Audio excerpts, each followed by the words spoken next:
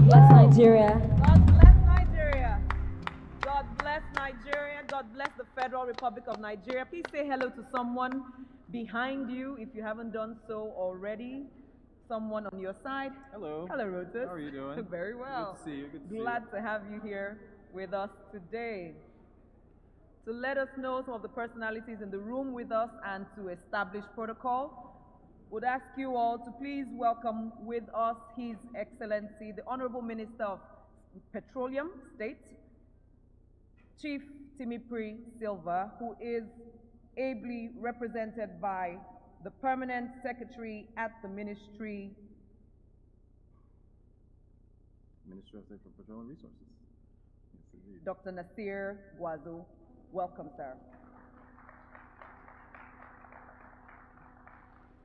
We also want to welcome Dr. Omar Farouk, who is the Secretary of the African Petroleum Producers Association. Also with us is the Executive Secretary, Nigerian Content Development and Monitoring Board, Engineer Simbi KCA Wabote. Welcome, sir. Also want to welcome Dr. Benedict Orama, MD CEO of the Afri-Exim Bank. He is ably represented by Ibrahim Sagna, Director and Global Head of Advisory and Capital Markets at the Afri-Exim Bank. Welcome, sir. The Commissioner in charge of Energy and Mines at ECOWAS, Mr. Sediko Duka, is also here with us. Welcome, sir. And Mr. Mondiaye Mbaye, who is the Technical Secretary of the National Local Content Committee, Senegal. Very welcome, sir. Welcome, sir. Mr. Zakaria Dosso, Director General, Africa Energy Investment Corporation. Welcome. Thank you for being here with us. And Mr. Nicholas Odinwe, Chairman of the Petroleum Technical Association of Nigeria. Thank you so much as well for being with us. To all our speakers and moderators at the sessions today, we say welcome. Also to the sponsors of this event. Welcome. Welcome. Captains of industry here with us, welcome.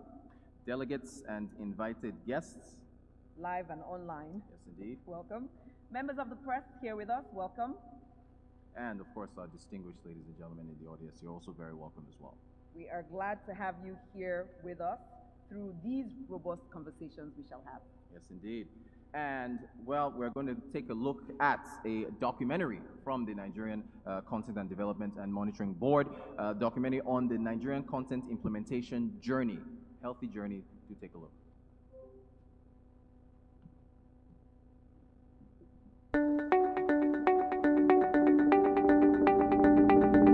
This is the first ever African Local Content Roundtable, organized by the Nigerian Content Development and Monitoring Board in partnership with the African Petroleum Producers Organization, and it is managed by the Heritage Times.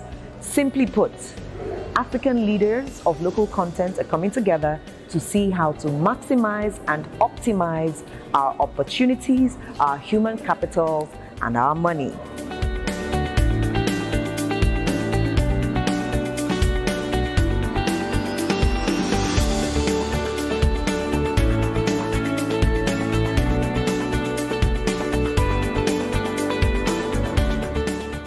Therefore, use the opportunity of this roundtable to initiate conversations around local content, share success stories, challenges, and come up with policies that will deepen local participation and domiciliation in our respective countries.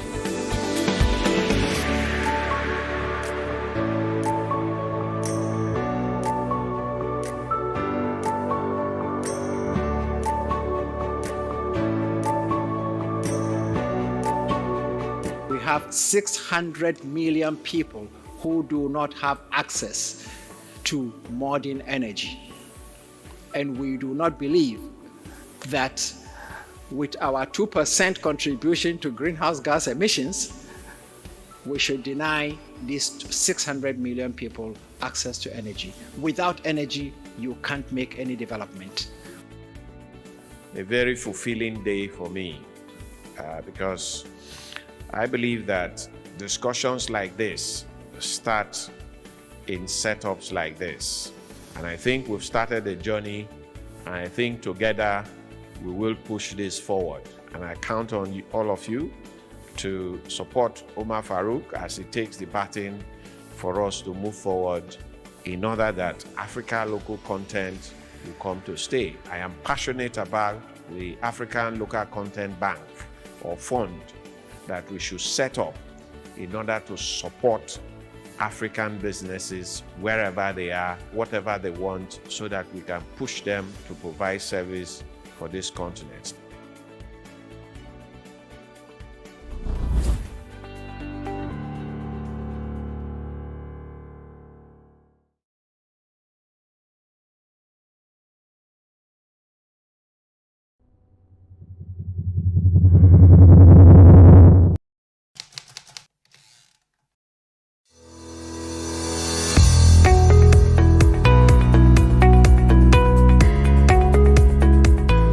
Nigerian Oil and Gas ALCIF, which is one of our flagship projects designed to create an enabling environment for manufacturing of equipment, materials, chemicals for the oil and gas sector. So this visit is just to show them that if they are to implement local content, there has to be a deliberate effort on the part of government to create this kind of infrastructure that will reduce the startup costs for manufacturers in their country and also reduce the operating expenses for manufacturers so that the manufacturers can start early and become competitive and the business can also be sustainable. So what we showcased here is how we've been able to create this environment, how we've been able to design the layout to include manufacturing shop floor, capacity building section where trainings can happen, and then also there's also the administrative block where you have the clinics, the banks, the restaurants, and other supporting infrastructure. There's also a section that houses the embedded power solution so that each manufacturer does not have to produce its own power. Now, if you're able to create this kind of environment, you're ultimately reducing their per unit cost of service delivery. You help them to fast track their setting up and then also ensure that they are sustainable. The ultimate objective is for us to attract world-class original equipment manufacturers from across the globe to set up shop floor in Bielsa here, produce quality materials, quality equipment, quality chemicals that will be used in Nigerian oil fields.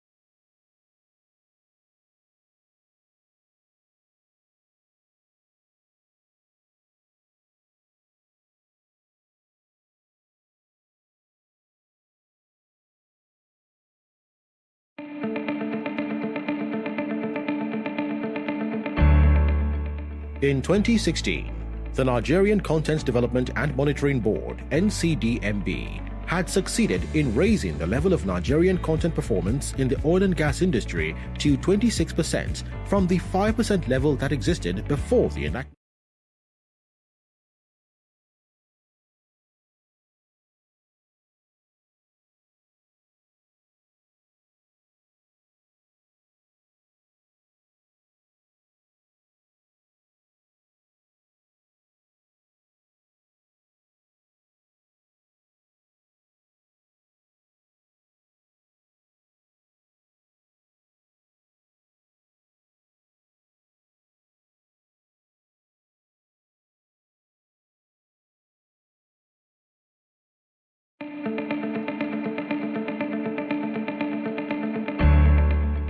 In 2016, the Nigerian Content Development and Monitoring Board (NCDMB) had succeeded in raising the level of Nigerian content performance in the oil and gas industry to 26% from the 5% level that existed before the enactment of the Nigerian Oil and Gas Industry Content Development Act in April 2010. In 2017, the board, under Engineer Simbi Kesi Wabote as the Executive Secretary, launched the Nigerian Content 10-year strategic roadmap, setting an ambitious target of achieving 70% Nigerian content, create 300,000 jobs, and retain $14 billion out of the annual $20 billion spent by the oil and gas industry annually by 2027. This would involve targeted capacity and capability development for the entire oil and gas industry. It also required the collaboration of the entire industry in developing new oil and gas projects, establishing critical facilities, and several other activities across the entire oil and gas value chain and linkage sectors.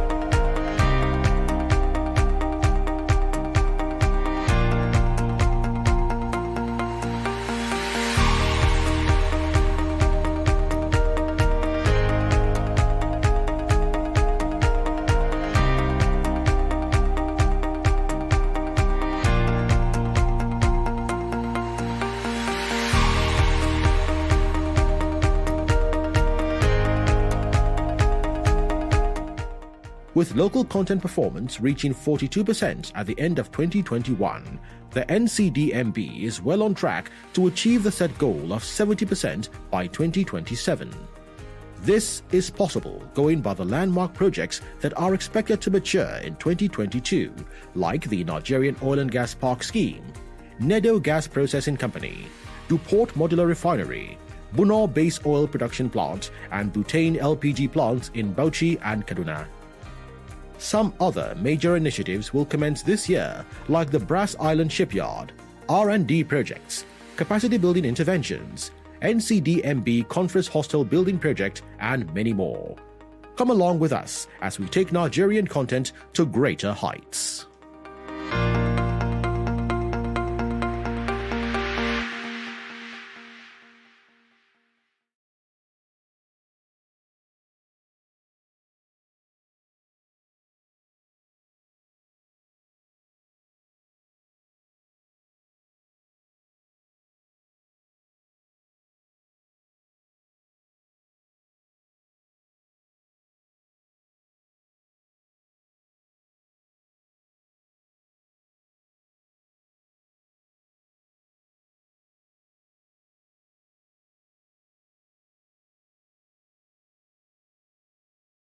and the ushers will be by your side. Please note, it will not work if this is disconnected. So connect it first, and then it will work. Ushers are ready to serve us. Distinguished guests, we're also live on Twitter. Should you decide to tweet about what we're doing here today, please use the hashtag ALCIF 2022 and ALCIF Lagos 2022. Allow me welcome for his welcome address, our chief host, if you let me call him so, a man who seems to live only for the expansion of local content within Nigeria and beyond our shores to the rest of Africa. He has shown that he's an advocate for the energy transition through the African lens and African context. He is known as the voice of African solutions to African challenges, and he's also called the champion of local content in Africa, and we mean every word of it. Please welcome the Executive Secretary at the Nigerian Content Development and Monitoring Board, Engineer Simbi KCA Wabute.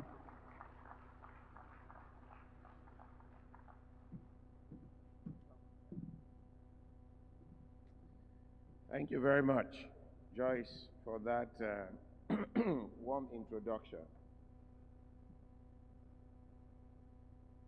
Let me start by recognizing the presence of the Minister of State for Petroleum Resources, Chief Timipri Silva, represented by my friend and brother, the Permanent Secretary of the Ministry of Petroleum Resources.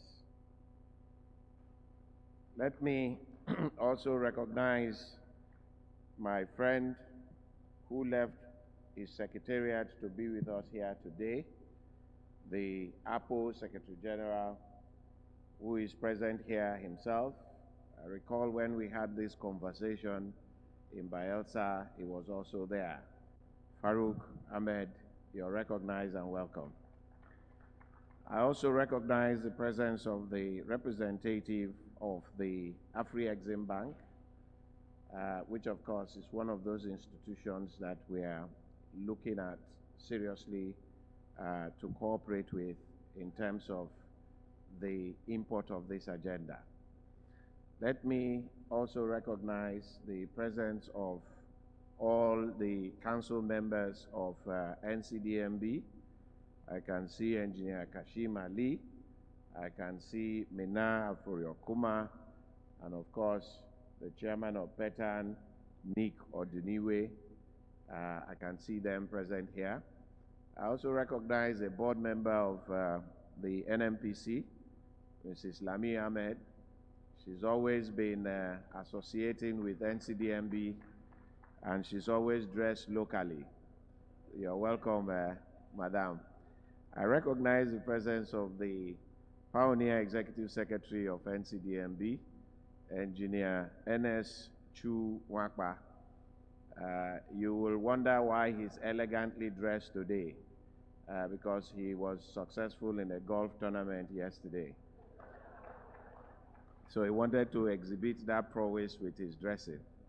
I recognize all the directors of NCDMB. I can see Patrick, I can see Isaac, and also Tunde Adelana, and also the GMs of NCDMB here present, and management of staff of that organization.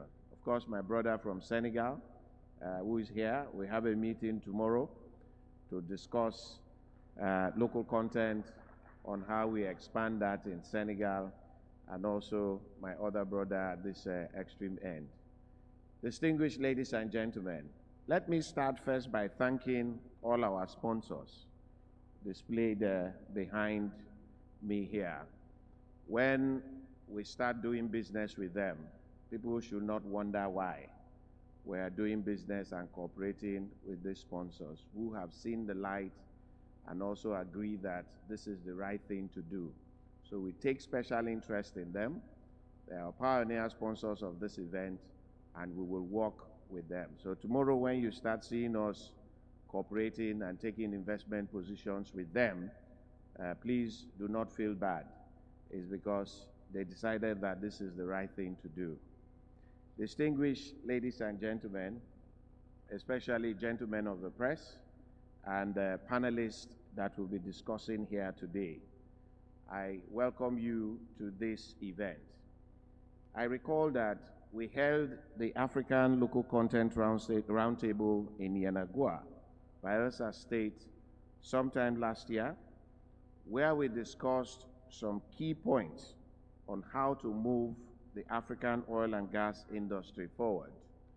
It was a very healthy discussion with all participating African counterparts, and the APO Secretary General was there. Therefore, this forum is a follow-up, as we agreed during that meeting, on discussion to close out one of the key actions points from the African Local Content Roundtable. Because in NCDMB, we do not just put people together to have a conversation. Out of every workshop or seminar that we organize, the takeaways from that seminar or workshop is taken seriously, and we follow through with them. Here, we will seek to kickstart the development of a framework for establishing a pool of funds for funding major oil and gas projects and attraction of investors into the country. Thus, we have invited subject matter experts in various aspects of finance, investment, international trade, energy dynamics, and other stakeholders, including some of our Project 100 beneficiaries, to come together and further deepen discussions on this subject and agree the way forward. My welcome address, therefore, is meant to provide the background on why we need to develop a robust response to the push for Africa to abandon her hydrocarbon resources, highlight some of the bright spots at the business, national, and continental levels to attract or deploy funding to the oil and gas industry. And lastly, to propose some ideas to enhance continental collaboration and global support for our natural resources. The African continent, distinguished ladies and gentlemen, is blessed with enormous human and capital resources. The continent is estimated to have a population of about 1.3 billion people, out of which a significant proportion of this number are youths. The continent is one that needs energy to fuel its developmental and economic activities. The African electricity requirement was estimated to be about 2 terawatts, out of which a paltry 162 gigawatts, or less than 10%, is generated.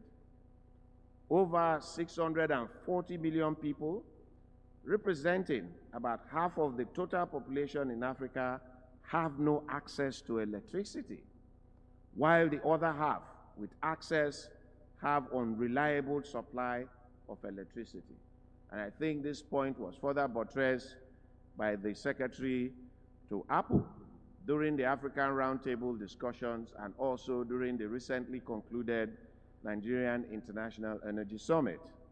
The challenge of inadequate energy is partly the reason why Africa is faced today with poverty, conflicts, migration, brain drain, and lacks very low on Human Development Index. Ironically, the African continent is reputed to hold vast deposits of natural resources, including oil and gas. In the last 4 decades, the number of African countries producing oil has increased rapidly as new discoveries are made, with the latest additions being the countries of Mozambique, Senegal, Uganda, Namibia, Mauritania, and South Africa. In those days, when you take off the map of Africa, you could always see some bright spots in oil and gas. But today, the entire continent is red, as reflected here. It shows you how the natural resource itself is abundant in our dear continent. Therefore, the expectation is that the existing and new hydrocarbon discoveries would have presented additional opportunities to address the energy challenge in the African continent. But the narrative we are hearing from most of the developed countries in Europe and North America are quite disturbing and disheartening, distinguished ladies and gentlemen. The quest for energy transition, as it is being advocated in some European countries and other parts of the world, is now taking center stage. And as this trend progresses, the hydrocarbon resources in Africa are becoming endangered resources. Before, the discussion was endangered species. Now it is endangered resources, and if you extrapolate that, it's endangered continent. Whereas the addition of a new form of energy into the mix of options available for utilization by mankind has always followed the normal course of acceptance and adoption. This is the first time a group of nations, in the name of mankind, is setting deadline for adoption of one form of energy to the detriment of the other. This has never happened in the history of mankind. At the COP26, if you want to clap, clap. I have time to get it. At the COP26 event held in Glasgow in late 2021, these countries made commitments on behalf of the rest to curb methane emissions, align the finance sector with the net zero by 2050, ditch the internal combustion engine, accelerate the phase out of coal, and end international financing for fossil fuels. This is perhaps, to put it mildly, a declaration of war. Already, some European banks are pulling out of hydrocarbon development projects, and most of international operating companies are shying away from the investments in hydrocarbon projects to avoid backlash from green energy activists. This unfolding scenario is of huge concern to African leaders and policymakers in the oil and gas industry. It is therefore critical that we explore the necessary steps required to address this funding and investment challenge so that our hydrocarbon resources is not abandoned below the surface like many African countries, including Nigeria, abandoned coal mines in those days. It is of a bit of a comfort that some African countries have made some inroads in securing funding and investment for the development of hydrocarbon projects, with strategic partnerships with countries that have not turned themselves to oil and gas adversaries, such as China and India. Other African countries are also doing their bit to develop infrastructure and processing plants for the hydrocarbon value chain, but there is more to be done. One of such bright spots, distinguished ladies and gentlemen, is the 650,000 barrels per day Dangote refinery, which is now mechanically complete, as we were told. This investment represents a major statement of the emerging crop of bold and audacious African businessmen positioning themselves and the continent on the map of the required energy mix for mankind. The 2022 Forbes list of African billionaires listed 18 Africans as billionaires, many of whom I see as key businessmen that could leverage to provide the needed investment to develop our hydrocarbon resources. In respect of the African institution, one bright spot is the African Export-Import Bank, Afri-Exim Bank, a Pan-African multilateral financial institutions mandated to finance and promote intra and extra-African trade based in Cairo, Egypt. It is very instructive. The Afri-Exim Bank signed a $1.04 billion facility with the Nigerian National Petroleum Corporation to finance the exploration of petroleum during the second Intra-African Trade Fair, which held in Durban in South Africa a few days after the completion of COP26 event in Glasgow. For a bank that disbursed more than $42 billion between 2016 and 2020 in support of African enterprises, there is no doubt that Afri-Exim Bank is an institution of note in consideration of the quest for funding hydrocarbon development projects in Africa. For the African Development Bank, AFDB, its objective is to spur sustainable economic development and social progress in member countries, thus contributing to poverty reduction. AFDB has the African Development Fund, which became operational in 1974 and has cumulatively invested $45 billion over its 44 years of operationalization on the African continent. Although the fund has not been used much in the hydrocarbon sector, there is an opportunity to engage AFDB to utilize part of the fund for oil and gas development, which could be of interest to its largely Western donor countries against the backdrop of disruption in gas supply in Europe. If you want to indeed eliminate poverty, you must provide access to energy. At country level, Nigeria represents a bright spot in the provision of funds that can be secured for the execution of oil and gas projects.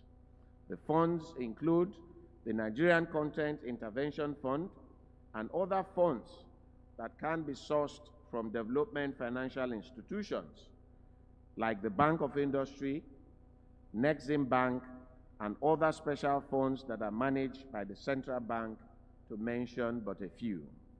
For instance, NCDMB partnered with the Bank of Industry to establish the $300 million Nigerian Content Intervention Fund.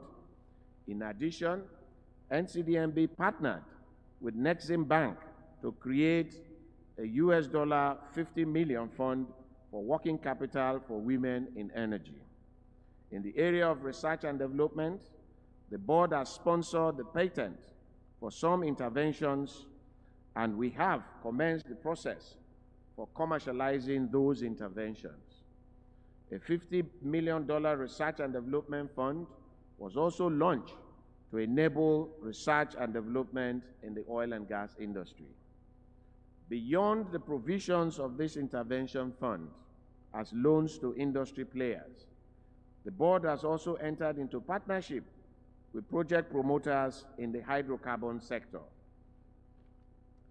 In respect of modular refinery, NCDMB is serving as catalyst for the development of 4 modular refineries, with the 5,000 barrels Walter Smith modular refinery already in operation.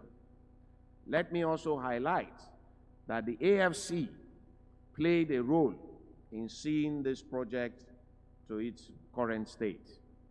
The other 3 under construction are the 2,500 barrels DuPont modular refinery, the 2,000 barrels Atlantic refinery, and the 12,000 barrels Ezekiel hydroskimming modular refinery. Our partnership investment in the gas value chain, which span across development of LPG storage terminals and jetties, inland gas processing to produce LPG and propane, infrastructure for gas gathering and injection into gas pipeline networks, CNG facilities, and manufacturing of composite LPG cylinders. Specifically, these partnerships include the following: partnership with Nedo Gas Processing Company in Kwale Delta State for the establishment of 80 million scof of gas processing plant and a 300 million scof Kwale gas gathering hub. Partnership with Transel Gas Limited in Cocoa Delta State for the 5,000 metric tons LPG storage and loading terminal facility. Partnership with Brass Fertilizer for the development of a 10,000 metric tons per day methanol plant at Odiema in Brass in Bayelsa State. Partnership with Butane Energy in the rollout of LPG bottling plants and depots in Abuja and 10 northern states of Kano, Kaduna, Katsina, Bauchi, Nasarawa, Zamfara, Niger, Plateau, Gombe, and Jigawa states. The 123,000 metric tons per annum LPG production plant in Itorogu in Delta State. I would like to add that some of these provisions contained in the Petroleum Industry Act 2021 to the list of funding opportunities put in place by the Nigerian government to support the oil and gas industry. The PIA 2021 has created the Frontier Exploration Fund to be used for promoting the exploration of frontier basins while also developing exploration strategies and portfolio management for unassigned frontier basins in the country.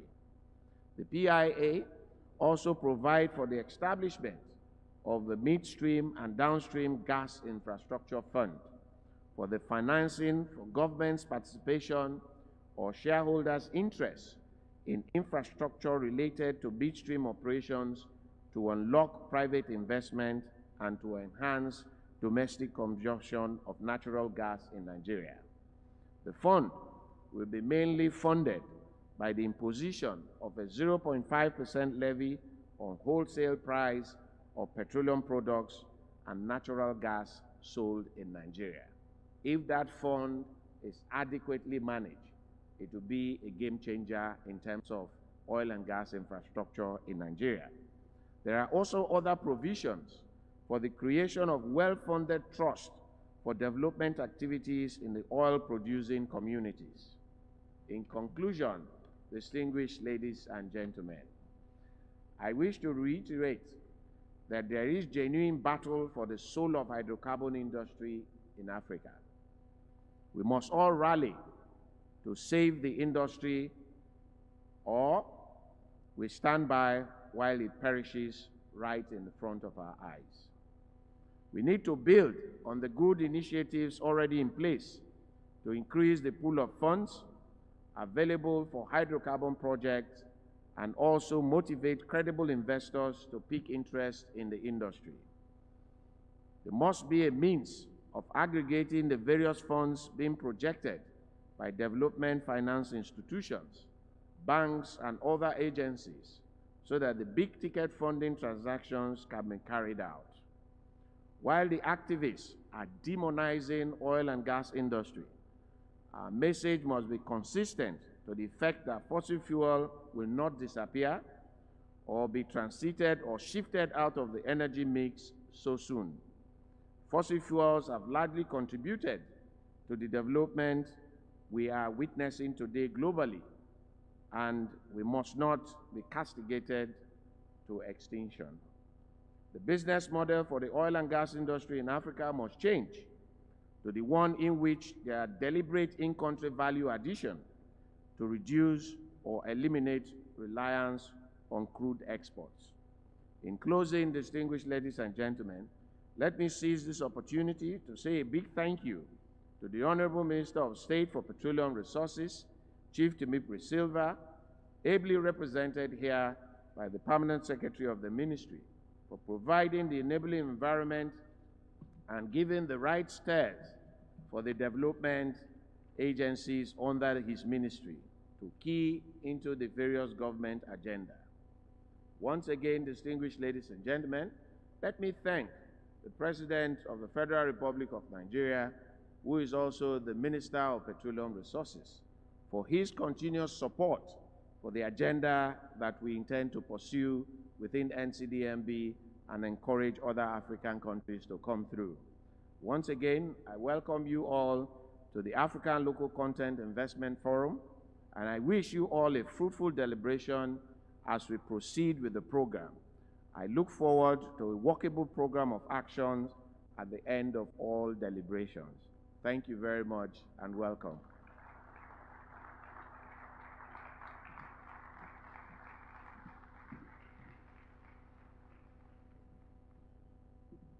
Ladies and gentlemen, another round of applause, please, for Engineer Simbi K.S.A. Wabote, Executive Secretary, Nigerian Content Development and Nigerian Content Development Monitoring Board.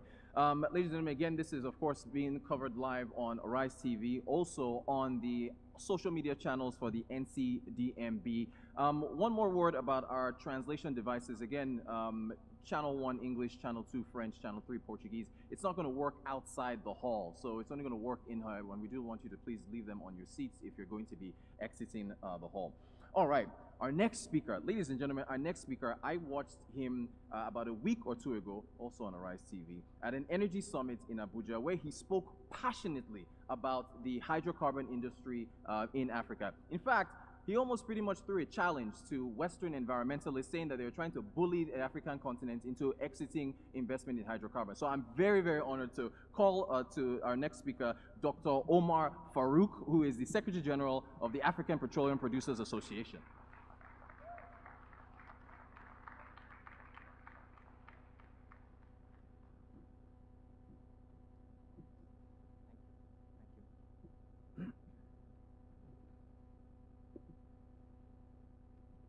Thank you very much.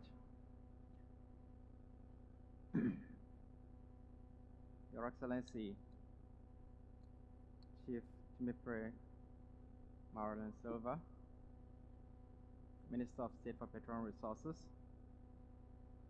ably represented by my brother, Dr. Nasser Sanigwarzo.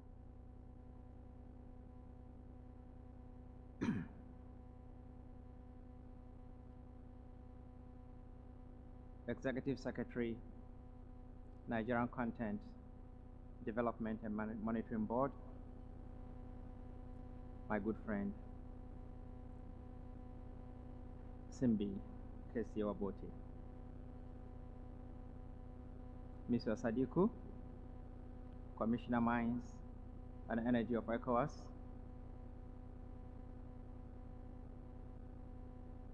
Mr. Zakaria Doso, Managing Director, African Energy Investment Corporation, Chairman Petan Nyekodinere, Mr. Ernest Nwapa, Pioneer Chief Executive of the NCDMB, the man who laid the foundation for my brother to come and build on.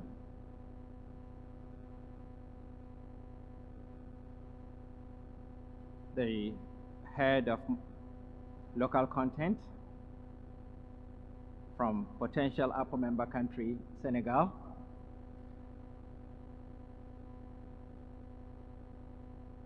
Ibrahim Sanya, my good friend from AfriExim. Distinguished ladies and gentlemen, I believe I've done the protocol the way I should. I should like to thank the organizers of the African Local Content Investment Forum for the invitation to be part of this very important forum and for the foresight and proactiveness on the African agenda for the global energy transition. This forum, with the theme Evolving a Pan-African Strategy Towards Sustainable Funding of the African Oil and Gas Projects, could not have come at a better time. This is because Africa has just come to the full realization that the world, or more precisely, that part of the world that Africa has depended on for over 3/4 of a century for hydrocarbon energy technology, expertise, markets, and funding, has now resolved to abandon hydrocarbons and, by implication, the mainstay of the economies of many African oil and gas producing countries. It is important to note, to not delink the global paradigm shift away from fossil fuels to renewables from the failure of the doctrine of project independence, initiated by President Richard Nixon of the United States in 1973, aimed at ending US oil imports in response to the oil embargo placed on the US and some European countries by some Arab oil-producing countries in the aftermath of the Arab-Israeli conflict of 1973. The bitter experience of the United States from the oil embargo made it to resolve to wean itself first from foreign oil, particularly Arab oil. The United States government introduced policies aimed at achieving this objective, among which was support for the development of shale oil. For a number of reasons, these policies did not achieve the desired results. It was the failure to achieve that objective that led to a change in strategy. Having realized that shale cannot compete with conventional oil in the market, a deliberate strategy to demonize oil was hatched. First, funds were provided to research institutions to conduct studies on the impact of burning fossil fuels on the atmosphere and, by implication, on the health of the people living on this earth. These studies unearthed the dangers of greenhouse gas emissions on the atmosphere, and these findings were then given wide publicity. A lot of funds were devoted to the establishment of many NGOs whose mandate is to demonize hydrocarbons. It is interesting to note that these findings were not new. As far back as 1859, John Tyndall, an Irish physicist, had made similar findings. Savon Arrhenius, a Swiss scientist, had also published his findings on the same subject in the 1800s. But because it was not in the interest of the industrializing powers of the time, the United States and Europe, to stop the use of fossil fuels at that time, the findings of those studies were never publicized. And for nearly 200 years, but especially in the last 100 years, they continued to use fossil fuels to consolidate their economies. Now that their economies have graduated from reliance on intensive energy for production, and Africa is on the verge of industrialization, these countries have suddenly remembered that fossil fuels are harmful to mankind. It's obvious, therefore, that the energy transition agenda had been on the agenda of the advanced developed countries since the last quarter of the last century. But for whatever reason, we in Africa failed to see them.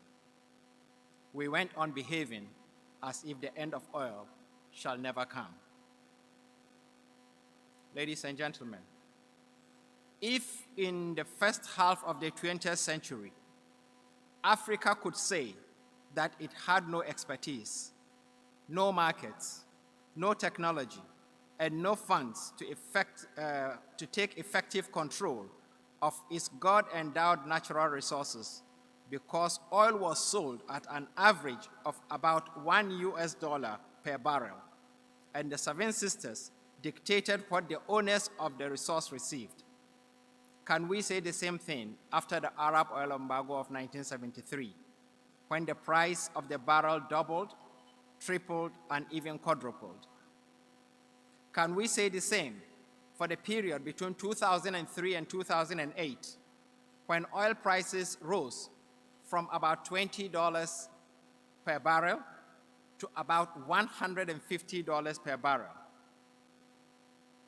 When the price of oil began a steep rise, not due to market fundamentals, but to extraneous forces, including geopolitics and market manipulation, did it not occur to us that the sudden windfall could also trigger a reaction from the powerful countries on whom we have always depended for the exploitation of our resources?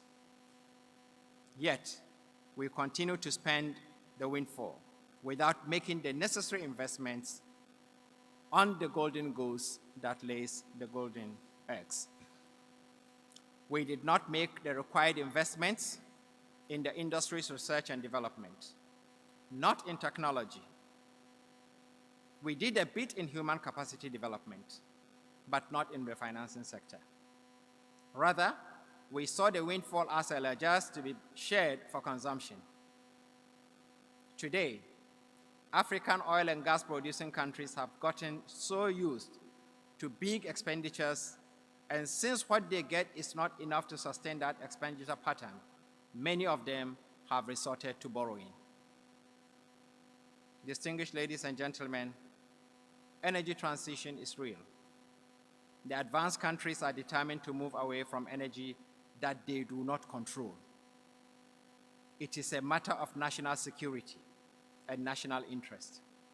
And for this, they are prepared to pay any price.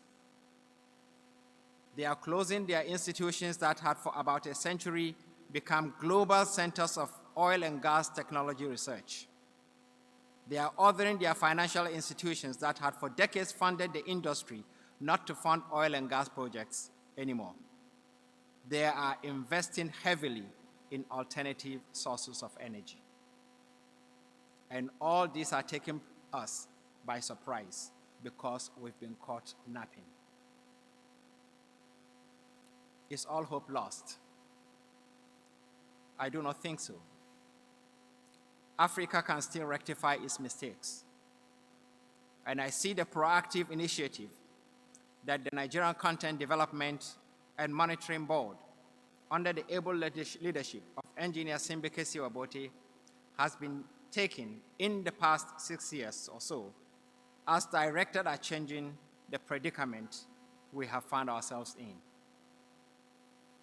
In this respect, I would like to point out that a major study commissioned by the APO on the future of the oil and gas industry in Africa, which Mr.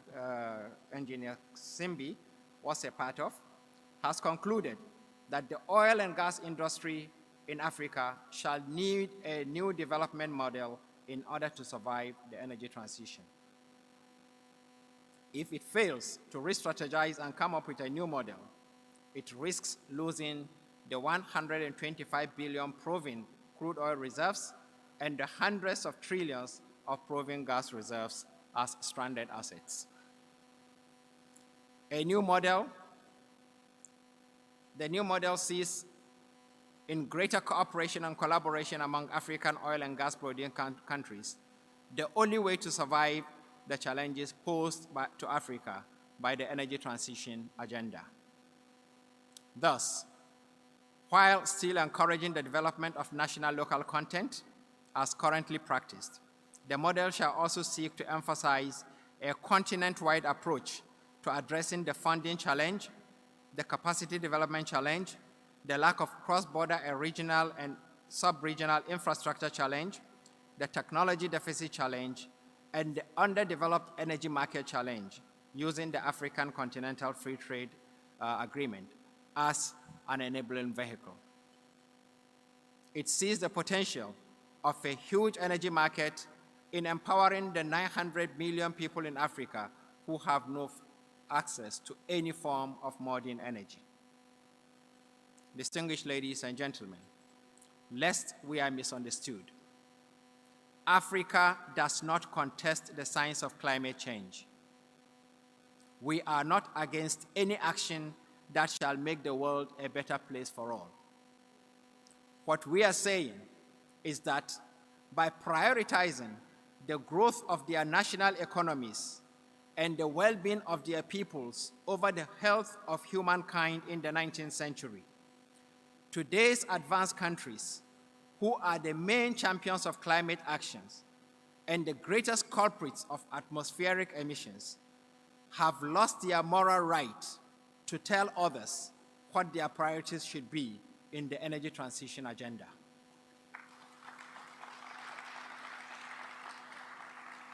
It is high time Africa understood that its salvation lies in its own hands. We cannot continue to look outside for help to save ourselves. We cannot afford to discard what we have in abundance for what we do not have. We will not change from one form of dependence to another form of dependence. Distinguished ladies and gentlemen, as I take a critical look at the target publics and institutions for raising the funds to finance energy projects in Africa in the absence of traditional suppliers, as identified by the organizers of this forum, I see that we are yet to fully appreciate the challenge facing our continent. 4, I see that our proposed solutions is more of the same.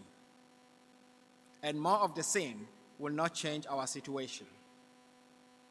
When the Americans were confronted with a similar challenge after the Arab oil embargo, they treated the challenge as a matter of national energy security, and their response was crafted accordingly. But what I see us doing is to propose to go to financial institutions to assist raise the funds for our survival. It will not work. None of the financial institutions operating in Africa today can afford to provide all the funds required for the oil and gas industry in Africa to operate and grow, and at the same time to meet their original mandate. It was in recognition of this fact that the APA Fund for Technical Cooperation was restructured and given a new mandate under a new name, the Africa Energy Investment Corporation, ICOP. Its focus is to fund oil and gas projects as the traditional financiers withdraw from the industry. But we are realistic.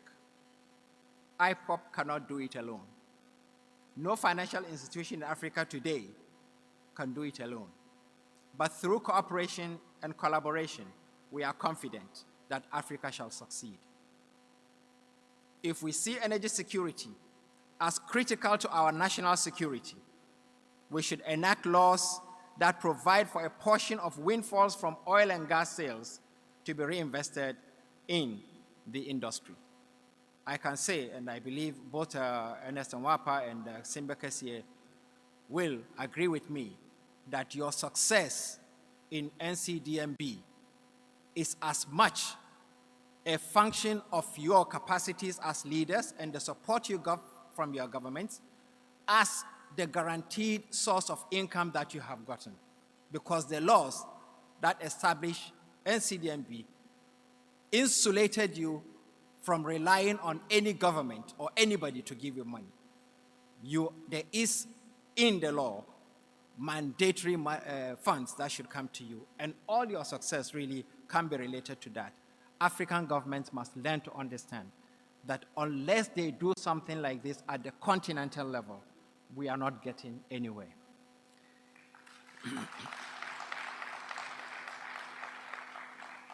We need to find a way or ways of getting African oil and gas producing countries' governments to commit to a certain percentage of the windfalls, a special fund for the sustenance of the oil and gas industry during this period of transition.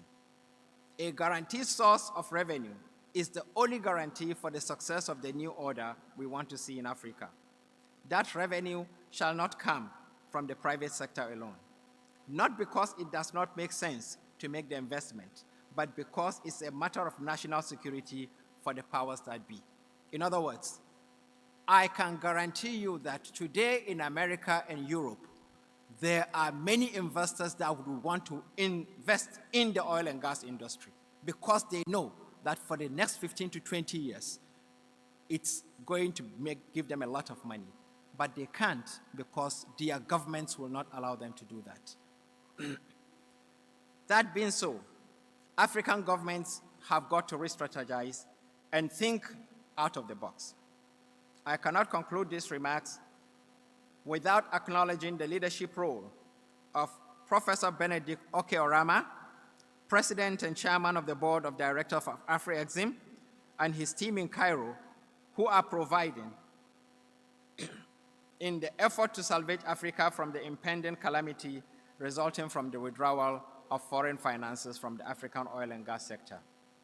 All of us at the APO and ICOP appreciate your commitment and determination for us to pull our resources together for the common good. APO believes that the salvation of Africa lies in cooperation and collaboration, and we are prepared to work with institutions that share our concern for the development of our continent. In conclusion, let me once again express APO's appreciation to the government and good people of the Federal Republic of Nigeria for handing over the organization and conduct of the Africa Local Content Roundtable, which was initiated by Nigeria, to APO. The APO Ministerial Council at its last meeting in December approved that the African Local Content Roundtable be held as a continental event.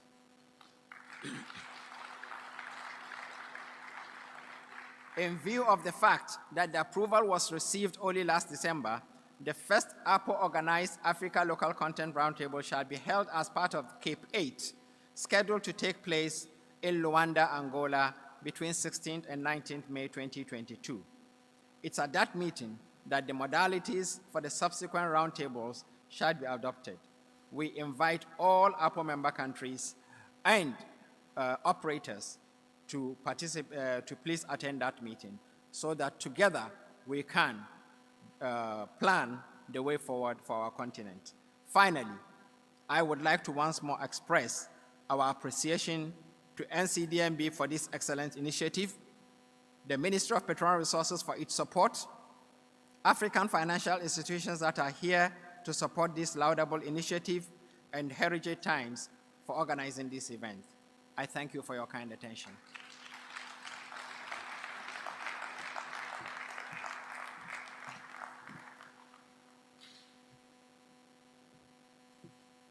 Our thanks again to Dr. Omar Farouk. A round of applause for him, please. Secretary General of the African Petroleum Producers Association, APO.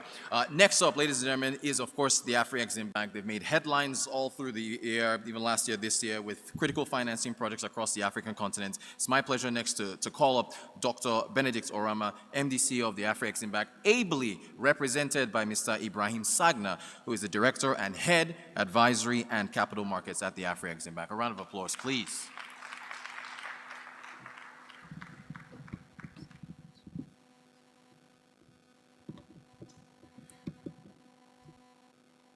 Good morning. Good morning. Can you hear me well? All right.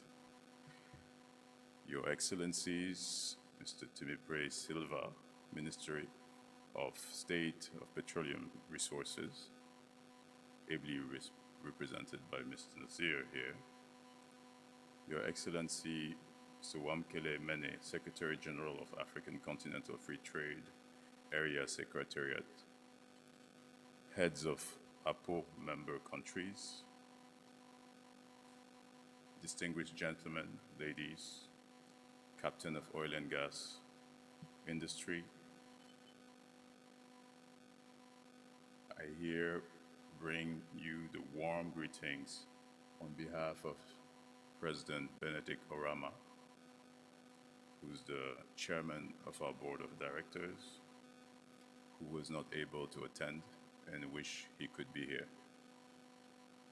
The bank is immensely honored to have been invited to participate at the second African Local Content Investment Forum, and expresses its deep appreciation to the Federal Republic of Nigeria and the Nigerian Content and Monitoring Board, which is hosting this outstanding event.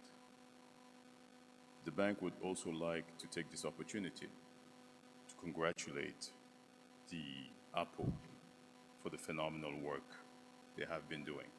We've been very humbled to be their partner, and the role that they continue to conduct, as you can see from the presentation that was just made by my good friend. Together, the industry and the players will need to define a sustainable long-term path, and we will be there to provide the funding alongside the financial partners.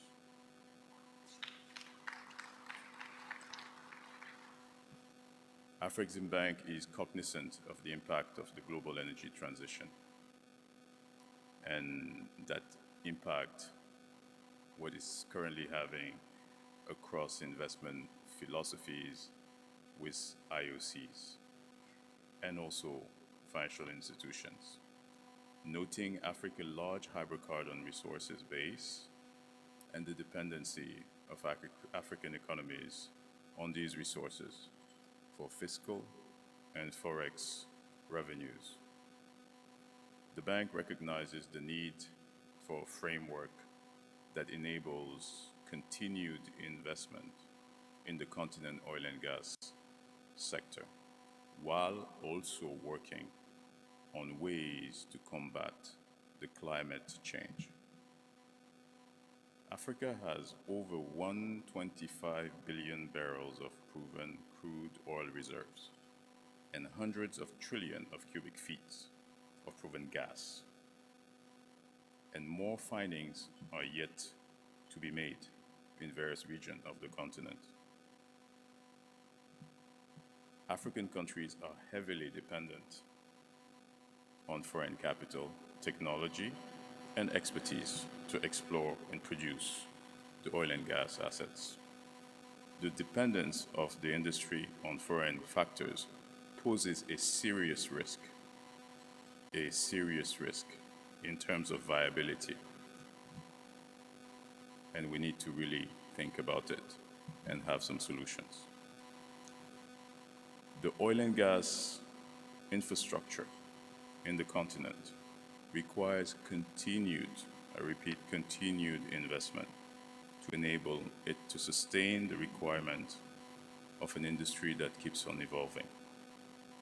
And such optimum technologies are required for efficient and sustainable management of the resources that we own. Africa is highly dependent on imported oil products at the same time. In fact, by 2035, the Middle East, North Africa, and the former Soviet Union are expected to supply most of the oil and gas demand for oil refined products.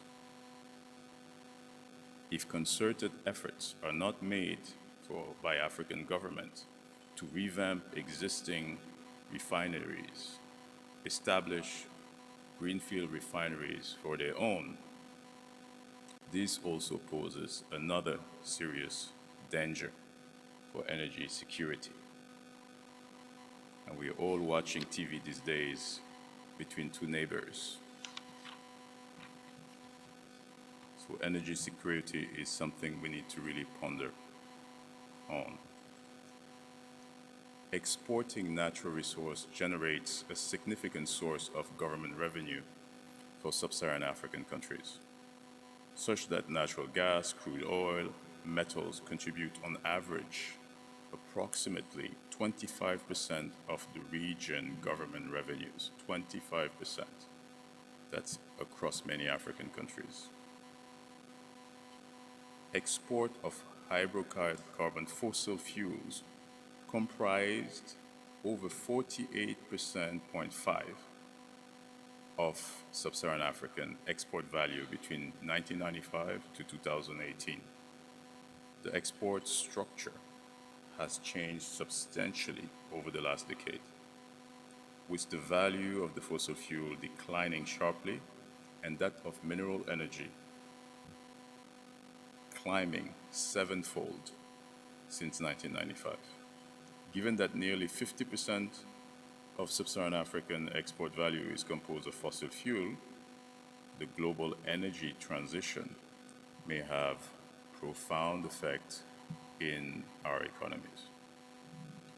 The United States, Canada, and 18 other countries committed at the recent COP26 climate summit to stop public financing for fossil fuels projects abroad by the end of 2022. There goes a deadline. And steer their spending into clean energy instead. Countries that signed the pledge together invested nearly $18 billion on average each year in international fossil fuel projects from 2016 to 2020. Several oil and gas projects in developing countries can be affected due to the reduced investments. While noting the adverse effects of climate change on environment, Africa carbon emission are impressively low, 4% to be precise, 4% of global climate emission. In the meantime, in the same residencies of 54 African countries, you have 17% of the global population. As you can see, there is a massive gap. Africa fossil fuel are focused on developing infrastructure, providing more access to education, and building housing, industries, services. And like the developed countries of the West, African countries still need to rely on fossil fuel for growing and sustainable development. There is a need to continue financing oil and gas in the continent to avoid destabilizing African economies due to a sudden reduction from Western financial institutions. This unplanned shift for African countries is not welcome. There is also the issue of energy poverty. Our good friend reminded us that over 600 million people across the continent still live without access to modern energy. With energy demand in Africa expected to grow by 50% over the next 2 decades, there is genuine opportunity to leverage the continent's large hydrocarbon resources base to permanently address the issue. All these factors together facilitate the creation of a framework to attain long-term energy sustainability and sufficiency on the continent. For it to be successful and have the desired impact, the framework must transcend at all facets of the industry, upstream, midstream, downstream, while also leveraging the transition characteristic of natural gas. To have the desired impact, it is important that ultimately the funding platform be developed, and that platform developed must have strong technical capacity, operation, commercial, risk management, regulatory experience across the African energy value chain, complemented with broad international experience to enhance African energy agenda. Afreximbank has played a key role in the African oil and gas industry since its establishment. Just by a few figures, by the third quarter of 2020, our total outstanding loans was around $4 billion. By the third quarter of last year, that number had crossed $5 billion. And as you've heard, from the distinguished guest, over the last 4 months alone, we've completed $1 billion for NNPC. We've signed a $5 billion agreement with NNPC. We've signed an MOU of $5 billion with UTM. We'll meet our distinguished friend, Mr. Julius Rone, and also the group BOI that was mentioned. We just organized a 700 million euro bond for them last week.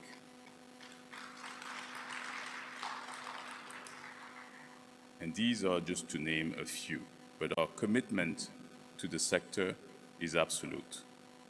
The bank upstream financing support has assisted also acquisition in oil mining licenses for a number of producing assets here in this country and overseas, for drilling and new wells to ramp up production and construction of surface production facilities here and overseas. The midstream financing support has also cut across construction of pipelines, storage facilities, marine assets, barges, tankers, you name it. In a bid to leverage the global financing into Africa, we have also led some of the largest syndication in the sector. In fact, the largest refinery in the world, which is the Dangote facility, which has been shown earlier today, we are today the largest lender in the globe on that facility, with well over $1 billion. We also are the leading syndication group for the continent, oil and gas being one of the key sectors. The bank remains keen to continue supporting the financing of economically viable oil and gas transactions across the continent, given the oil and gas account for a substantial portion of the bank's portfolio. There's a need to find a careful balance on how to continue financing projects in the sector sustainably. The bank does recognize the need to partner with African economies, national oil and gas companies, sovereign wealth fund, private sector, DFI, and other institutions to achieve this balance. And as you've heard from my good friend, Secretary of APO, we're working very closely with them in all of their efforts to make this a reality. Today's event provides a great opportunity to advance this conversation, and we are pleased to have been invited to participate. Afrexim Bank expresses its appreciation, gratitude to all other oil and gas industry stakeholders working alongside APO and NCDMB to further develop the Africa oil and gas industry. The bank is committed to working alongside all stakeholders to explore the feasibility of the African Local Content Development Fund. We thank you sincerely and wish you all a productive and engaging session. Thank you very much.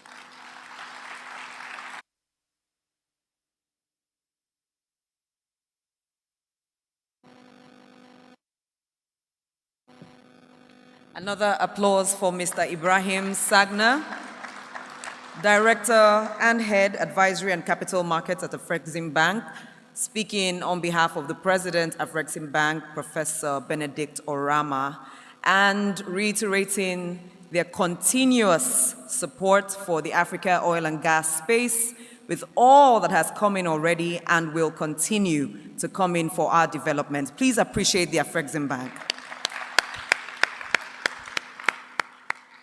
Thank you, sir.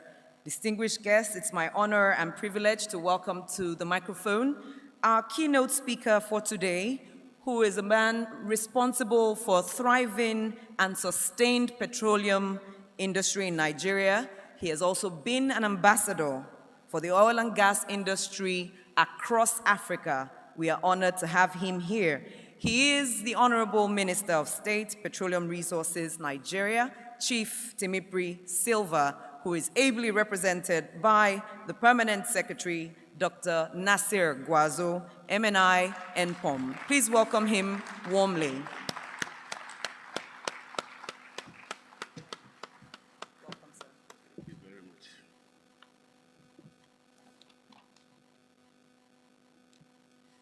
Yes. Ladies and gentlemen, permit me to trace back my protocols to my principles.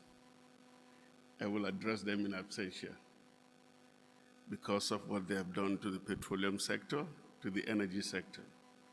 So I start with the President himself, President of the Federal Republic of Nigeria, who happens to be the Minister of Petroleum Resources.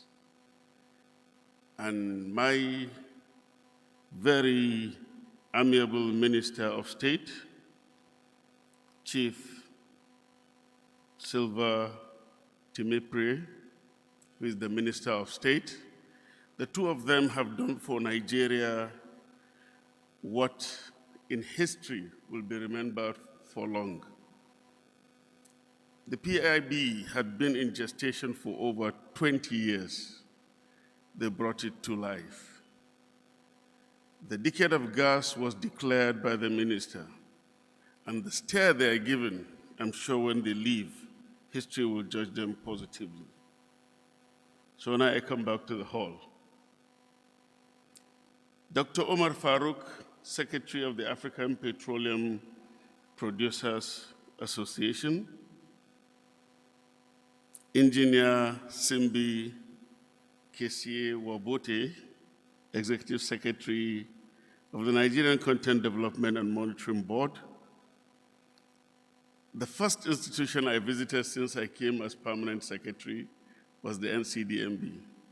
And what I saw, I was really amazed that Nigeria could have these kind of institutions.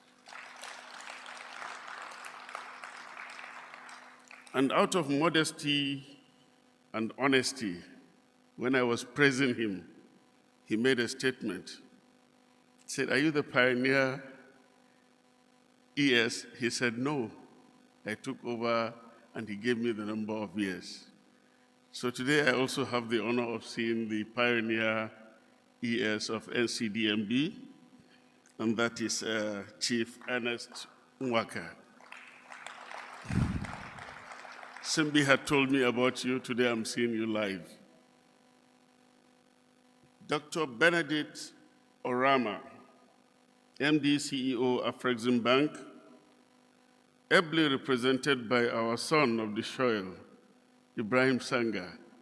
Ibrahim Sanga is a Senegalese Nigerian. You are most welcome, Ibrahim Sanga. Dr. Sadiko Duka, Commissioner in charge of Energy and Mines of ECOWAS, our neighbor also. You're welcome. Mr. Mo Ndiaye Mbai, the Technical Secretary of the National Local Content Committee in Senegal. You're welcome. Zakaria Doso, Director General, African Energy Investment Corporation. You're welcome. Nicholas C. Oduniwe, the Chairman of PETAN.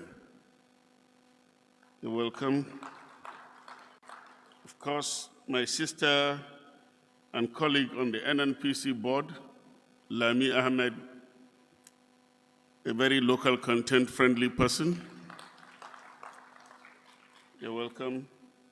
Board members of NCDMB, all directors of NCDMB, management and staff, delegates, speakers, gentlemen of the press, ladies and gentlemen, wherever you hear me say "I," just consider Timmy Praise Silva speaking. I'm only representing him. But I like wearing his hat because he's the only person in Nigeria that when he's representing the president, he wears 3 caps. Every other person wears 2. He wears the cap of the president, he wears the cap of the minister, and he wears the cap of the Minister of State. So now I'm wearing 4 caps.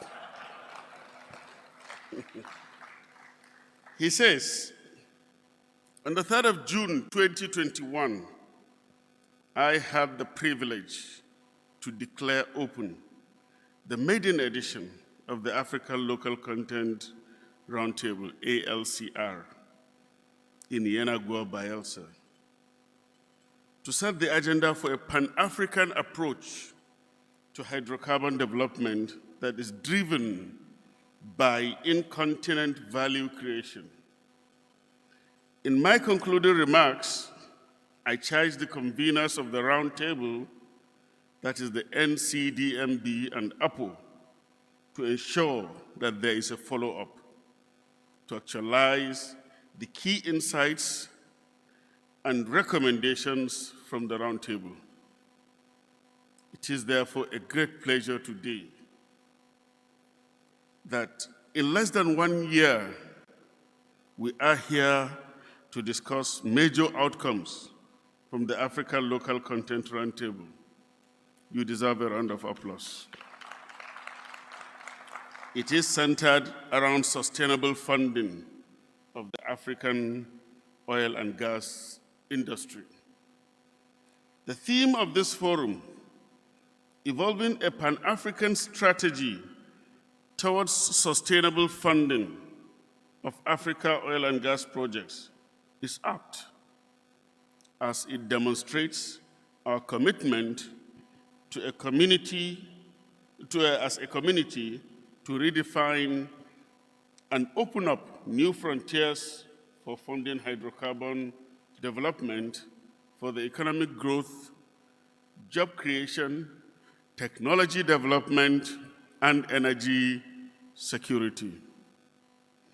I'm therefore very pleased to hear that the Afrexim Bank has been engaged, and the bank has already conveyed its full commitment to the objectives of the forum, as evidenced by their presence here and all the projects enumerated by the representative of the bank.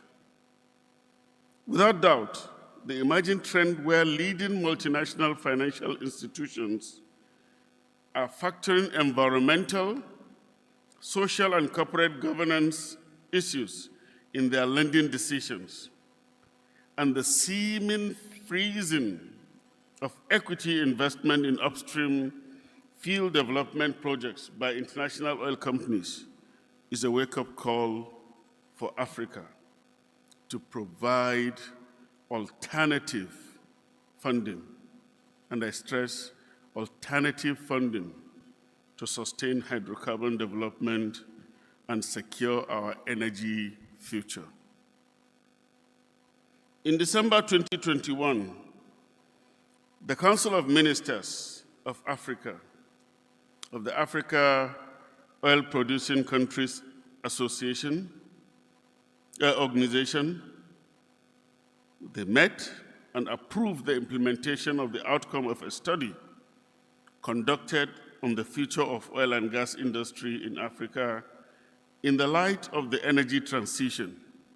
And by the way, it is good that African ministers met to deliberate on a study done. It's not just to come up with ideas. There was science behind it. There was a study to guide their decisions. And what are the contents of those findings? One, Africa has over 120 billion barrels of proven crude oil and about 600 trillion cubic feet of proven gas reserves. Two, governments of APO member countries are heavily dependent on oil and gas revenues to meet their socio-economic obligations. This is a reality. Three, for Africa to attain energy security, an incontinent value addition, it must address the following limitations. A, dearth of funds to finance its oil and gas sector projects, limitations in technology, and I want to emphasize this word limitation in technology mastery, because even with the commitment, the mobilization of resources, a huge threat to the sector will continue to be the absence of appropriate technology. As they withdraw their funding, the technology will also either disappear or deliberately disappear or die a natural death. And therefore, Africa will be on its own. So I really want to emphasize this technology. High-end skills gap, inadequate energy infrastructure to sustain oil and gas industry operations, underdeveloped internal market for hydrocarbon derivatives, and overdependence on the sale of crude oil for foreign exchange and budget financing. All these are serious threats to Africa's oil sector. Africa's energy transition should be anchored on maximizing fossil fuels, especially gas utilization and investment in renewable energy projects. With over 600 million people living without access to modern energy, Africa's energy demand in 2035 will be 40% higher than it is today, compared to 10% higher for global energy demand.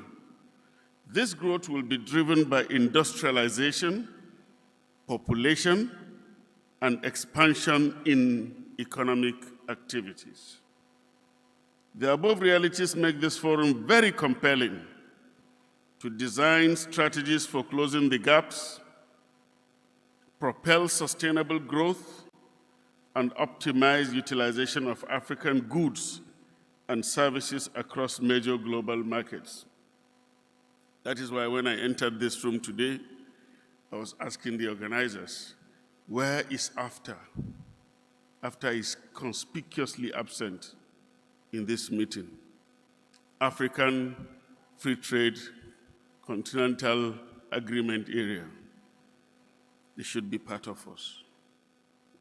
I hope they can be involved as soon as possible. Distinguished guests, let me further elaborate on the reason why funding is very important to Africa. A holistic look of the continent's oil and gas infrastructure requirements include upstream field development projects, pipelines, depots, terminals, refineries, petrochemical plants, and oil and gas research and development, and training institutions, all of which require huge funding. Countries that have promoted regional development projects have been constrained by funding. Examples include the West African Gas Pipeline, WACPA, the first transnational gas pipeline in the West African sub-region, with the potential of creating 80,000 jobs and reducing greenhouse emissions by approximately 100 million tons. The Trans-Sahara Gas Pipeline, TSGP, is another project that, if well-funded, will serve as a corridor for the movement of natural gas through Algeria to EU member countries. The local content program for Africa can only be impactful in our various economies if there is a pipeline of projects that will sustain the utilization of capacities and capabilities developed or that are being developed in the industry. The Africa Continental Free Trade Area Agreement and its growth aspirations can only be actualized if we have a very vibrant oil and gas sector in view of the oil industry's capacity to harness resources from other sectors. Africa has abundance of renewable energy sources, including sunlight, water, wind, and biomass. However, the technology needed to convert these sources to energy requiring huge funding if we are to avoid dependence on foreign technology.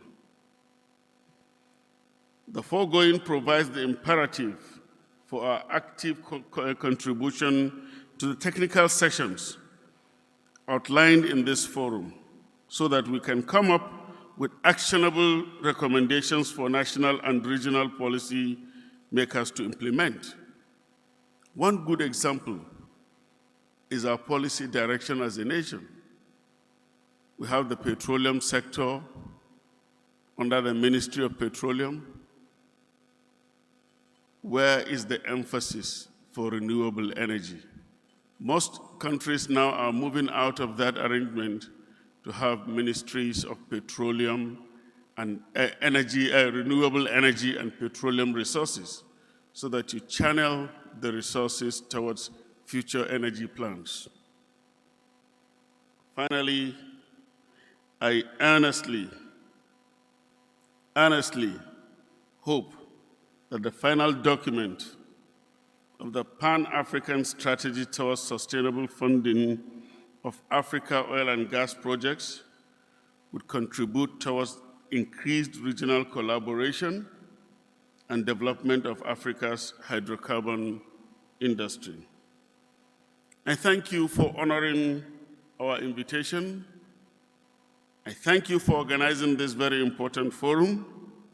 And on behalf of my amiable Minister of State, who wears 3 caps and I am wearing 4, I wish you all an enjoyable stay in Lagos, and hereby on his behalf declare this forum officially open. Thank you very much. Thank you.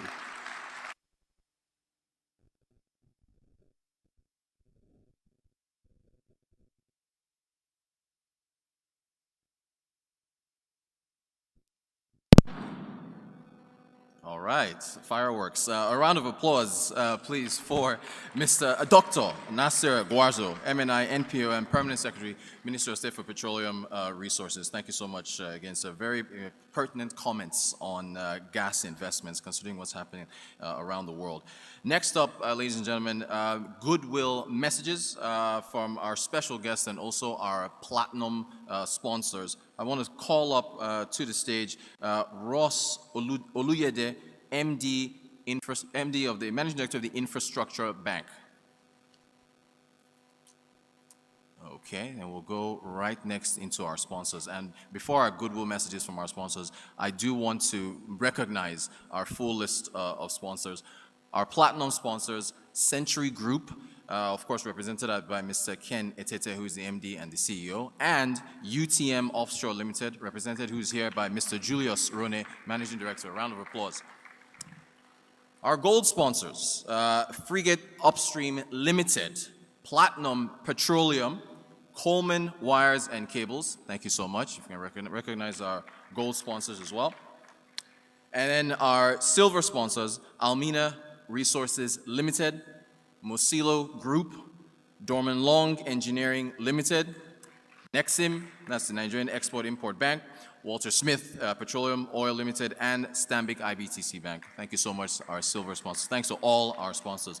All right, so as far as the goodwill messages are concerned from our sponsors, I first want to call up from UTM Limited, UTM Offshore Limited, Mr. Julius Rune, Engineering Director. You can come up for a goodwill message. Thank you.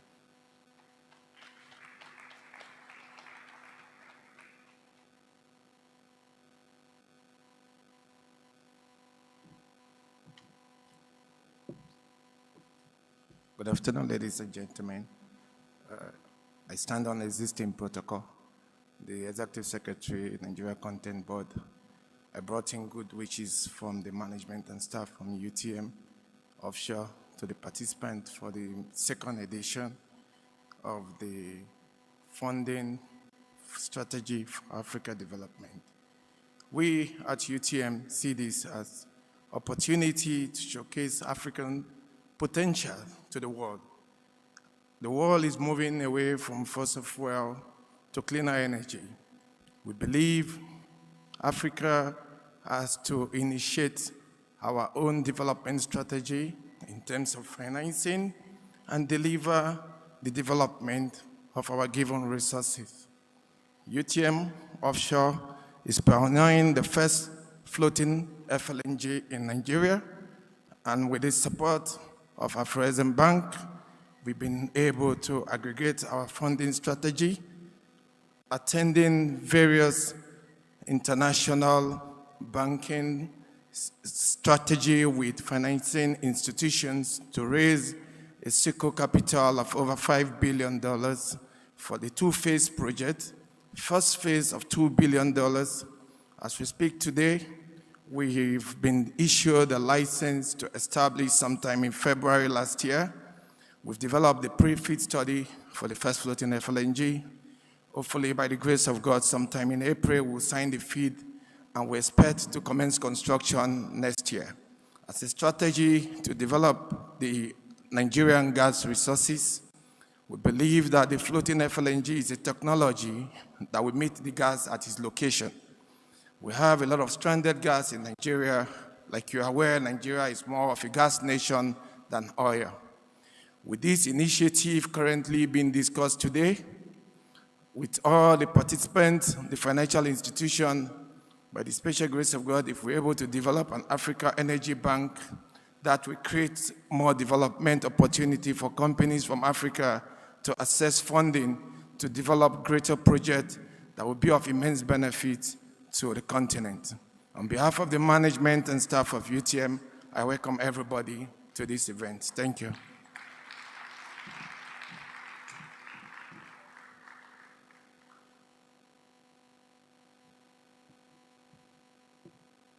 Thank you so much, Mr. Julius Rone, MD, UTM Offshore Limited. Next up, from the Century Group, Managing Director and CEO, Mr. Ken Etete, another one of our platinum sponsors. Goodwill message for him as well.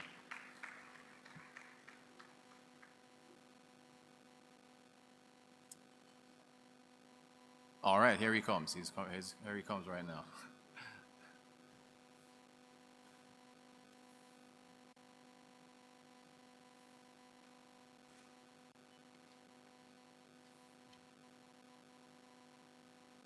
All right. Round of applause for Mr. Ken Etete, MD, CEO, Century Group. You're welcome, sir.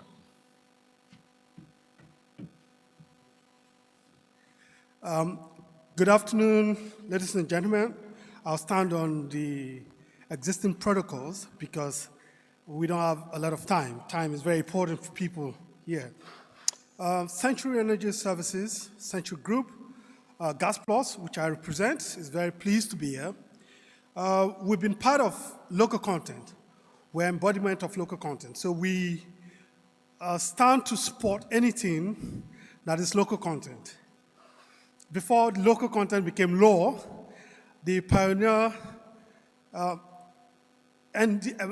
local content, N.S. Wapwa, we worked very closely with him, of course, before then, always emphasizing on the importance of local content. And that became a law, so we're very happy about that. Of course, my older brother, Engineer Simbi Wabote, has been champion of local content across the world. He's supported local content. So it was very natural, and we're fortunate that the transition happened the way it happened, because both of them, one in the national scene, fighting to see that this law came to life.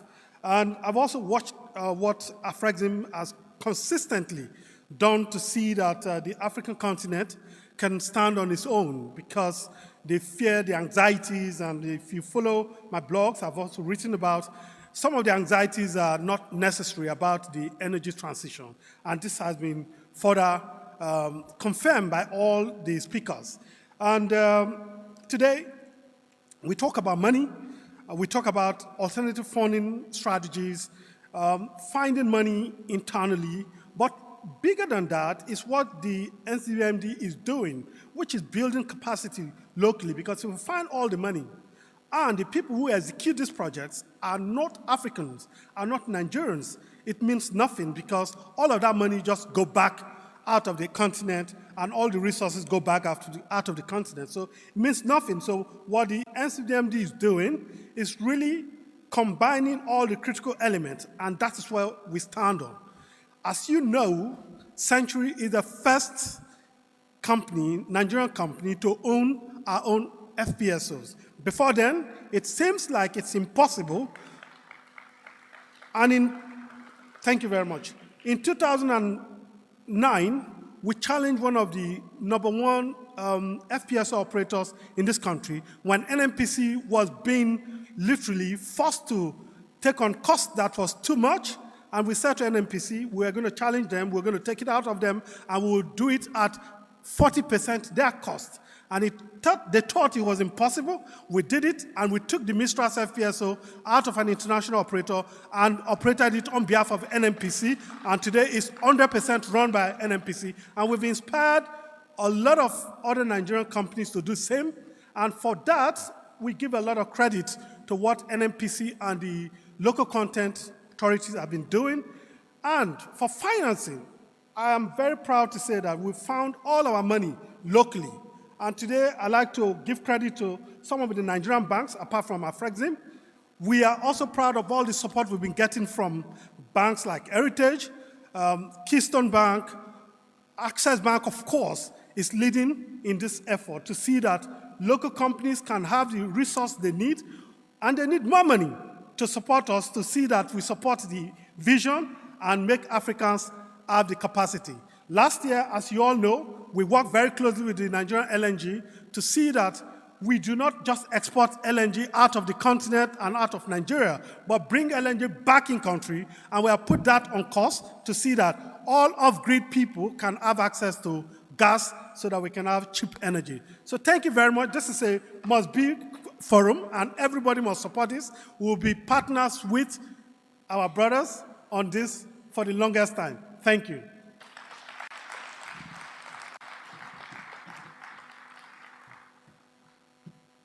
Thank you very much, the very passionate Mr. Ken Etete from the Century Group. He is our CE. Please appreciate him once again.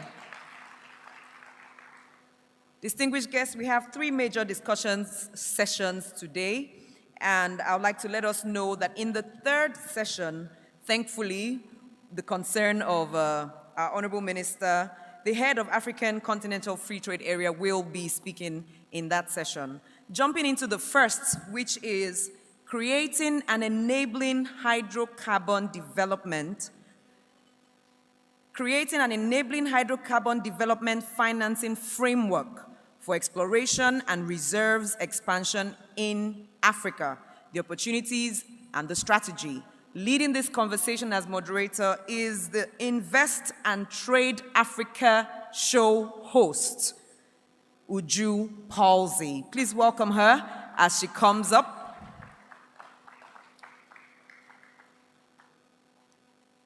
Just to remind us, as some of us are already tweeting, please tweet at official NCDMB and use our hashtags ALCIF 2022 and ALCIF Lagos 2022.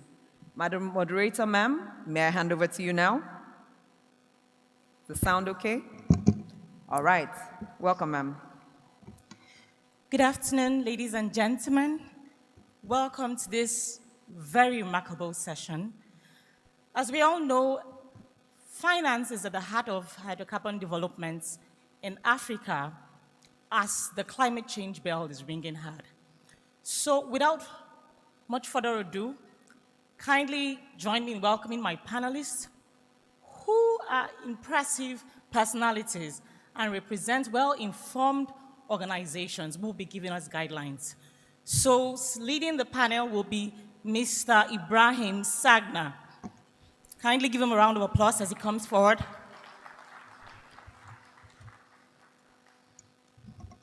Mr. Ibrahim Sagna is the Director and Head, Advisory and Capital Markets in Afrexim Bank. And also on the panel is Mr. Zakaria Doso. Give him a round of applause. He is the Director General, Africa Energy Investment Corporation. And we have also on the panel Mr. Mon Mbaye, the Technical Secretary of the National Local Content Committee from Senegal. Please give them a round of applause. And last but not least, we have Mr. Julius Rone, the CEO of UTM Offshore Limited. Another round of applause for him, please.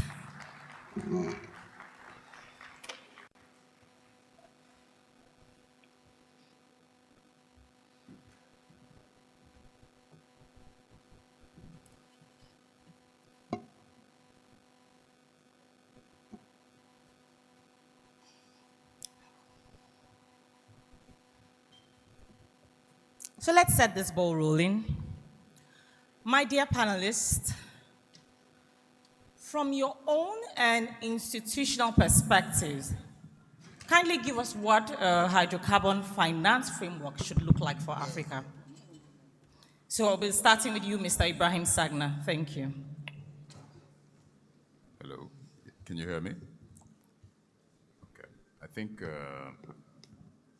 as I indicated earlier today, we feel that hydrocarbon is critical for the continent, and we need to realize that the energy mix that the continent commands has not changed drastically over the years. It still is dominated by oil and gas.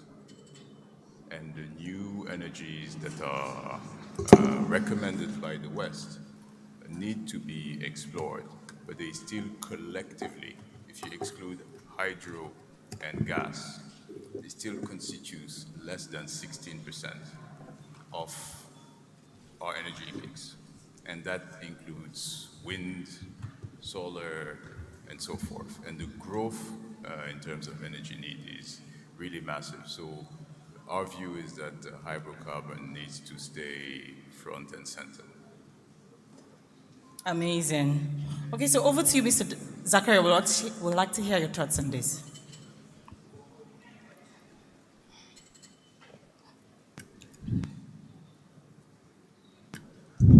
Okay, thank you so much, Madam the Midwater.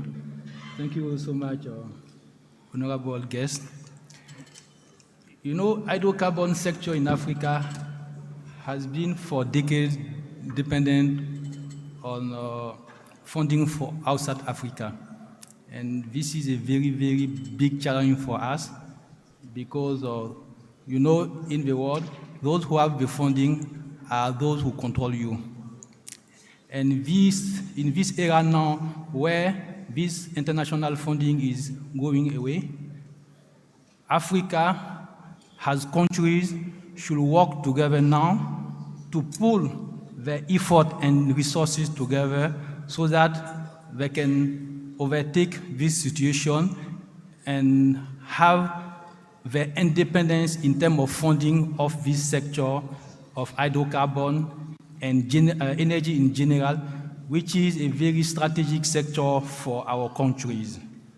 Yeah, I will stop on that and we continue the debate. All right, Mr. Mbaye, we'll look forward to hearing from you. Thank you very much, Mrs. Uju. I think that the problem of finance in the hydrocarbon sector is very, very important to address for us. We cannot continue the strategy consisting in relying essentially on external funding implemented until now, because this strategy has finished showing its objective limits. We have to build our own strategy and to address our financial local market to find funds necessary to finance our development, the development of these resources, which are very, very important for us. Thank you.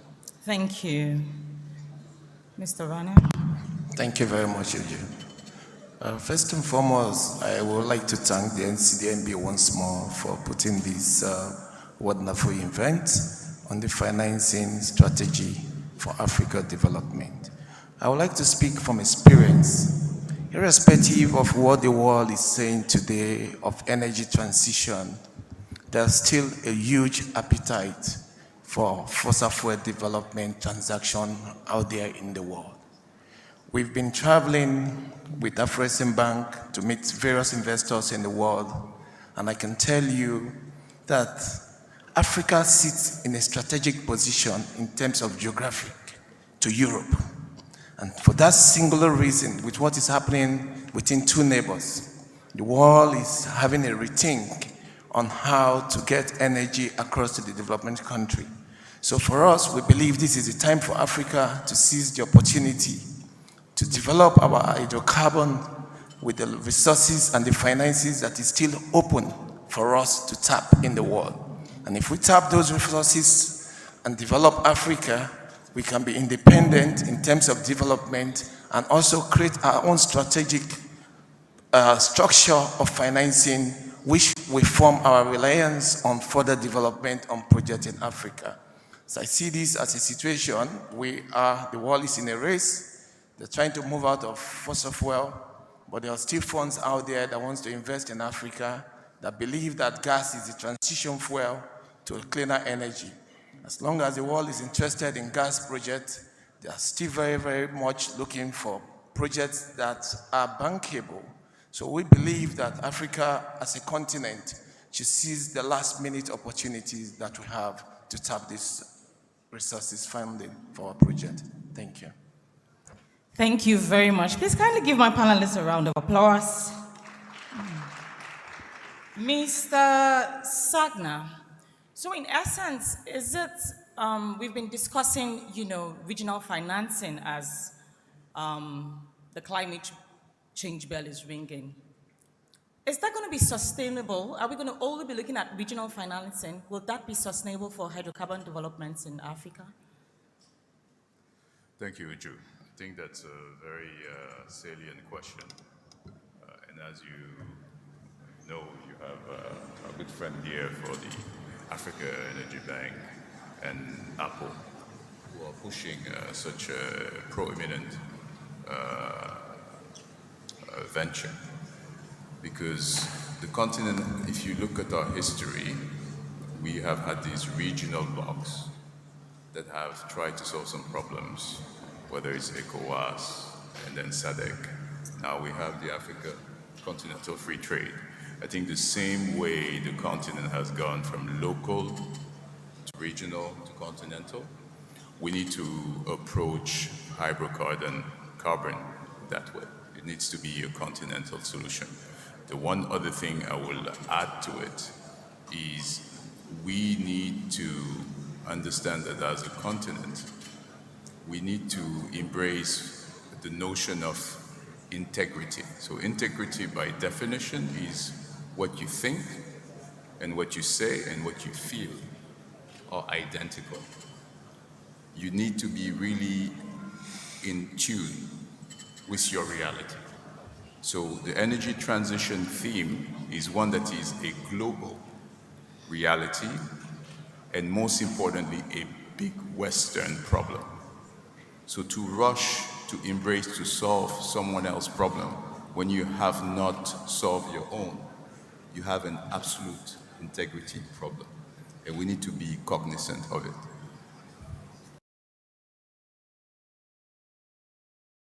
The Afri-Exim Bank is very much in support of hydrocarbon development in Africa, and we hear that steps are being taken internally to give structure to its financing.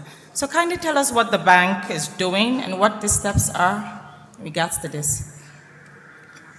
So as I said earlier, our exposure and our work in the oil and gas territory is just massive. So we're really collaborating with our friends at Apple and other institutions to take this to light, ideally before the end of this year, if all goes well.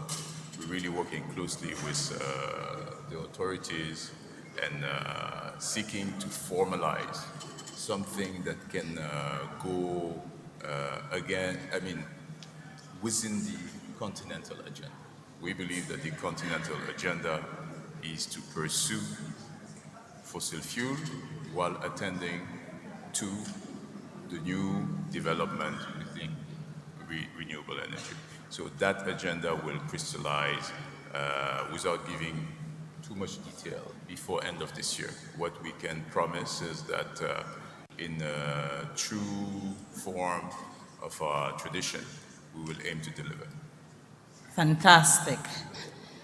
So, okay, over to you, Mr. Zakaria Doso. You are the Director General of the Africa Investment Corporation. Kindly give us insights into the organization and its role it serves in financing hydrocarbon developments in Africa. Okay, thank you so much, Madam.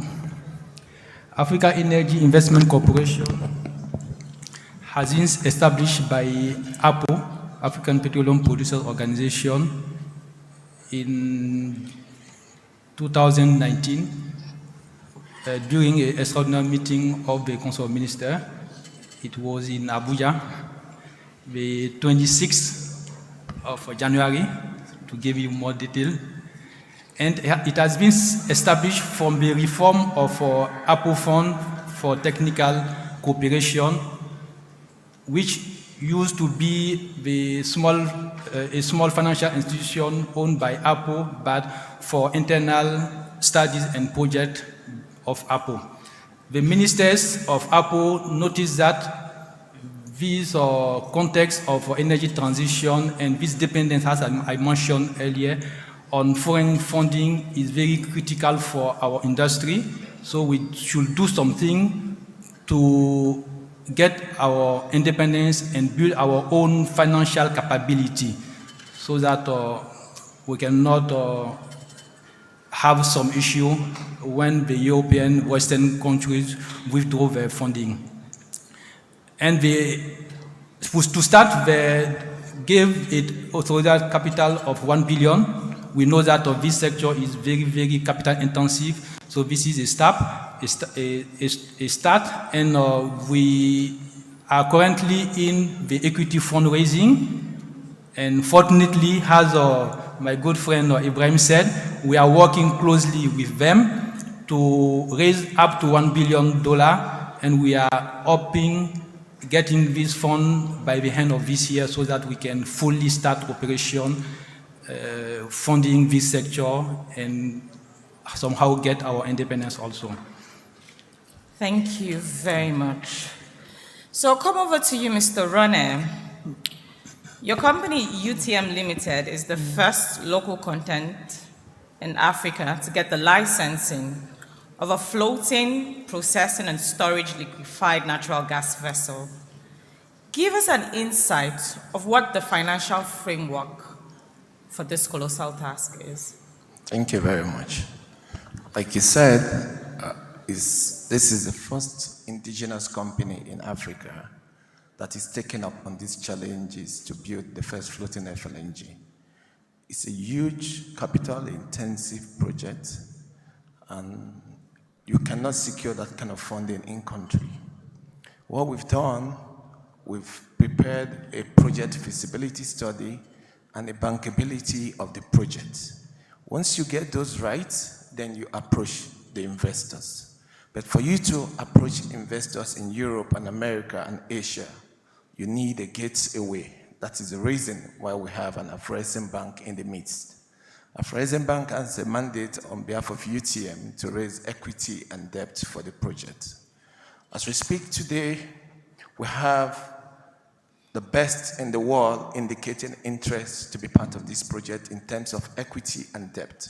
And when I said earlier on that there's still huge opportunity for funding in Africa, I was saying it from the point of practical experience in our interaction with investors in Europe.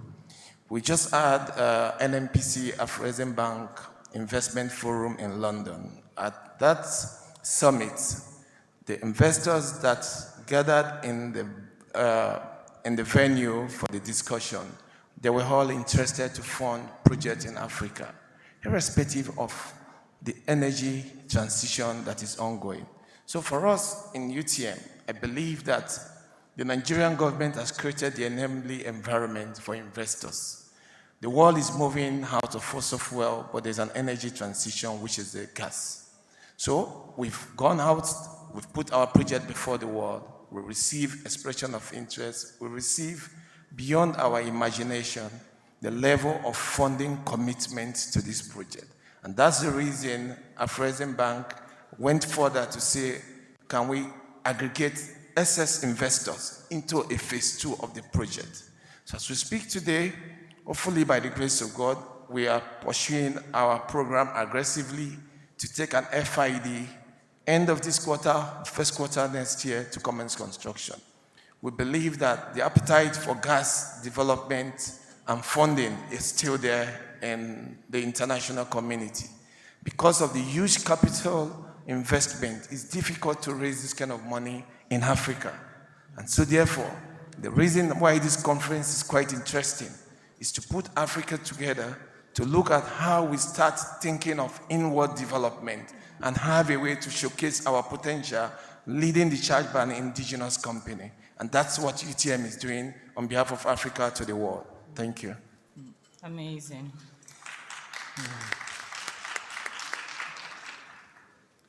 So over to you, Mr. Mbaye. Senegal local content is a new kid on the block. Tell us what you hope to achieve in local content in Senegal. Yeah, thank you. As you said, we are new in the sector. We are knocking on the door of Apple. I hope that we will be welcome soon. In local content activities in Senegal, we have already realized some interesting things. One is we achieve to set up all the framework, legal framework of local content. Also, the institutional framework also is already done. We start the work and we try for especially financing, we try to set up a fund which will be support local content activities. As you know, we have to do several things in training peoples, in supporting our local companies, in order to upgrade them, to make them able to play in the sector, which have strict standard to reach. And we are working in all that things. And in financial aspect, as I said, we will use our fund once it will be abandoned. We will use it to finance the activities in local content sector. Fantastic. So we wish you the very best and we hope to see Senegal flying soon. Thank you. So over to you, Mr. Sagna. We've been now discussing regional financing. How will we deal with polarization of funding member countries? Do you think that will arise, or how do we create an equilibrium to handle stable financing across Africa? Thank you, Uju. I think it's our good friend, Mr. Farouk, that pointed it out this morning when he was discussing Apple and their view on energy. I think somehow African nations need to make this a priority. The same way you heard the steps that were taken to get a local content law. Basically, it is a law. So there is a certain amount of money that goes into this effort without any consultation. So there is a need to actually look at the continent and realize that historically there are institutions that are national oil companies. There are countries that have excess reserve. There are also some fluctuations that are arising even in the price of oil. So I think some of the ideas that are being contemplated with Apple and others is find a way to make sure that continentally wise, the same way you have pension funds, you also have oil companies. So those institutions in many ways need to commend some sort of destiny for all. There's enough capital on the continent. Obviously, these projects are capital extensive. But if you look at the savings of our nations through their pension fund and other institutions, those numbers are massive. They're just beyond massive. You look at the numbers that PENCOM represent today and what they used to represent 20 years ago or 15 years ago. It's a dramatic shift. In the meantime, most of the capital of those countries via various savings tend to not necessarily attend to this issue. So there has to be some sort of solution to push everybody centrally behind an institution like APO or a leading coordinator. And I think APO has that force of congregation to basically push concentration of capital, almost like a levy. And that basically sits for the purpose of base financing, and then you go to the foreigner. It doesn't make sense to go to the foreigner and say, Oga, please help solve my problem. In the meantime, he's looking at you, expensive suit, expensive watch, but you're not solving the problem. So we need to also put our base equity, our base contribution. Because the other thing also, President Orama tells us, and we remind everybody we speak to, is that the problems you have on the continent, they're rarely by accident. We are a legacy of colonization. So solving these problems is not going to be without intent. So for these things, they're not going to accidentally get solved unless we force some laws, some rules, some framework where, irrespective of the change of government, we can make that change. So from that standpoint, it's important to constitute something continental via a law or regulation, but that forces some sort of a levy. Thank you very much. Yes, clap. So, Mr. Zakaria, the value chain across the hydrocarbon industry is quite some process. Kindly give us a funding focus in order of priority. What should we be looking at first?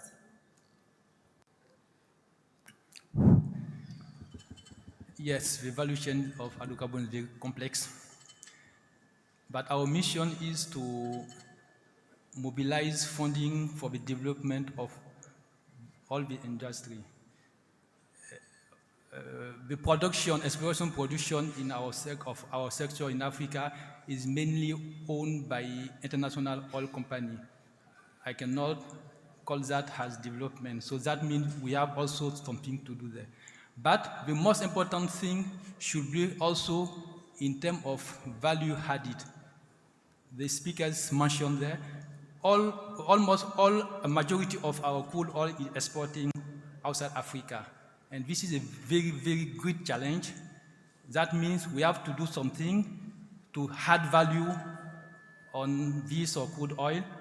That means we have to think about a refinery to get on our ground refined products, even go beyond with petrochemical also. I think doing so, we can have a very great step in terms of local content, because who says building hydrocarbon as Dangote is doing, for example, means creating value, creating jobs, also improving expertising among we African also. And financiers should think about it and promote projects in terms of refinery. We should also think about transportation. One of the speakers said also Nigeria is more gas producer. So we have, as we say every time, more than 600 million people living outside access to electricity. Gas to power can be used for that. Funding is very needed for this sector also. So we need pipeline for gas, go where it is needed to have electricity producing from gas also. And that means also some storage capacity also. So those are some sectors I think we should put priority over to develop this critical sector for our economy. Thank you very much. So you say value addition, transportation, and storage. The leaders are here, and I hope that they would put that into deep consideration. So over to you, Mr. Rane. Gas is a delicate resource, and it has been labeled Africa's energy transition fuel. How do you think Africa is posed in handling this resource? Thank you very much. Like you just mentioned, gas is a transition fuel. I believe that this is the time for Africa to develop our gas resources because there is still opportunity, there's still window before the West completely migrate out of fossil fuel. Since we have gas in the middle to mitigate and to take care of our losses from crude oil production, Africa should concentrate more to develop our gas resources. In Nigeria alone, we have over trillions of gas that is underdeveloped. So if Nigeria develop our gas resources, Nigeria is the leading production country in Africa in terms of oil and gas. The other African countries are queuing behind our steps. So Nigeria has declared gas, a decade of gas this period to fast-track the gas development in Nigeria.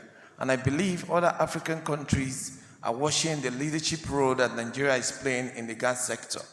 You agree with me that if we develop the gas in-country requirements alone, Nigeria is importing LPG, and we have natural gas that we can liquefy to support domestic requirements. So for us at UTM, what we see first in our project, the LPG that we're going to produce, which is over 200,000 metric tons per annum, we'll use that to support the domestic requirement for Nigeria. We said to our investors, they've agreed with us that Nigeria is one of the leading countries that import LPG into this country.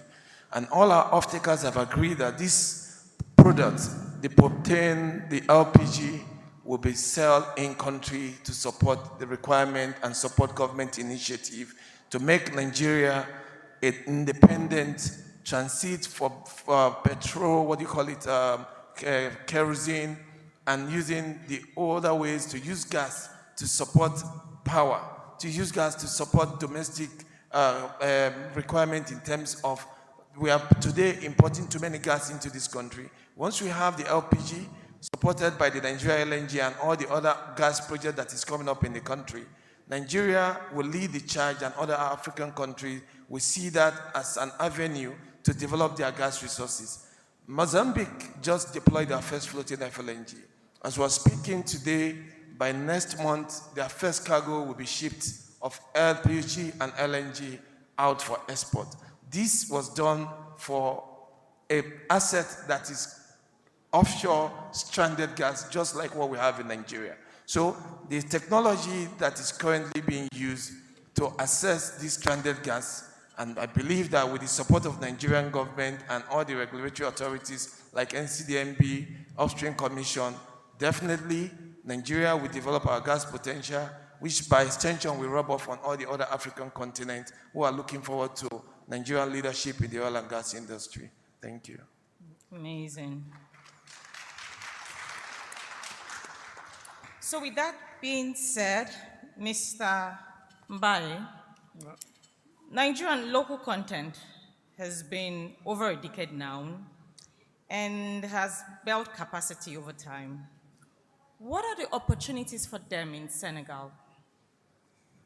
Well, as I said, we are starting, and thus we intend to learn the best practices here and in other countries. We are setting up everything in order to make local content a reality in Senegal.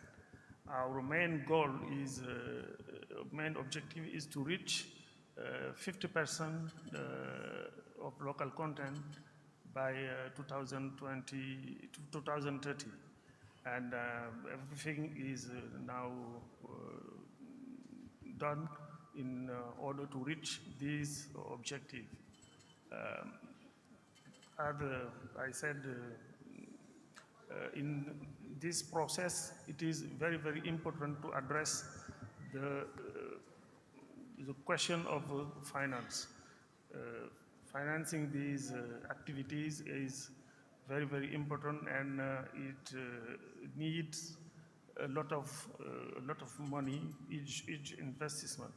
But in our contract model, CRPP, all the investment must be done by companies, the petrol companies, and the strategy in the local content is to try to make our local companies big player in these activities. Thank you. So in that case, what we'll be exporting to Senegal regionally would be knowledge, right? Yeah. All right. Yeah. Mr. Sagna, we'll be closing this session. So in all said, do you think the Afri-Exim Bank is leading or taking a lead in developing a finance framework for funding hydrocarbon in Africa?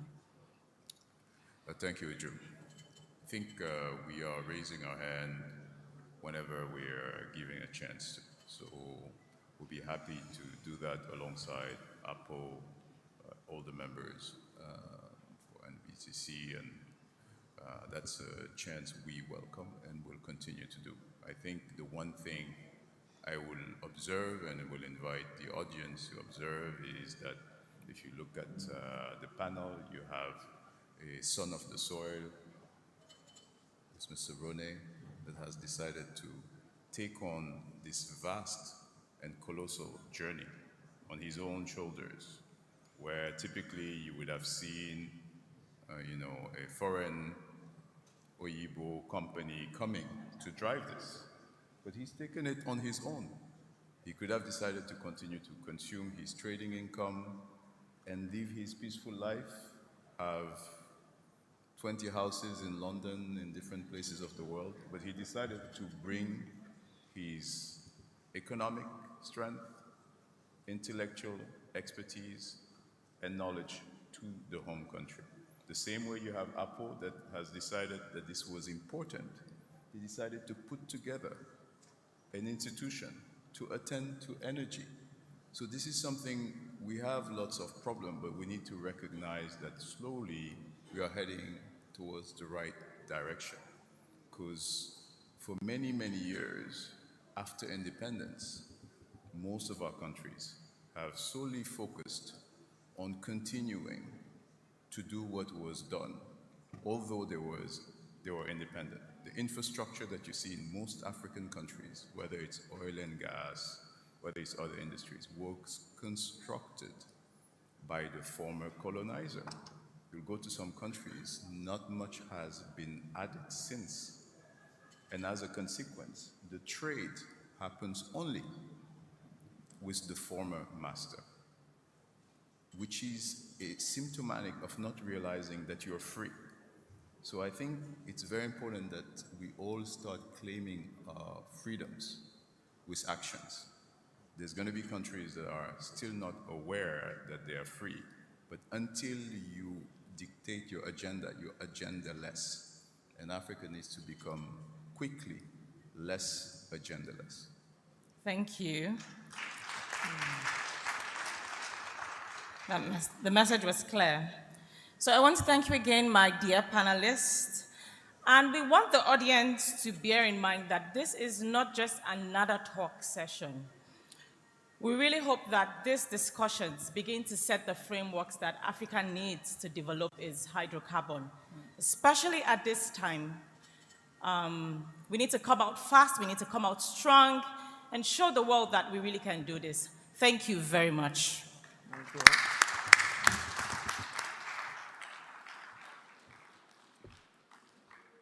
Thank you so much, Uju Paulson, our moderator for this session on the creating and enabling hydrocarbon development financing framework for exploration and reserves expansion in Africa. We do want a panel, a picture with our panelists, please. A picture with our panelists. Yes. Yes, sir.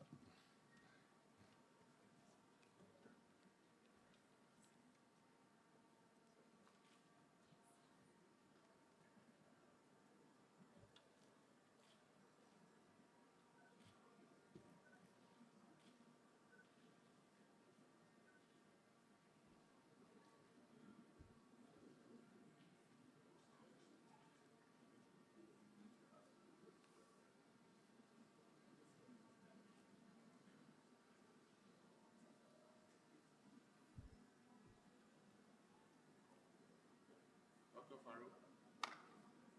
Yes. Please.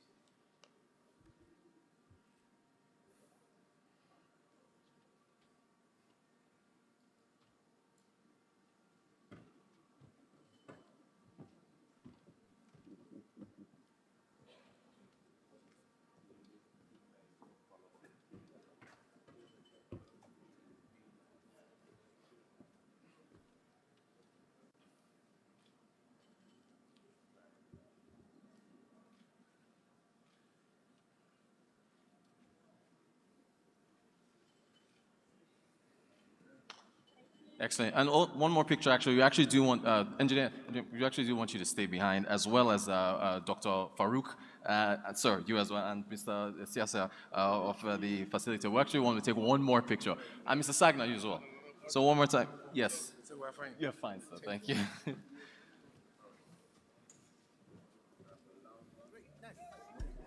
Hallelujah, me I know want to die. Boss my she don't know me yet I do what. I'm a rip, yeah, spinning me crocodile. So they are better now.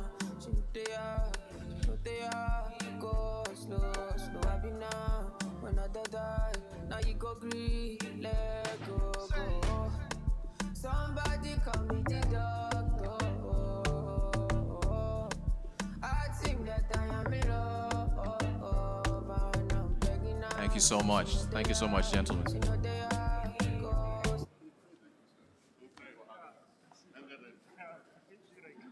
All right, ladies and gentlemen, thank you so much, sir. Thank you. Thank you so much. Thank you so much, sir. Thank you. Thank you so much.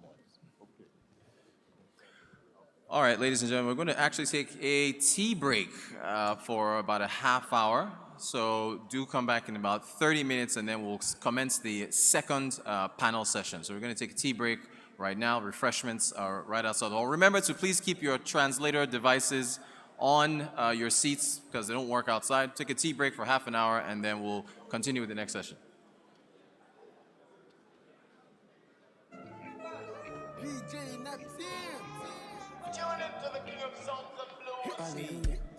Hallelujah, me I know want to die.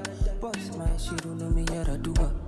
I'm a rip, yeah, spinning me crocodile. So they are better now. So they are go slow, I be now. When I die, now you go green, let go. Somebody call me the doctor. I think that I am in love. And I'm begging now. She know they are. Go slow, I be now. When I die, now you go breathe, let go. She shutting me up, she giving me styles, different hairstyles, she be my papa. She doing her eyes, she making a sound, she casting a spell, abracadabra. I feel like I have been gassed, I'm intoxicated like I am a drug. Was a good boy, but she turned me bad. Got me doing things that I never planned it. The other day, she be offering me bully. Then we had sex, we been so unholy. We been having wild times for sure. It's not safe, but now I get more. Anytime when you do me that to your belly dance, you dey make me mad on me. I don't understand, but you know, saying you dey waka, you dey galavant. Oh no, yeah. Somebody call me the po. This guy don't give me my heart. Go. And I'm begging her, she know they are. Go slow, I be now. When I die, now you go green, let go. She shutting me up, she giving me styles, different hairstyles, she be my papa. She doing her eyes, she making a sound, she casting a spell, abracadabra. Anytime when you do me that to your belly dance, you dey make me mad on me. I don't understand, but you know, saying you dey waka, you dey galavant. Oh no, yeah. Greatness. DJ Neptune Records.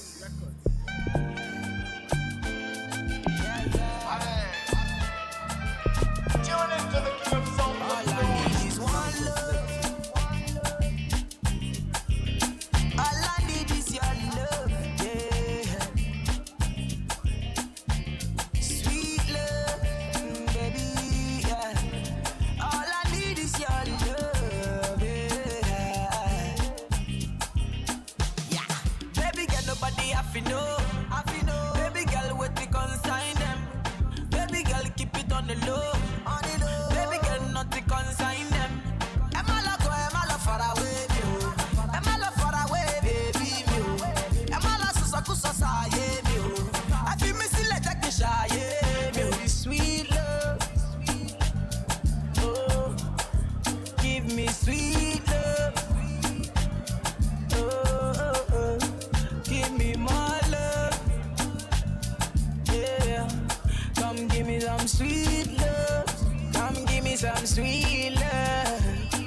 Give me sweet love.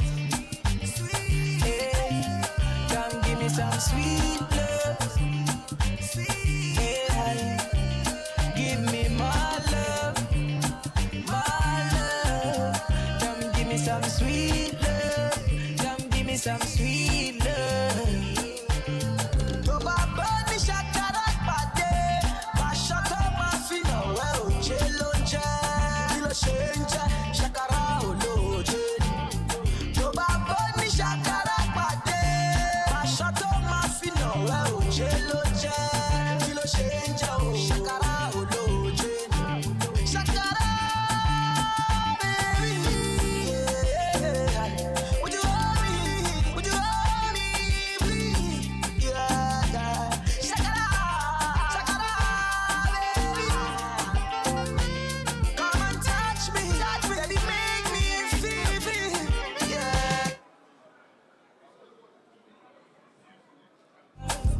Give me sweet love. Give me my love. Yeah. Come give me some sweet love. Come give me some sweet love. Give me sweet love. Yeah. Come give me some sweet love. Yeah.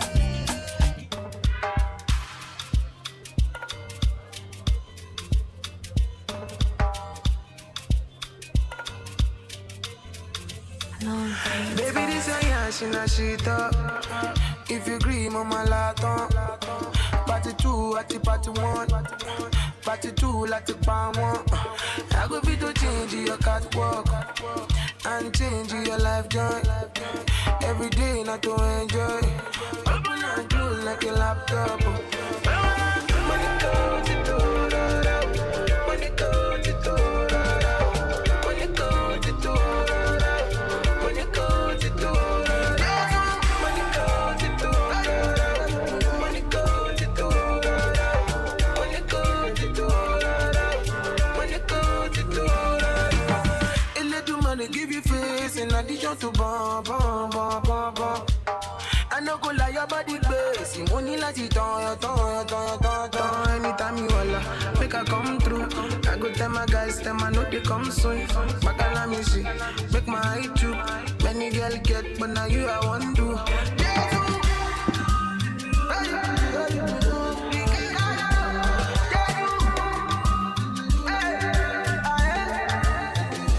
Baby, this your yashina shita. If you agree, mama laton. Party 2 at the party 1. Party 2 like the palm 1. I go fit to change your catwalk and change your life joy. Every day not to enjoy. Open and close like a laptop. Money goes to go. Money goes to go. Money goes to go. Money goes to go. Money goes to go. Money goes to go. Money goes to go. Money goes to go. Yo, baby, give me slow motion. In my room, I go give you promotion.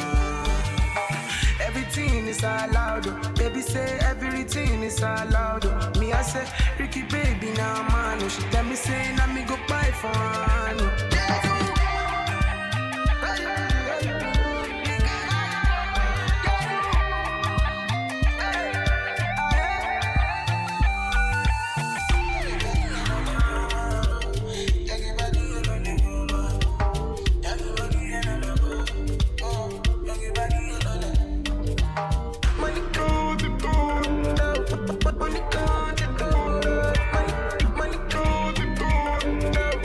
Money go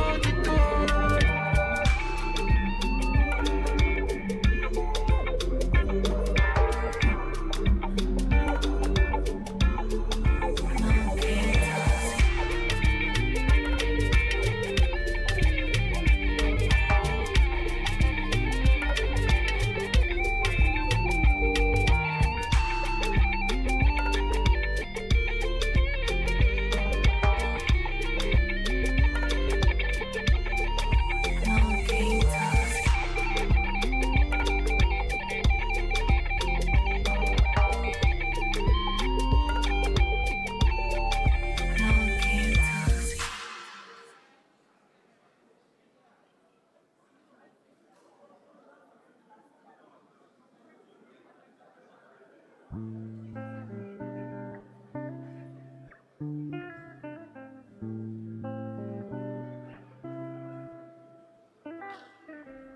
are you talking to? Who is on the phone? Who are you chatting with? Who is on the phone? What are you laughing for? Who is on the phone? The way you smiling, not the same way. Way you they smile at me, not the same way. The way you laughing, not the same way. Way you they laugh with me. I know that this is a turn off. I know you already fed up. I know one day you will pack up and you will go. I know that this is a turn off. I know you already fed up. I know one day you go back up, but you should know that I've been cheated on so many times. They don't break me before. I don't think that I am mama anymore. I've been cheated on so many times. They don't break me before. I don't think that I am mama anymore. I think I'm insecure. Where are you going to? When are you coming back? Who are you going with? When are you coming back? I wanna go with you. When are you coming back? The way you dress up, not the same way. Where you they dress for me, not the same way. The way you buy for, not the same way. Where you they buy for me. I know that this is a turn up. I know one day you'll be fed up. I know one day you go back up and you go. I know that this is a turn off. I know one day you'll be fed up. I know one day you go back up. But you should know that I've been cheated on so many times. They don't break me before. I don't think that I am normal anymore. I've been cheated on so many times. I've been broken so many times. I don't think that I am mama anymore. I've been cheated on so many times. They don't break me before. I don't think that I am mama anymore. I can't trust nobody. I've been cheated on so many times. They don't break me before. I can't trust nobody. That I am mama anymore. The way you smiling, not the same way. Where you they smile at me, not the same way. The way you're laughing, not the same way. Where you they laugh with me. Why won't I be insecure?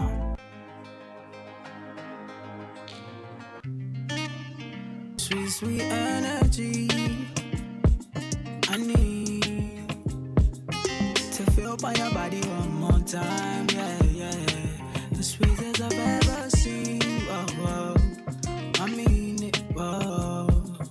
Nobody come close to your fine wine, yeah, yeah. Oh, for my bed, play do like Rocky, oh. Used to go round after round, no lie.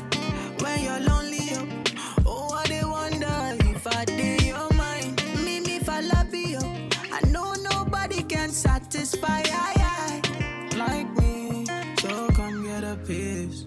Piece of me, yeah, yeah, yeah. Come and get it, baby. Piece, yeah, yeah, yeah. Oh, piece of me, yeah, yeah, yeah. Come and get it, baby. Yeah, yeah, yeah. Oh, my love. Ooh. Hands make me drip like the ocean, yeah. You control and mix it up, I'm like potion, yeah. And I ain't never ever gonna leave. You be in it rockin', no sickness around here. Yeah, you can come and get a piece. Up on my bed, play do like Rocky, oh. Used to go round after round, no lie. When you're lonely, oh, I they wonder if I did your mind. Me fall love you. I know nobody can satisfy, like me. So come get a piece. Piece of me, yeah, yeah, yeah. Come and get it, baby. Piece, yeah, yeah, yeah. Oh, piece of me, yeah, yeah, yeah. Come and get it, baby. Yeah, yeah, yeah. Oh, my love. I need your body long, I I need your body long, I need your body for a long time. Let your body rock, let your body touch up on me tonight. I need your body long, I need your body long, I need your body for a long time. Let your body rock, touch up on me tonight. It's me, yeah, yeah, yeah. Come and get it, baby. Please, yeah, yeah, yeah. Oh, yeah. It's me, yeah, yeah, yeah. Come and get it, baby. Yeah, yeah, yeah. Oh, my love.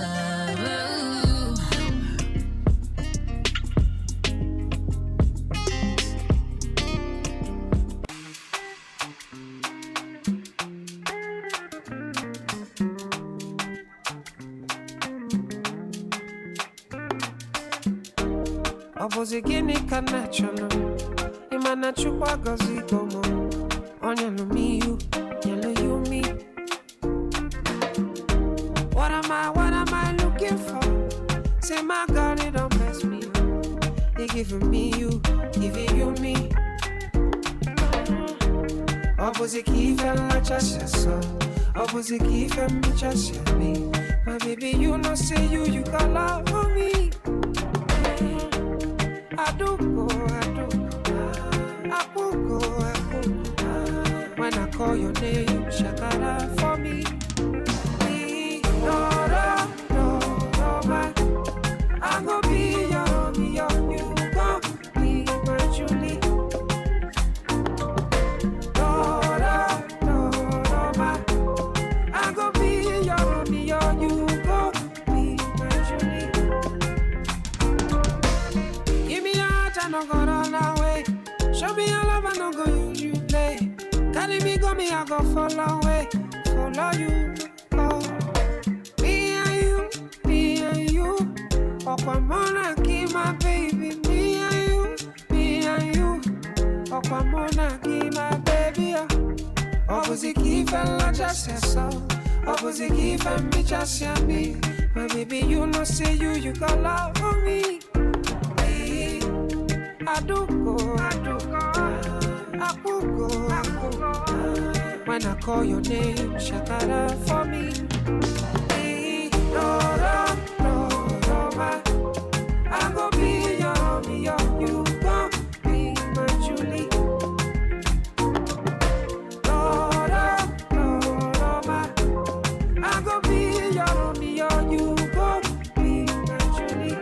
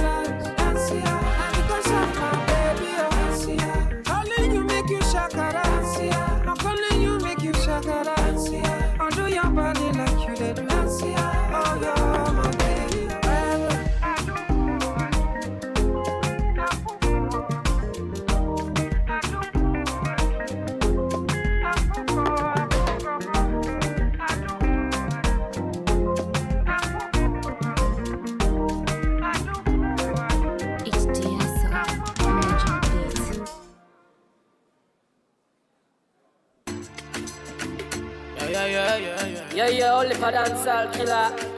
ID Kabasa, Rocket Lantern. Yeah. Hold on. Oh yeah. Oh yeah. Nobody wanna give, everybody wanna take. Fine girls want to get 1K. Talking loud, want to follow one day. Onion booty want to make 1K. Oh yeah, totori me one time, talk.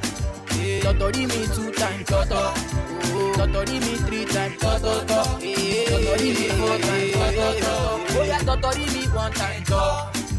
Totori me 2 times, toto. Totori me 3 times, toto. Totori me 4 times, toto. I'm getting reason 3 for my kiss. You've been to me before the deal, man, and started kissing. Thought y'all never change. You refuse to listen. You gotta love me for who I am, should you be seen. Book me on June with you, rock out to give you contact. But I can't cock, go fake, you just broke out. Frigate the frog, I put up for me so tough. Got a Congo, conto, hold it, look up. Well, I just did it, go and share, I've been chilling gun. For me, need throw to bad, we make milligan. Was it dealing gun, but quite I got really gun. Jump where I see me geek out, okay, don't got silly love. But quite jab, you do me, I let us sweat. It's all like you love me, to touch, she's nest. Look, better wanna be Mario, my baby. To my family, to back when I see, wish my jam back. Nobody wanna give, everybody wanna take. Fine girls want to give 1K. Talking loud want to follow one day. Onion booty want to make 1K. Oh yeah, totori me 1 time, totori me 2 times, totori me 3 times, totori me 4 times, oh yeah, totori me 1 time, totori me 2 times, totori me 3 times, totori me 4 times, totori. Champagne, for the boy Joe, you better buy your season. I can't be alone, but not to do it. I'm a two back, but celebrity call all out. Told you I'ma get it like 50, and I'ma hit it. Figure it's like but to soft, though while I'm pretty. Maybe kids are busy, put my fans about that. It's about the need level, couple minutes, and I'm a community. Maybe why not go like, go do me, say a body. You're fucking lip pipe, you gonna share one body. What's the cock where we span, I see the TV, much time. Because where they move fast, and them men, I've been lying. But lying to a passion. Every go masu, I'm a Tony beauty to strike you, busy asu. Ibiri can't pay the come out like that sweat, I'm a dead to this better. Nobody wanna give, everybody wanna take. Fine girls want to give 1K. Talking loud want to follow one day. Onion booty want to make 1K.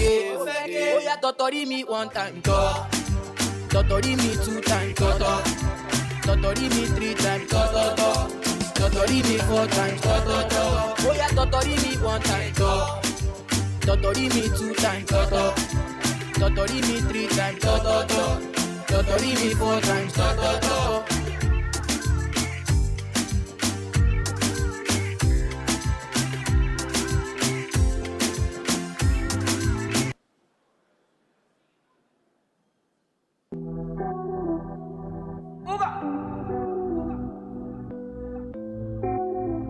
Another world. Tell me what they wanna do. Tell me what they wanna do. Cause me energy high, it does see me a crazy. So, oh, I know fit to be their mate. I know feel like you know fit to relate. If I open up my mind and you bury up your face, so inside you got space. It's smart like I read from my face, so it ain't hard, what's in the face, so don't ask for all of them. You don't wait for me too.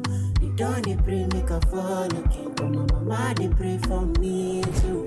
I don't wait for all of them. You don't wait for me too. You don't pray make a fall again. But my mama they pray for me too. They wanna know.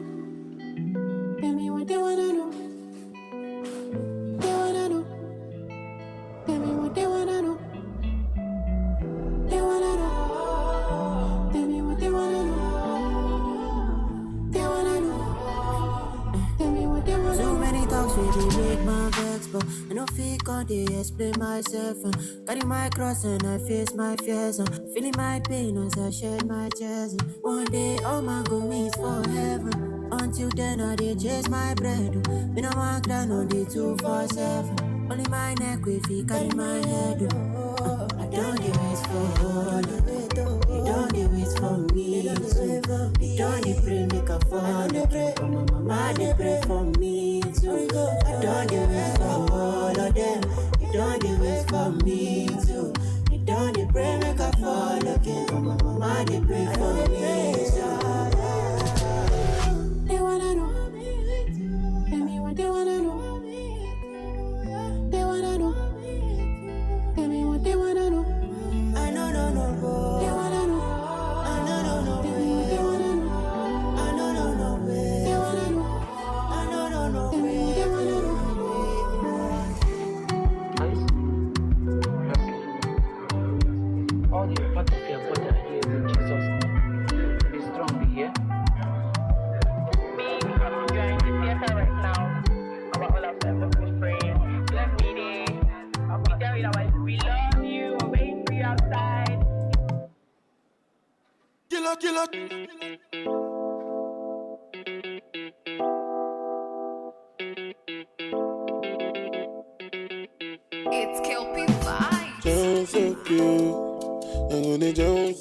you. And my people, they go down so cute. Boss man, they go down so cute. When the bed do they enter body. Enter body. All the girl them go shake their body. They go shake their body. Oluwabona mukbona belly. They mukbona belly. You know the money you take up police. Me I they love you gone.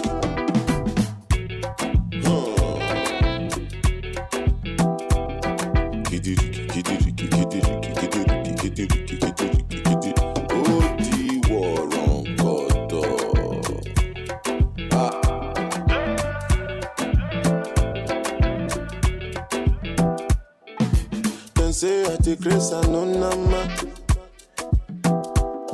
but I go spray you the money on your ma. You supposed to know, say me not be newcomer. So my baby make you no go dollar, no go dollar.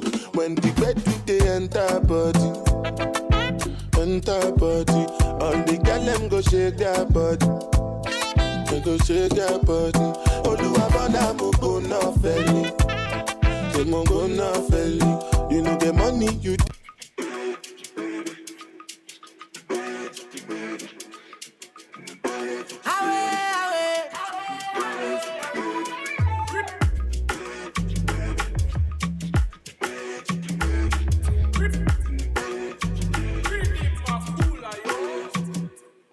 Realize Your Excellencies, when I come around, and when the and gentlemen, I just feel if you can hear the sound of my voice, I'm not just a singer, please begin to round up and return to the conference room. Please round up and let's return to the conference room. The next panel is getting set. I see the panel moderator gradually making his way to stage. So please begin to round off and return to the conference room. Thank you. I go crazy when I hear the sound. When I hear the sound. When I hear the sound. When I hear the sound.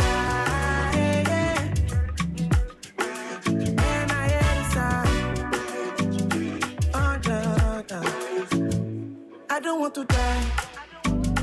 I just want to dance to the rhythm and bounce. Maybe one more time.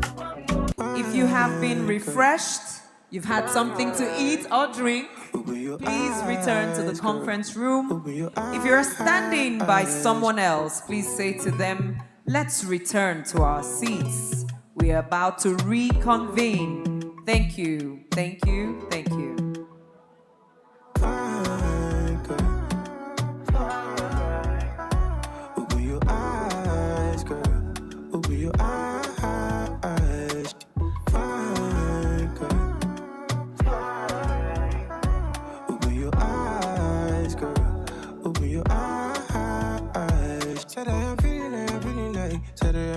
I'm feeling like I'm singing like. Saturday I'm feeling like I need the vibe. Saturday I'm feeling like I need you right here in my life.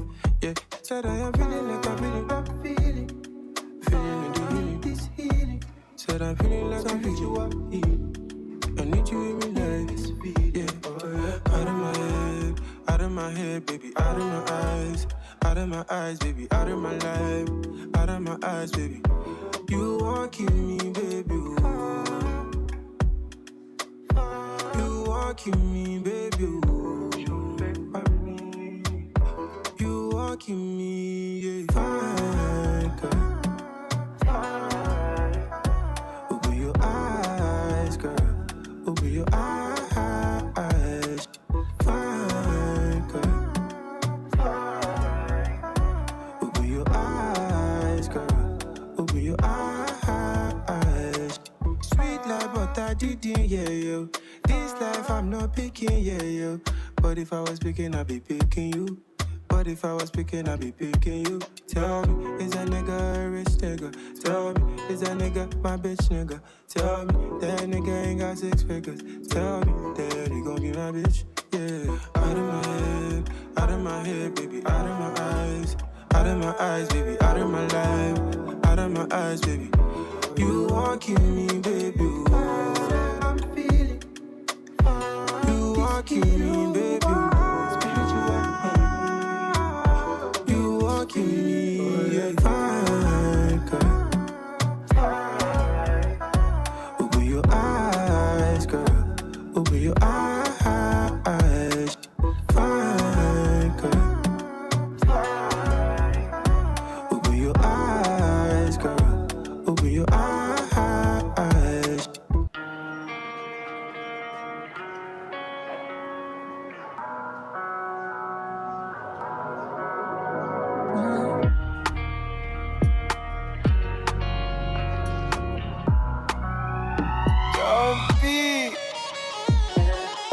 I remember back in the days, nobody sent me.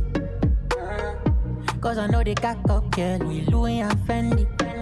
Mine girls, no one test me. And them, no, they respect me. See the things that I don't know, impressive, oh, but I go teach them less. Now I don't blow. They want photocopy things that I don't do. When they see me, they want photo. Causing commotion when they see my motto. Louis, covering my totos. And Gucci everywhere I go. Cause my money long, be like Lotto. Where are the people they follow me? Fire, then go see fire. Anybody who try to stop my shine, no more then go see fire. Desire, my heart desire. Anything I want, I go get one time on my enemies fire. Fire, then go see fire. Anybody who try to stop my shine, no more then go see fire. Desire, my heart desire. Anything I want, I go get one time on my enemies fire. One boss I stand for my carry. Don't know from time I don't sabi see. I can't deny the vibe. What they bring it is one of a kind. Almost my time. My confidence no shy. Nobody test my rhymes. Feeling me high. Now I don't blow. They want photocopy things that I don't do. When they see me, they want photo. Causing commotion when they see my motto. Louis, covering my totos. And Gucci everywhere I go. Cause my money long, be like Lotto. Where are the people they follow me? Fire, then go see fire. Anybody who try to stop my shine, no more then go see fire. Desire, my heart desire. Anything I want, I go get one time on my enemies fire. Fire, then go see fire. Anybody who try to stop my shine, no more then go see fire. Desire, my heart desire. Anything I want, I go get one time on my enemies fire.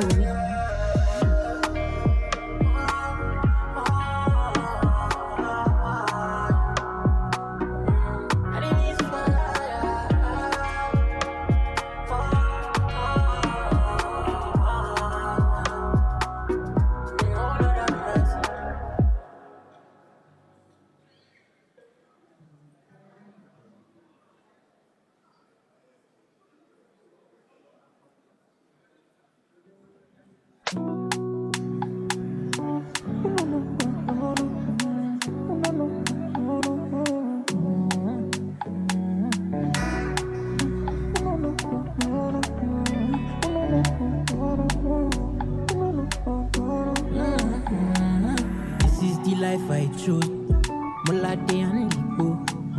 Enjoyment no fee, kill the person. Oh no. Shade want to tenge post. She want to come my show.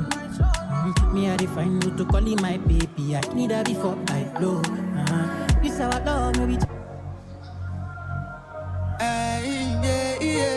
Initiating rage process. Distinguished guests, welcome back into the room. If you're still in the Jasmine Hall, please make your way back to Zinnia.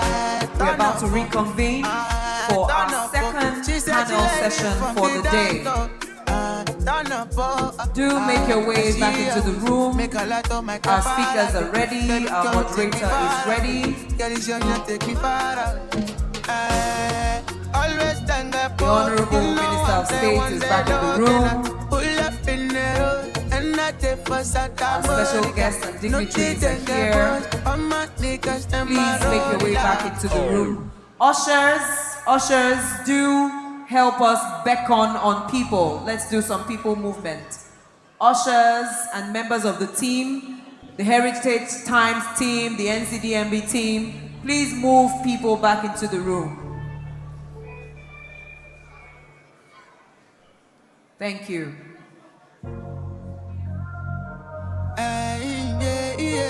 Initiating rage process.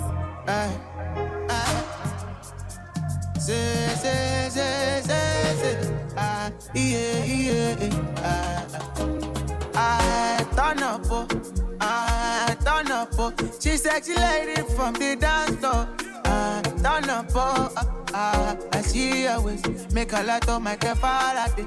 Baby, come and take me far away. Girl, it's young, you take me far away. Always thank God, you know I'm the one they looking at. Pull up in the road, and I take for Santa Monica. No didn't get post, all my niggas, them are rolling la, them are rolling la, Shane wole gba shuko, Shane wole gba shuko, le, making no the fuck with my, making no go fuck with my baby, Shane wole gba shuko, Shane wole gba shuko, le, me and niggas standing up, making no go fuck with my, Shakara, Shakara, it is what you want up the waist. You make me look your back, now which kind of back we never see. It is top matter, you can't stingy. Ebelebe, oh, ebelebe, yeah. Now which kind of back we never see. Yeah. Always thank God, you know I'm the one they looking at. Pull up in the road, and I take for Santa Monica. No didn't get post, all my niggas, them are rolling la, them are rolling la,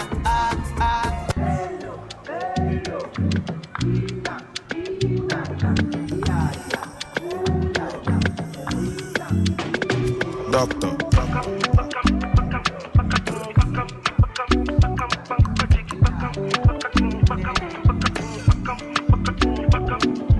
If you see the way the girl move, it be like say she take a ban now. Wait, I think she dey catch a cruise. Ushers and team members, please help us move people back into the room. Please move people back into the room. You dey put me in the mood, so if you go do, I got to do maybe. The way you whine now, oh lady, front to back you scatter the dance floor, no other girl compete. Do maybe. The way you whine now, oh lady, front to back you scatter the dance floor, no other girl compete. Run up for me, cock up your bumper. I love the way you prop up, you scatter the bumper. Yeah, run up for me, cock up your bumper. I love the way you prop up, you scatter the bumper. Aye, cello, Ina, na, yeah, ooh, yeah. Cello, Ina, na, yeah, ooh, yeah. Hello, come here,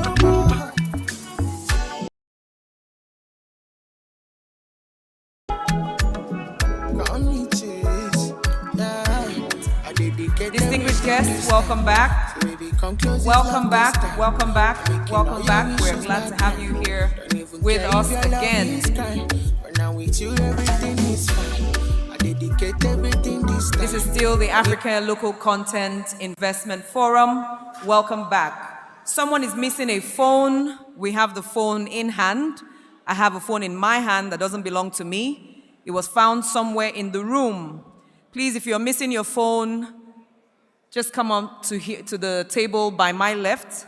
Tell us the make of the phone, show us proof of ownership, give us a police report, your BVN, mother's maiden name, last 5 numbers dialed, last 4 digits of your SIM card, and how much you recharged last, and we would hand the phone right back over to you. So if your phone is missing, please meet us at the table over here, and we'll hand it over. As we get ready for our next 2 conversations, We would like to have a praise for the African continent, for how far we've come and what has been done so far.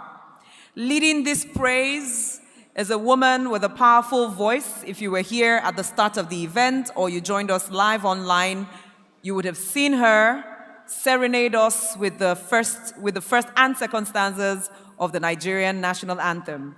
Representing the Council of Arts and Culture and also first runner-up of the Voice Nigeria 2021, let's welcome back on stage Naomi Mac Palladini as she takes us away. If your hands are free, please give her an African appreciation. So much, thank you so much. I'm so honored to be here. And as Africans, we do exploit, and that's what we're made for. Hey.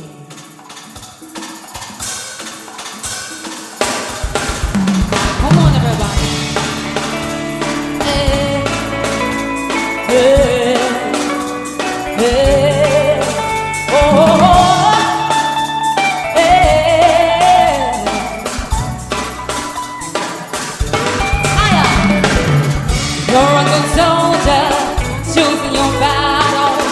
Pick yourself up and dust yourself off and back in the saddle. You're in the front line, everyone's watching. You know it's serious, we're getting closer, this isn't over. The pressure's on, feel it, but you got it all. Believe it, when you won't get up, oh, oh. If you won't get up, hey, hey. Cause this is Africa. Hey, hey, hey. Waka, this time for Africa, say. Waka, waka. Here we go.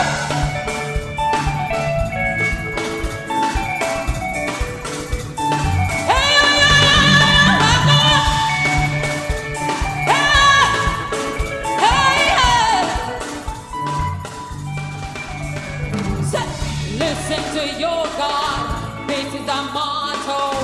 Your time to shine, don't wait in line, you got much for daughter. People are raising your expectation, don't wanna beat them. Hey, no hesitation, to this you're not, I can feel it. You make the path, oh, believe it. When you get down, get up. If you get down, get up.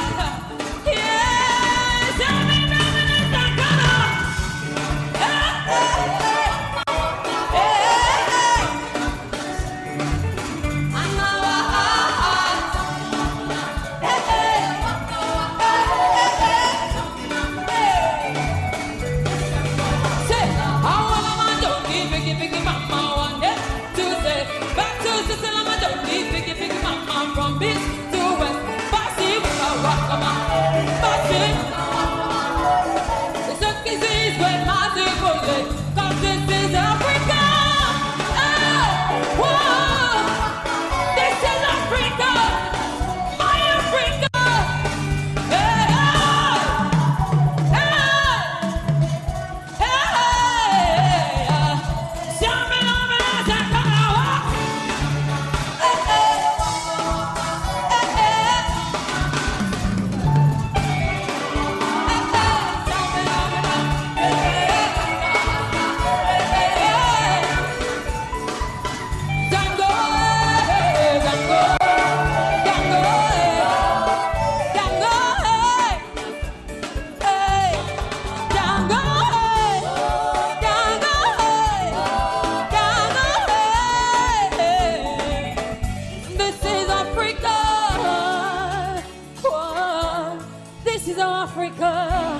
A beautiful place. This is Africa. Oh, yeah. This is Africa. Can we take the other song now?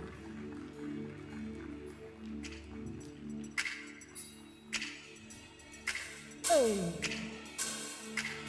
This one is titled Wulilela. Hey. Wulilela. We mango pose. Eu yena wam. Hele we share nam kanji. Wulilela. We manya uza. Suba no one in one tatile. Benga. Yombolo makote. Oh, yeah, no, would jungle the sun. My heart there, suicides and specks.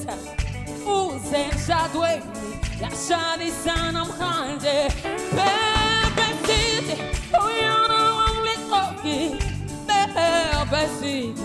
I'm gay. Kasha de bullet, la la. Bullet, la la. Bullet, la la. Bullet, la la.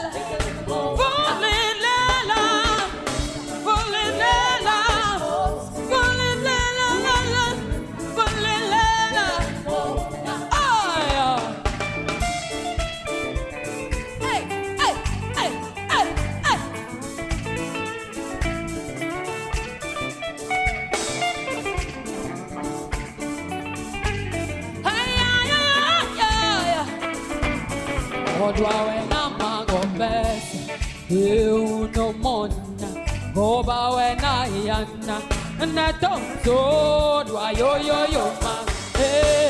You no mona, yana ya, na don't go on. Begging God, you molo makoti, ay, ya no one, ever junkie the sun, my heart about, Susan's on space. Who's them shot way? Yes, I'm the son of Kanye. Baby city, oh yeah, I'm please okay. Baby city, I'm gay. Cause you're the Bolinella, Bolinella. Ay, ay, ay, ay, ay, ay, ay. Bolinella, Bolinella. Make way.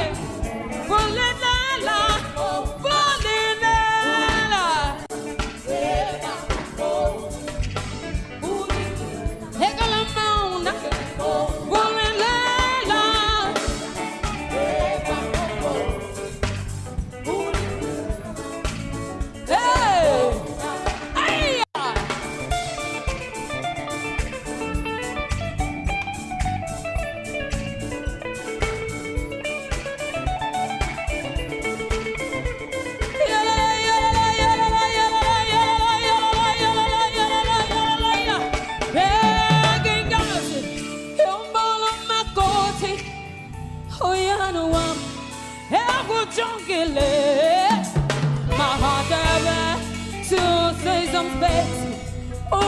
Shadway, ya shot the son of Kanye. Baby city, oh ya know I'm playing. Baby city, I'm gay. Cause you're the Bolinella.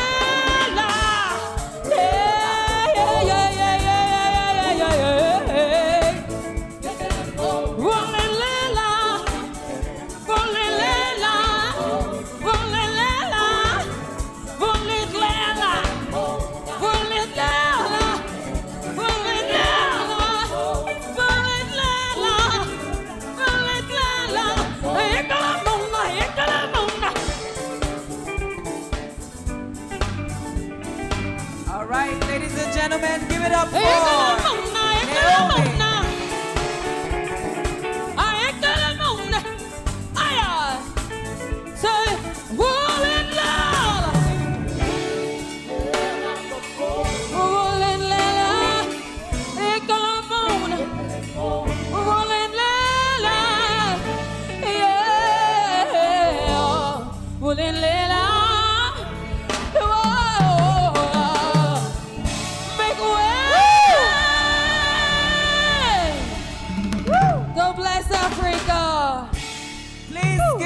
For Naomi Paladini and her band. Thank you so much. Thank you. And welcome on stage our moderator for the second panel of today, Mr. Rotus Odiri. host of Arise Global Business Report. If your hands are still there, please appreciate him and give him a warm welcome. Mr. Moderator, sir, over to you. So much, Joyce, Titanium, Daniels. All right, ladies and gentlemen, thank you so much. Great performance there. All right, let me call to the stage, actually introduce our panel discussion. We're going to be talking about financial institutions as a catalyst for sustainable local content development. Mandates, offerings, expectations, commitments. So very much looking forward to this panel. Let me first of all call to the stage, and please appreciate him, Mr. Isaac Yala, Director of Finance and Personnel Management at the NCDMB. You're welcome, sir.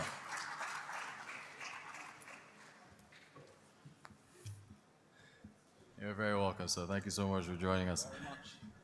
All right, also going to be calling to the stage Mr. Sediko Duka, who is the ECOWAS, Economic Community of West African States, Commissioner for Energy and Mines. Very welcome, sir.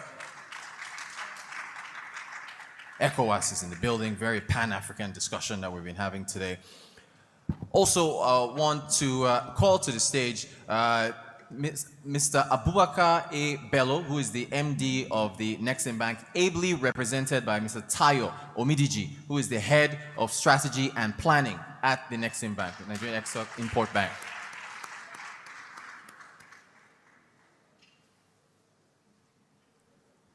Very welcome, sir. Thank you so much for joining us.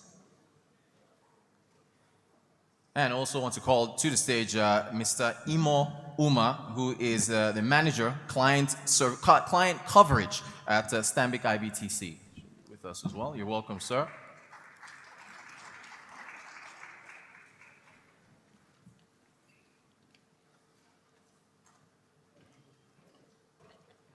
Thank you very much for joining us. And also joining us virtually from Kampala, in Uganda, we should have Mrs. Jessica Cheyune, who is a National Content Specialist at the Uganda National Oil Company. Should have her as well. You're all very welcome. Thank you so much for joining us. Mr. Yala, let me start with you, since the NCDMB is putting all this together. Can you talk about how far we've come and the products and services that I guess you've put together to encourage financing for local content development? Thank you very much, Rotus. Good afternoon, ladies and gentlemen. To start with, I think it's very important to go back in history to identify how far NCDMB has come so far. To start with that, I think I cannot leave out the creation of NCDMB by the Act of Parliament. In 2010, the National Assembly created the NOGIC Act 2010, which enabled NCDMB as an organization to support the growth of Nigerian content, which we properly call local content in this part of the country, in this part of the world. And there were two mandates that we can derive from the act itself. There was a monitoring mandate and also a developmental mandate. So the monitoring part of it is also to support the growth of, or monitor the growth of Nigerian content as the operators operate within the confines of the country, as well as a developmental function, which has to do with how do we support in terms of capacity building initiatives. So that was the essence of the key mandate of NCDMB. And also, I think the drafters of the act were very, very clever enough to also put a very specific section in that act, which is section 104, and which talks about how do we fund these initiatives, okay? And in that, they said 1% of all contracts awarded in the upstream side of the oil and gas shall be deducted and remitted to a special fund to be managed by NCDMB, and that is where funding becomes very, very key to the success of this very strong initiative. Now, as a result of that, also a spin-off of that was in 2016, when the new executive secretary came on board, he decided to work with the entire team to set up a 10-year strategic roadmap. And in 10 years strategic roadmap, two key objectives were supposed to be derived out of that.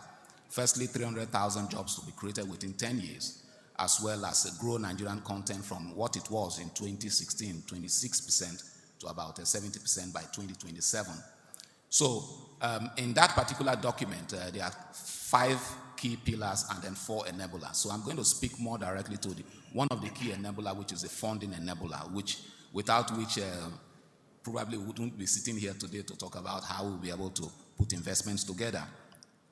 Now, out of the funding enabler, what we decided to do, particularly those of us who deal basically with finance and investment, was to create a robust investment policy. So in creating that investment policy, we looked at 2 things in terms of our asset allocation. We looked at how do we deal with tangible asset class and intangible asset classes. Now, in the tangible asset class, we were able to create instruments that can help to finance debt as well as equity financing, which is what during the presentation of my executive secretary, he was able to mention some of the investment in modular refineries and all of that, where we take equity in these companies that we participate in, as well as the most important one, which is the intervention financing that we have done with some of the DFIs locally. So as part of that, what we now did was we worked with, the first DFI we worked with was Bank of Industry.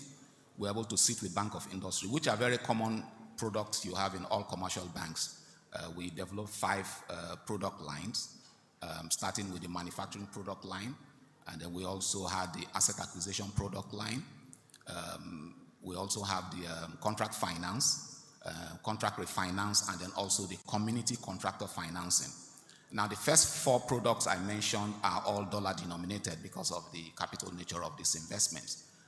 They are all $10 million single obligor limit at 8% and then 5-year period, except for the refinancing one that does not have a moratorium period. So we also created moratorium between 6 to 18 months moratorium period for most of them. But the last one, which has to do with the contractor financing scheme, has to do with some of those small companies that operate within the service companies and also operating companies. That has not been very successful to talk about because probably because of the nature of that product line, where you need massive retail front, to be able to deliver on those projects and all of it. So that's how far we have come with Bank of Industry. Then the second product line, when it comes to product offering program, I go into some of those details. We also established the Nexim NCDMB financing scheme, where we set aside, before I go into the Nexim, sorry, I had to mention that we also set aside 200 million, which later was topped up to 300 million with Bank of Industry. Dollars or Naira? In dollars, dollars. And that's been a very, very successful scheme because we've been able to grow that fund with BOI over the last 3.5 years to 4 years to almost close to $400 million. So that's been quite successful. But of it, I think we have 3 of the product lines that have done successfully well. We have the asset acquisition, we have the contract finance and the refinancing product line. That of manufacturing and contractor financing scheme for the local contractors have not been very well, and we're working with the Bank of Industry on how we can fine-tune those products so that we can also deliver it to beneficiaries. Now, coming to the Bank of Industry, because of the success of the BOI scheme, we decided to create another intervention fund this time around, and it came out of the lessons we learned out of the COVID incident during the COVID incident, where many of these companies were struggling, and we thought it wise that we should provide some kind of support to be able to alleviate these companies so that they can stay afloat and continue to pay salaries and keep workers afloat. So we decided to create a $50 million intervention fund with Nexim. But that is a bit different because for that, Nexim also is providing a matching fund of Naira equivalent, local currency Naira equivalent of $50 million as well. So the size of that basket relatively is about $100 million, so to say. So you can have funding both in Naira and also in US dollars. And there we have, it's broken into 2 parts. We have what we call the working capital initiative and the working capital and capacity building initiative, which was one product itself, where single obligor limit is about $1 million to that. And then we have the other one, which is women in oil and gas. That's $550,000 to be given to women in oil and gas to encourage the development of women in that space in oil and gas. So that was the second product that was developed. And then in all, we also, for that Nexim facility, the interest rate was 5%, all in. And then for the Naira denominated facility, that's 8% all in, and no other fees and all of that attached to that. So that is already ongoing, and then we are working very audaciously to ensure that we get it out there to the beneficiaries. Then outside of that, we also created the R&D fund, which we also created to incubate a lot of activities around the R&D space, which $50 million was also set aside for that. But right now, we're also working on the fourth product line, which has to do with when the Executive Secretary made his presentation, he talked about NOGAP Park, which is industrial parks being built by NCDMB.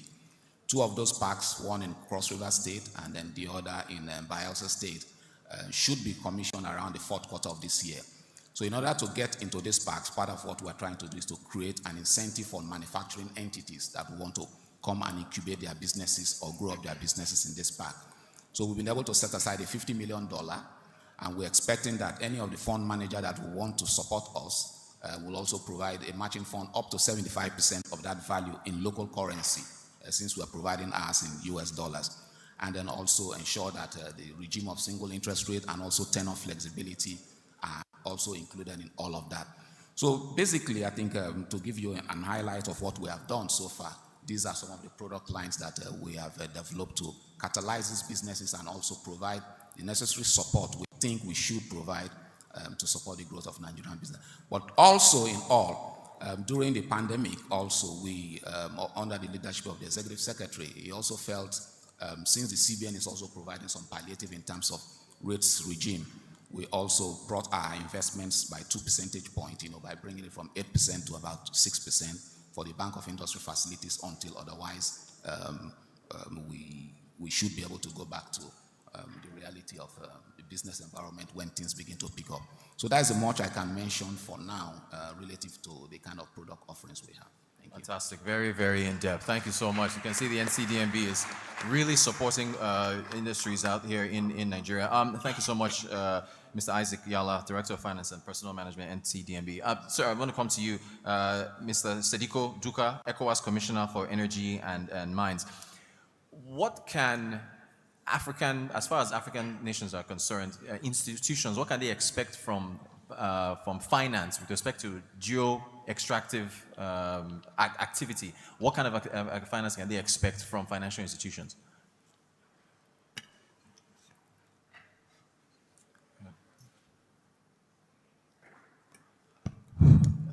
Yeah, thank you very much. Good afternoon. First of all, on behalf of the ECOWAS Commission, let me thank NCDMB for the event, the invitation to that forum.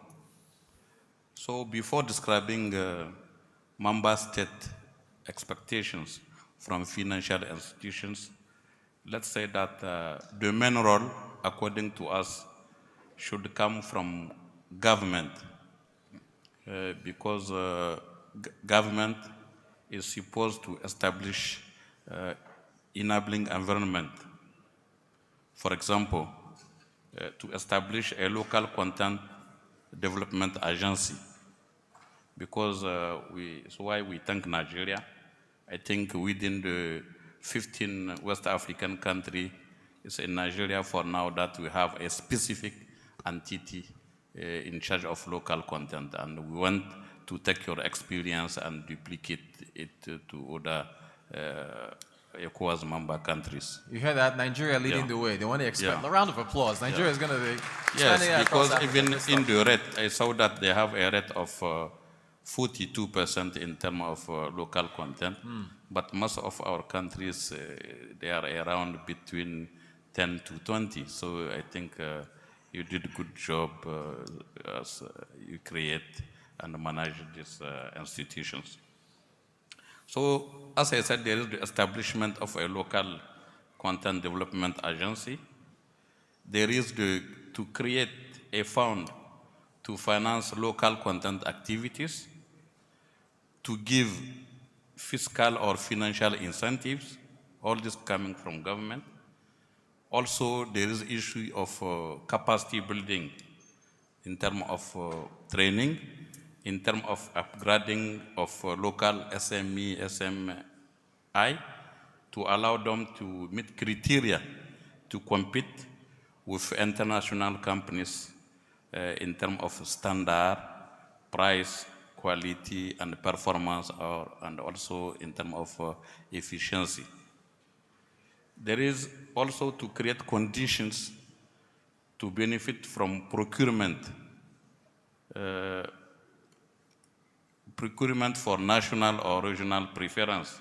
I will come back to that, to create also local transformation industries. So therefore, multilateral banks or commercial banks should come to complement the government effort.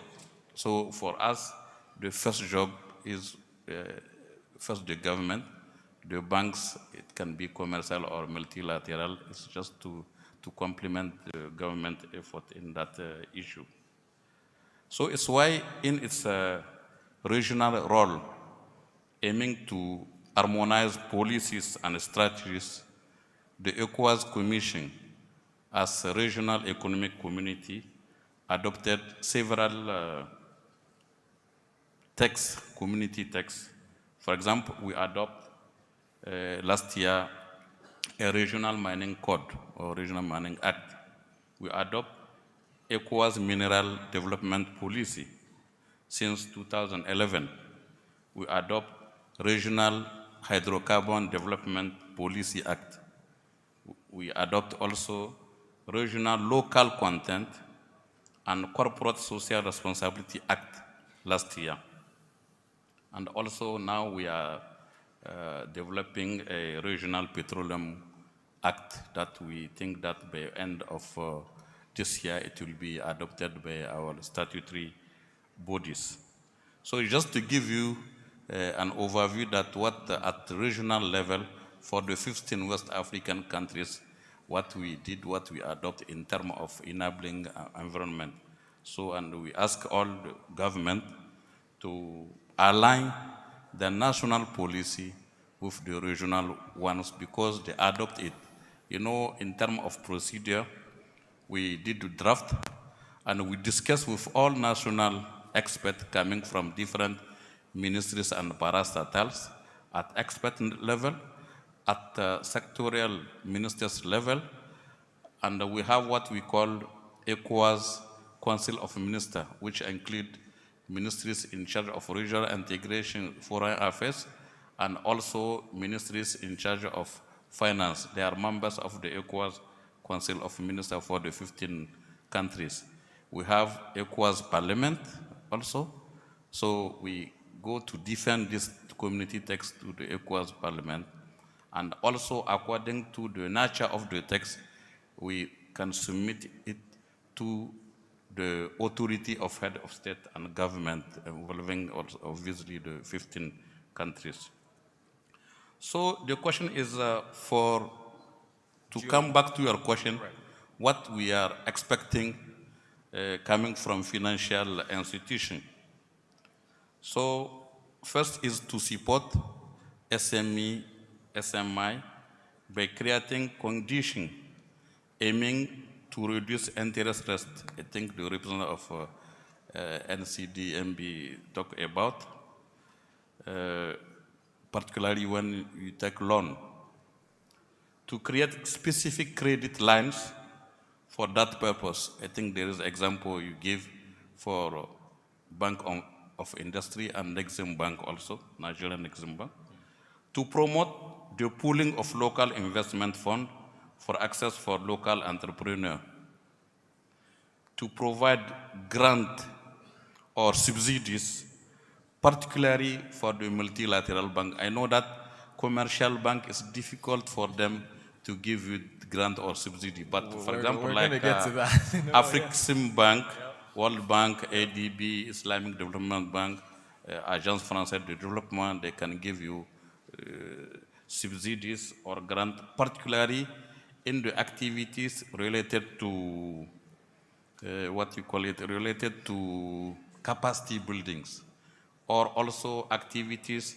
related to undertake or carry out feasibility studies. So technical, economic, financial, social, and environmental studies. in order to make your project viable and in terms of bankability to attract a private or any other investors. So I think this is what I can say for now. Thank you very much. Thank you so much, sir. Thank you so much.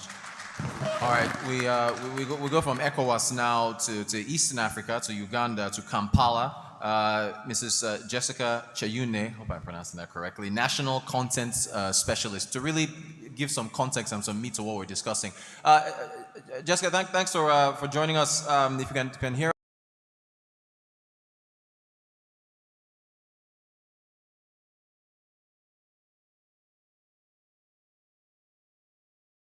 February, okay, last month, February, on oil discovery that was made there. Can you give us some more details on that?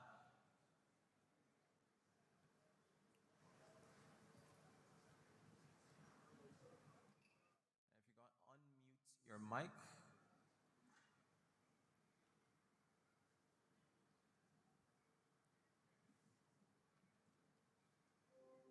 Okay, we can see Jessica, but we can't quite hear. Okay, we'll come back to Jessica Chayune, who again, National Content Specialist at the Uganda National Oil Company, to give us some practical example of what's going on over there as far as local content is concerned in Uganda. But let me come to Mr. Tayo Umidiji, who is head of Abubakar Bello, the MD of Nexim Bank. Sir, I believe with what you're doing, there's a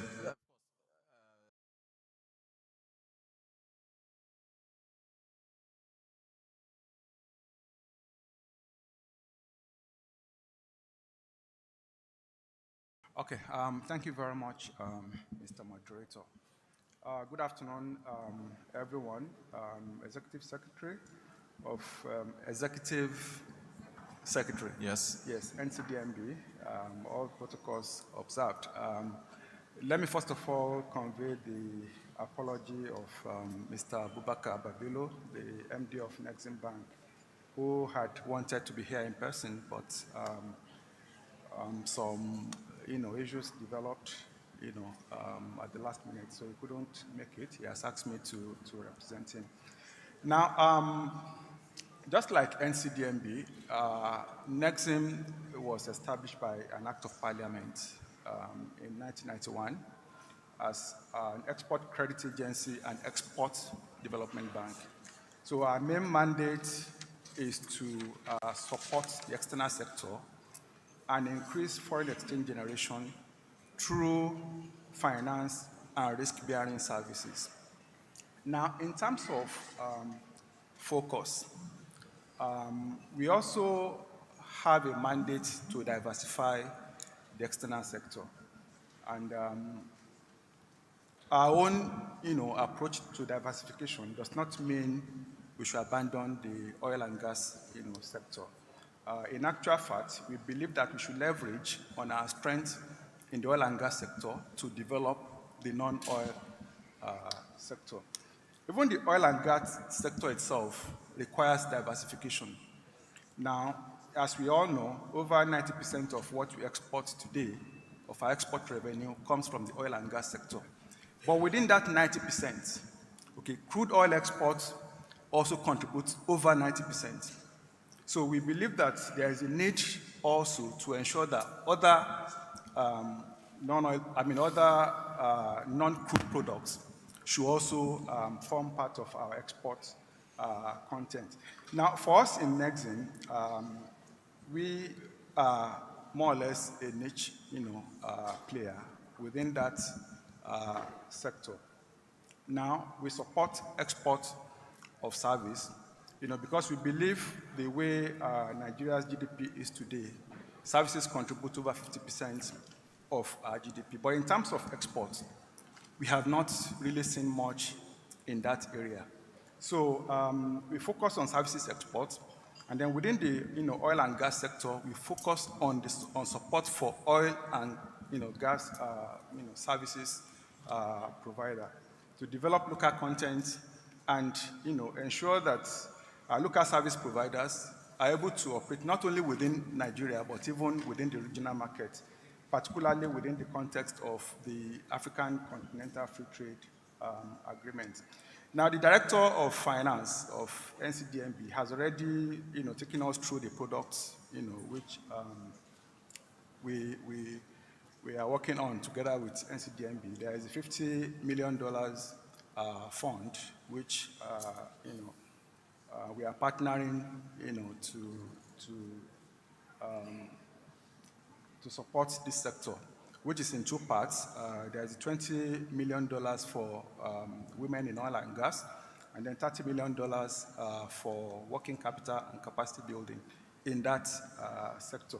Like he already explained, it's a counterpart funding arrangement. NCDMB is contributing $50 million. Nexim is contributing Naira equivalent of $50 million. So in essence, we're talking about $100 million, which, we are making available to this sector. Already, we have processed, and approved some applications, and in the next, I think in a matter of days now, some disbursement will be made. So we are quite keen in supporting this sector. Fantastic. Thank you so much, sir. Shall we try Jessica Chayune again and see if we can get her on and see if we can hear her this time? Jessica, of course, again, the National Content Specialist at the Uganda National Oil Company. Okay, Jessica, I was asking about your final investment decision in February in Uganda regarding to oil discovery and how that relates to the local content discussion. Let's have a second try and see if we can hear you.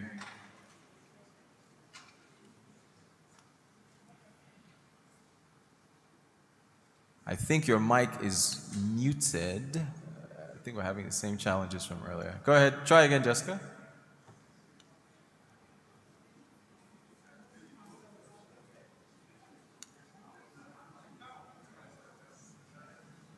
Our IT folks, can you unmute Jessica? Okay, so we still, it's a shame. We can see her, but we can't hear her. Hopefully, maybe third time's a try. All right, let me come to Stanbic IBTC, Mr. Imo Uma, who of course is the manager of client coverage at Stanbic IBTC. Mr. Uma, you're very welcome. I wanted to ask if you can also weigh in on this conversation on how Stanbic IBTC has supported local content operators in the oil and gas industry. Thanks very much. Okay, thanks very much, Mr. Moderator. So you permit me to stand on the existing protocol, and I want to use this opportunity probably to thank the Executive Secretary of Nigerian Content Development Board, Engineer Simbiwa Bote, for setting up this forum for us to come and not just talk to ourselves, but sort of communicate and share thoughts on how we can actually move the oil and gas sector in Nigeria forward. That said, if for Stanbic IBTC and for the broader financial institution in Nigeria, which of course especially the banks, what you see is that the role of banks, traditionally is to get money from or funds from surplus spending unit and route those to a deficit spending unit. So what we typically just do is we mobilize funds and direct them to where capital is required.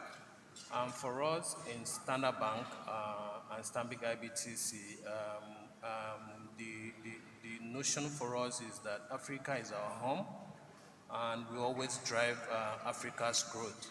So on that note, we are, for the people that know much about Standard Bank, we are very, very strong and heavy when it comes to mining and upstream business in Africa. So essentially, we've sort of put our balance sheet behind quite a number of deals in Nigeria and syndicated deals. The list is quite enormous. So we have the Nigerian LNG Train 7 facility, which we also participated. We've done deals with which we supported in Drama for their fertilizer plant, and quite a number of oil and gas projects. So we are quite keen when it comes to oil and gas and to support the players in Nigeria. The truth is, so we see, of course, with the help of Isaac Yala, he had sort of provided the background with respect to the local content that was set up, law that was set up in 2010. For most of the people that, or probably bankers that were around at the time, you realize that they were, it was quite good news. Players in the industry, especially oil and gas companies, were quite happy because of the opportunities that dotted the landscape. Businesses that were otherwise would have, been given to foreigners are now, falling on the hands of Nigerians. And so the big question was, then how do you sort of, fund all these opportunities that you've sort of found yourself? And so it was the banks that, really, took up upon themselves, and even fiscal authorities, like NCDMB that also provided funds. So that has helped players, to this day. It was a good problem to have than to have most of the projects fall into the hands of foreigners. So for Stanbic IBTC, we will continue to support oil and gas sector, and I think I'll pause there. And yeah, so we're quite keen. Thank you. Thank you so much. Excellent stuff. Thank you, sir. Mr. Omidiji, I want to come back to you. I want to ask you about, I guess, perhaps collateral or metrics that are used to accept requests for upfront financing to enable execute contracts, for instance. One, a application that is under a collateral structure backed by a bank guarantee from a commercial bank acceptable to Nexim.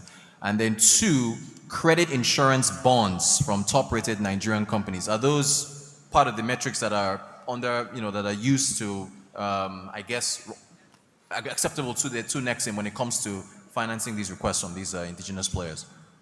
Yes, like you've rightly observed, there are different types of. Sorry, if you speak into your mic, sir. So sorry.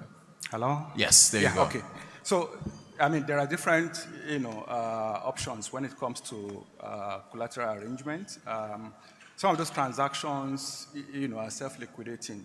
Yeah, I mean, for some of these operators, some of them have, receivables, which they could borrow against, but even when those ones are not available, some could, provide insurance bond or even bank guarantee where, they find it easier to provide that. So, I mean, some of them offer different types of arrangements. So what matters most for us is the viability of the transaction, and then we sit down with the client, to look at the best option in terms of securing the transaction. So that's it. Thank you, sir. Mr. Yala, let me come back to you just to piggyback off of that. I want to get into, and I know we're pressed for time, and there's so much to discuss on this matter because it's so interesting and in-depth. Challenges for when it comes to funding. We just asked, of course, a representative from Nexim about the items that they look at before, accepting these things on a risk basis. I guess. But can you speak to, I guess, some of the challenges within the area as far as getting this funding to these local content players? Yeah, thank you very much, Rotus. I think if you look at the entire room, if you look at the value chain of this funding thing we talked about, from the multilateral institutions, funding institutions to private equities and all of it, there's a very, very important element, which is the point of sale element, which has to do with the commercial banks. Most of the beneficiaries, some of them are contractors here or players in the oil and gas today here, will tell you that the intervention point is the commercial banks. And I stand tall to say here, just like when the executive secretary made this presentation, to say those sponsors are some of those who will definitely continue to do business with and all of that. Outside of Stanbic IBTC here, I am sure there is no other commercial bank present in here. And most of these commercial banks are the point of sale to most of these clients we're talking about. So that is a very critical challenge because if you go back and look at the closeout of 2021, these financial banks in Nigeria, basically, to speak to, made over 4 trillion in profit, and all of it. So 4 trillion in profit in Naira, if converted, is talking about $2 billion. So the question now is, even if you set aside a 5% of that, that's about $100 million, which can help to support the growth of this kind of companies we're talking about. So it's a very critical challenge dealing with the DFIs and those intervention points where it's the commercial bank. So there's some level of disconnect at that point in time, which is a very, very key challenge. So my call out is for most of these commercial banks to also come into the room, into the play, so we can sit down together and be able to design these templates, these credit templates that can fit into the current activities, innovatively create that kind of rack system, that can support the growth of local content as we're speaking about today. So I think that's a very, very critical challenge. So I want to appeal to my contemporaries on the other side to ensure that they tend to, come into this play and then also see how we can provide the necessary support, if I might want to say that. Thank you. Thank you so much, sir. All right, ladies and gentlemen, excellent. Thank you so much. A round of applause. Third time's a charm. We're going to go again to Jessica Chayune, National Content Specialist at the Uganda National Oil Company. Jessica, I hope we can hear you this time as far as your final investment decision back in February, oil discovery in Uganda. Fingers crossed. Thank you, sir. My discovery, I didn't have right one. Maybe I celebrated too soon.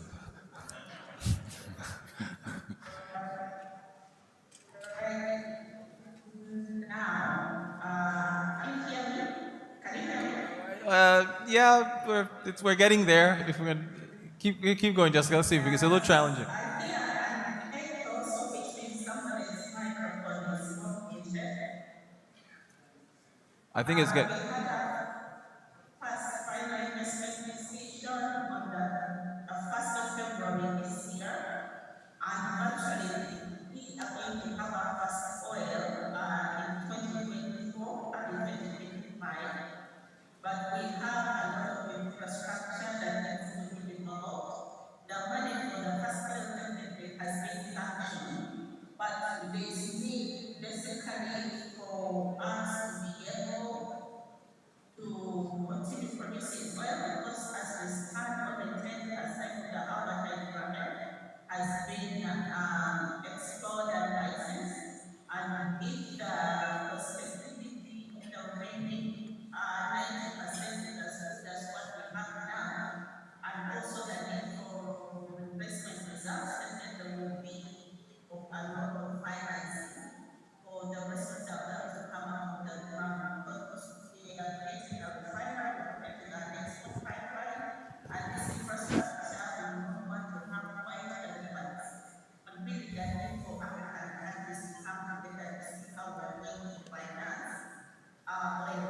We also have another challenge of capacity building, which we believe, because we are in a central and gas producer, which we believe we can actually acquire this experience from other African countries, as opposed to Apple going to China, to France,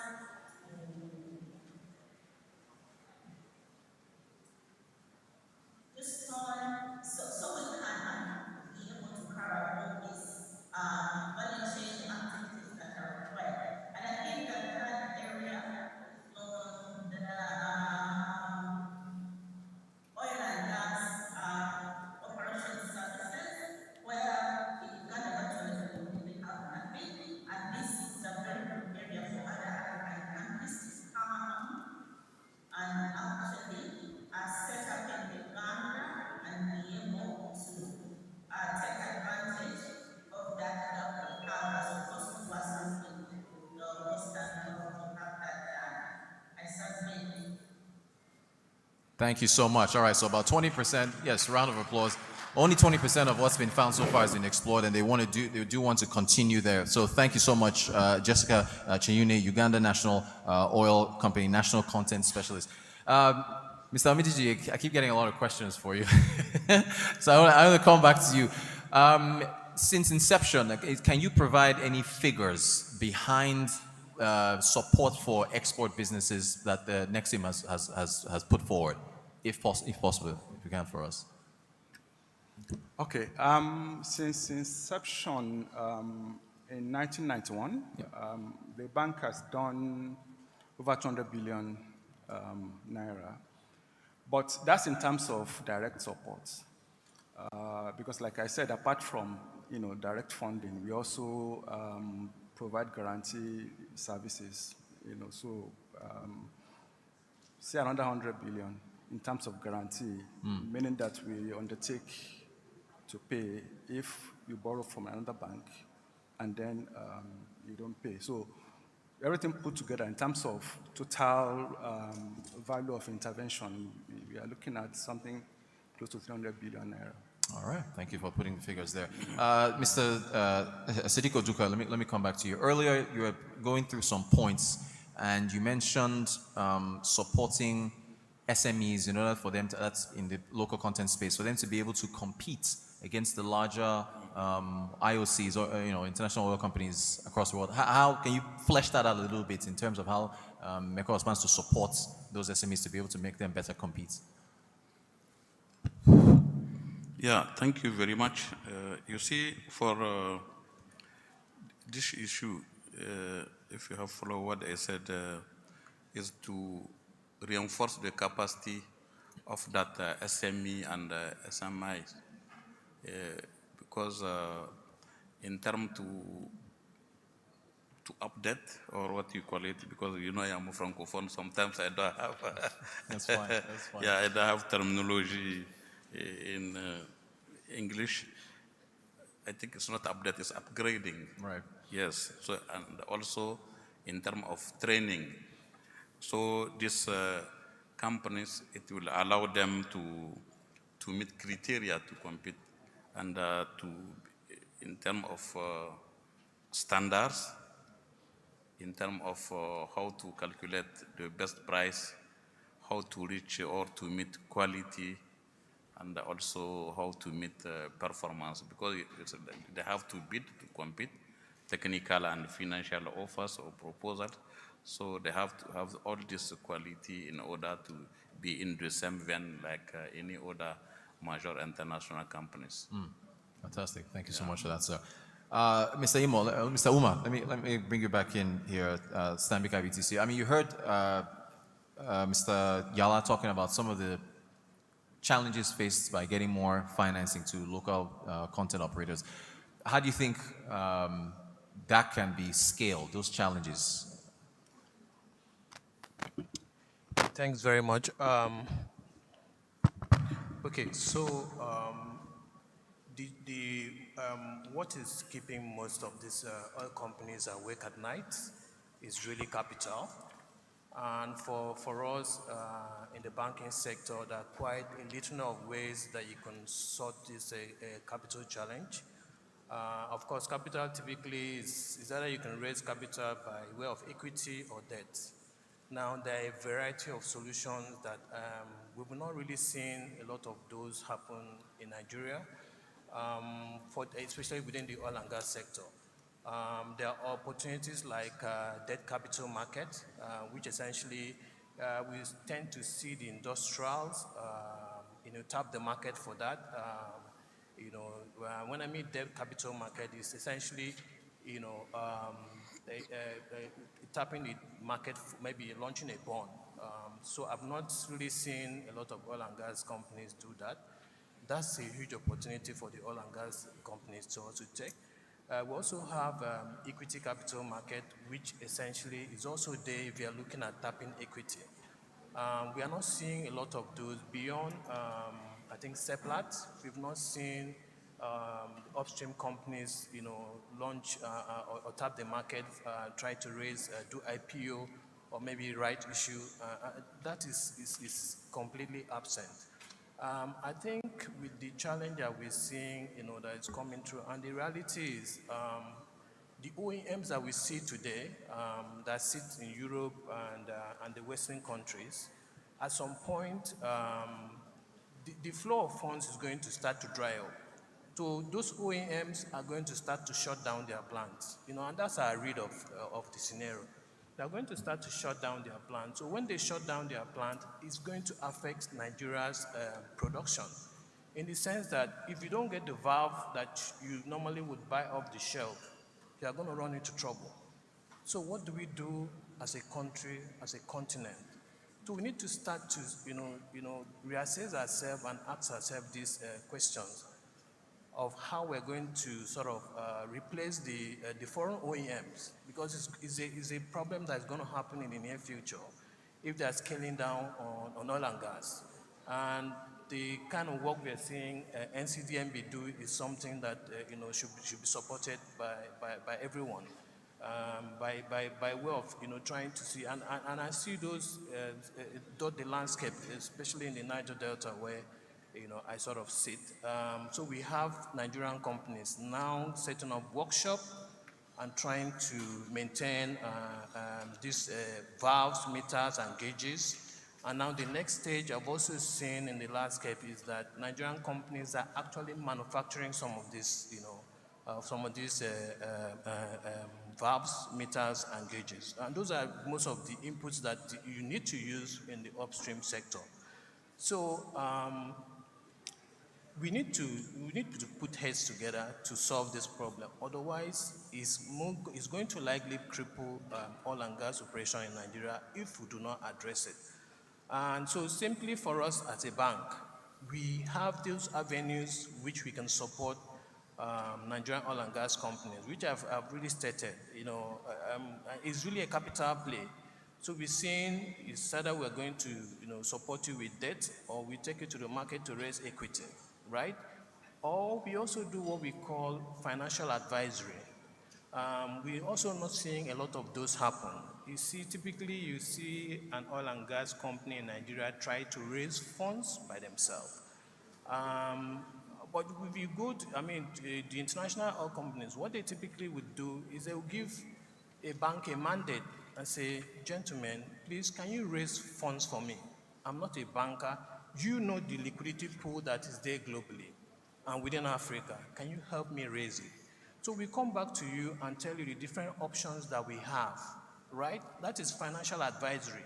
And we agree with you. When we agree with you, the next step is financial arranging. We arrange the fund, and that is syndication. We know all the banks that are interested in oil and gas deal. We talk to them. Are you keen to support this deal? And this person, if it's for argument's sake, if it's $1 billion, someone will write a check for 50 million, another write a check for 70, just like that.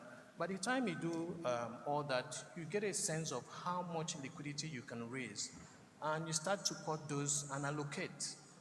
That is how the international oil companies are raising funds, but we are, I think maybe it's a case of maturity. Maybe we don't know, or maybe we are not matured to that level.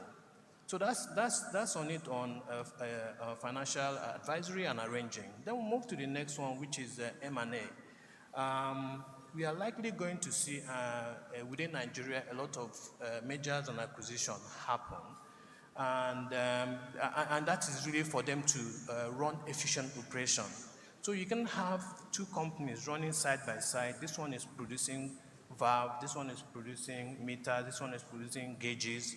Why don't you come together to run an efficient operation? So within where we sit, our read is that there's going to be quite a few opportunities for M&As. But you see, the challenge is also a lot of operators don't have a sense of, of these things because they don't even know what it means, right? So the role and our role as a bank is really for us to use forums like this to educate, people that beyond just, looking at bank debt, there are other avenues you can raise capital to fund your operation. And for us in Stanbic IBTC, we have a lot of those. And again, maybe just to buttress my point, Stanbic IBTC is an integrated financial services organization. What most people may know about Stanbic is either the pension business or the bank. But beyond these two businesses, we have other subsidiaries that we, so when we come into you to deliver the organization to you, we come in with the full suite of solutions that we have within the bank. And we have stockbroking, we have pension business, we have nominees. Nominees essentially helps, and so we have quite a few foreign investors that want to invest in Nigeria. That's also another way. They come to us, they ask us, are there good companies we can invest, right? Because they sit out there in Europe, the US, or Asia. They come through our nominee business to put in their investment. And that, in a way, is also a way of supporting the operators in the oil and gas industry. And that can come through from Stanbic IBTC Bank. We also have trustee services. Trustee services is such that, most oil and gas companies too, they see traditional banks would always probably extend loan to you. And when they extend loan to you, instead of, sort of put your security or collateral in a trust, which makes it cheaper for you, they rather hold it, as a bank. So what we do in Stanbic is, subject to the client's consent, we typically just put your collateral in a trust, and that way you can always, admit and take out a bank, and your cost of operation runs very, very low. So there are quite a number of things that we can do with the suite of solutions that we have. I'll probably, in other forums that we have, I'll be in a position to maybe help a few persons that are here that might need help. I'll talk to them and explain to them how these things work. And the primary objective is to get Nigerian companies to that level where they would replace the foreign OEMs to ensure that we continue to have the flow of oil and gas in Nigeria. Thank you. Thank you so much. Thank you very much. Lots of emphasis on regional finance. Well, we've run over time, unfortunately, but Mr. Isaac, I want to give you the last word here, because a lot's been said about supporting what the NCDMB has been doing and how more heads have to get together to assist. Academia, you mentioned earlier, I think in your first answer, about research and development. There are companies who have R&D budgets that can rival the budgets of countries. I want to ask you about what the role academia can play in, that's here, and I guess around other regional territories in, I guess, supporting what you're trying to do. Okay, thank you very much for giving me that opportunity to take the last question.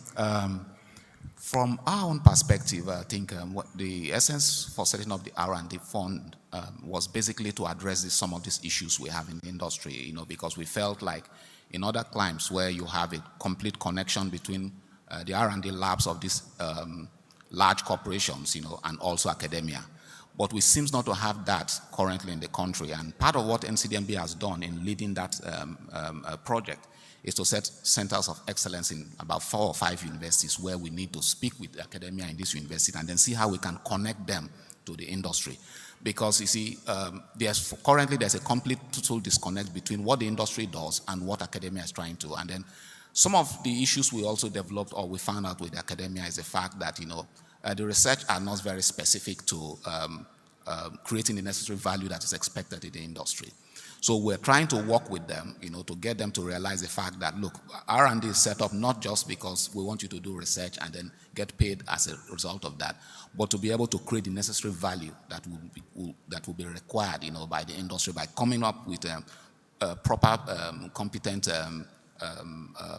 initiative, projects that we think that can come up to the point where NCDMB can take it on the back of that to begin to invest. When the ES mentioned in his opening remark, he also talked about some of the investment we've taken up in R&D. These are not the ones coming even from the universities themselves. These are very private entities that have been able to develop prototypes, that we have seen value proposition in them, and then we decided to invest in them. So that disconnect is what we currently have, but I think we're making all deliberate effort to bring everybody to the table to ensure that academia understand what we're trying to do and then bring that connect between academia and the industry. So we'll continue to be on that, collaborate with them to continue to be on that trajectory. Thank you so much. I have so many more questions, but we have to end it there. But ladies and gentlemen, please, a round of applause for all our panelists. Mr. Isaac Yala, Director of Finance and Personnel Management at the NCDMB. Mr. Sadiko Duka, ECOWAS Commissioner for Energy and Mines. Mrs. Jessica Chayune, Uganda National Oil Company National Content Specialist. Mr. Tayo Omidiji, Head of Strategic Planning at the Nexim Bank, representing Mr. Abubakar Bello, the MD of the Nexim Bank, and Mr. Imo Uma, Stanbic IBTC Bank Manager, Client Coverage. Thank you all so much, ladies and gentlemen, for your very insightful answers here on how to support local content players. We really appreciate it. Round of applause again for them, please. And pictures, so you can come up and take some pictures.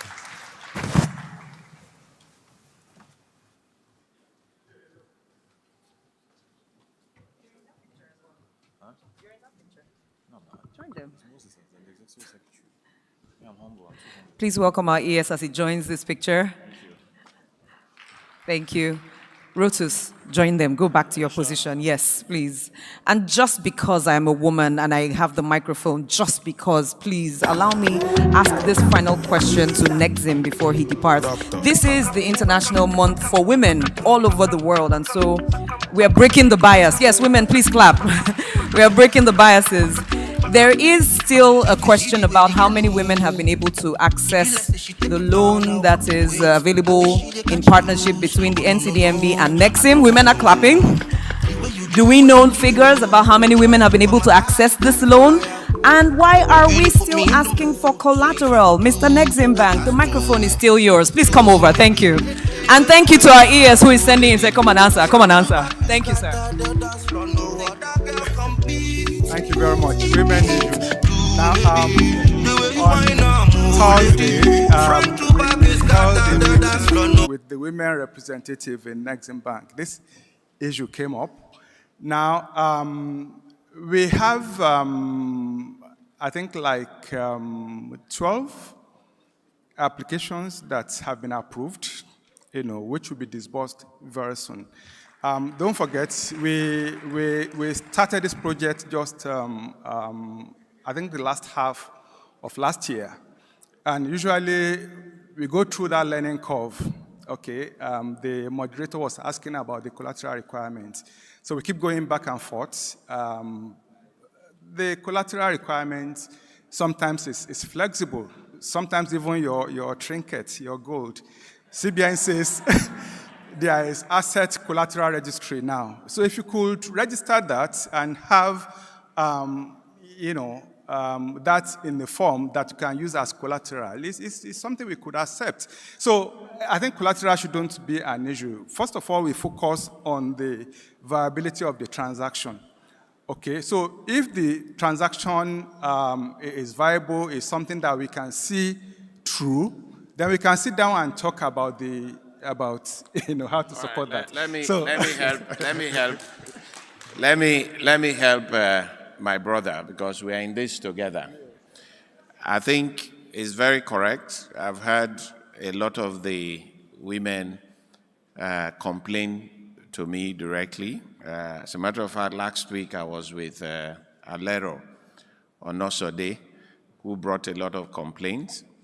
And then I referred that to Ababello to have a conversation, to have some bit of clarity. Some of the complaints are very genuine. Some of them, sorry to say, very frivolous, because a lot of people think this is free money. What we do in NCDMB, we do not give free money. We give out loans with the hope that, with the belief that people will pay back so that others can benefit from that scheme. When we started the scheme with BOI, it took us almost 1 year, 2 months to loan out the first amount of money, because similarly, a lot of people thought it was free money and they wanted to go and access it. We had to go through the process, we had to refine it, and most importantly, we then called a stakeholders meeting where we listened to the potential beneficiaries as well as had BOI, and in the process, we found an easier way to deal with the issues. Today, I make bold to say it is one of the most successful loan scheme in this country. We have almost 54 beneficiaries out of it, and we have 99% payback on the loan that is granted. And it is the same way. Yes, I'm a ladies' man. I believe in ladies. But I wanted them to, just for clarity, the reason why I'm a ladies' man is I have 3 daughters and 1 wife. So I'm a minority in my house. So no doubt that's what I am. But what we want to do is to make people realize that this is not free funds. You have to qualify for it. You have to pay back so that others can benefit. There are a lot of loan schemes in this country that I can beat my chest and tell you that 90% of the people who took the money don't have plans to pay back. And that's not NCDMB fund because it's a revolving fund. So I think I told the MD of Nexim that we are going to have a similar stakeholder forum so that it will not be rumor to say I applied, they didn't give me, they asked for collateral. We will all be in a room, discuss, and then look at the challenge and see how we come up with a solution. Thank you very much.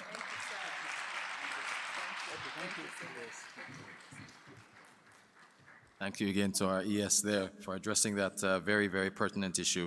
All right, so next up, my co-MC, Joyce, the Titanium Daniels, is going to, of course, be taking you through another very interesting panel session here. This is on the institutional collaboration towards maximizing benefits of the African Continental Free Trade Area Agreement for local content development and energy security, funding the gaps in infrastructure, research and innovation, human capital development, supply chain development, and green energy. It's packed. Very, very interesting. Joyce, you ready?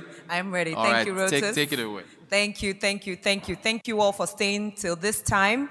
The wonderful thing about the final session is that we are the ones who have to speak for shortest time. So allow me welcome my panelists as they come up. From the African Continental Free Trade Area Abuja office, please welcome Mr. Michael Faniron as he makes his way here. We are discussing the Africa CFTA, so they will start the conversation. Please appreciate him once again. He's on his way. Joining up very closely is our pioneer executive secretary at the NCDMB, Mr. Local Content. Please welcome Dr. Ernest Wapa as he makes his way here. Thank you so much, sir, for being here with us. We are honored and delighted to have you today. Very closely is the chairman, Petroleum Technology Association of Nigeria, Mr. Nicholas Odinowe. Yes, please welcome him warmly. He's coming. Also joining us from Project 100 is Mr. Bode Oguntikpe. Please welcome him as he makes his way here. He is the MD Sprovab Nigeria Limited. And finally, from the Petroleum Contractors Trade section is Mr. Tayo Akinkumi. Same error I made before, I'm so sorry. Please welcome him warmly as he comes forward. Thank you all for being here. Thank you. So we will jump right into the conversation. As the minister had mentioned earlier, his concern about the Africa CFTA. Where, what, why, how, when, who? These are the questions. And we're going to allow you jump right in there to tell us how the tone is being set to ensure that we grow GDP across the African states with this opportunity right before us. So, Mr. Michael, I understand you have a presentation to make as well? Yes, so I'm asked to make a presentation. So okay. If you have it up there. You can make it from here, or would you want to be over I rather there? want to stand up. Fantastic. Okay. Please welcome Mr. Michael Faniro from the Africa Continental Free Trade Area. Okay, I think I will just... Don't worry, I know nobody else has a presentation, just him. He's setting the tone. All right. Okay. Good afternoon, everybody. Good afternoon, sir. I'm standing in for Mr. Francis Anatogu, who is unavoidably absent today. he would have loved to be here. And I'm happy to be here. And I'm happy to be on the same table with Dr. Owankpa, who I have the privilege of working with him in 2006 to start the local content, what becomes local content board today. We started at the department in NMPC. I was a consultant there. So I'm happy to see you again, sir. So talking about AFTA, the objective of AFTA, if you can put the slides on, I don't have the control here. You can go to the main slide, sorry. Can you control it? All right. So, AFTA is all about creating a single market in Africa, expanding the market that we have in Africa.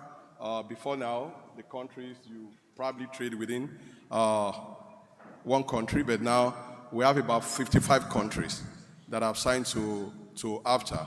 So at the end of the day, so this is going to create the largest free trade area in the world by the number of countries that have signed onto AFTA. We are connecting about 1.3 billion people across these 55 countries in Africa. Then there's going to be elimination of trade barriers that are being between these countries. Before about 90% of these trade barriers will be eliminated within this country. So allows companies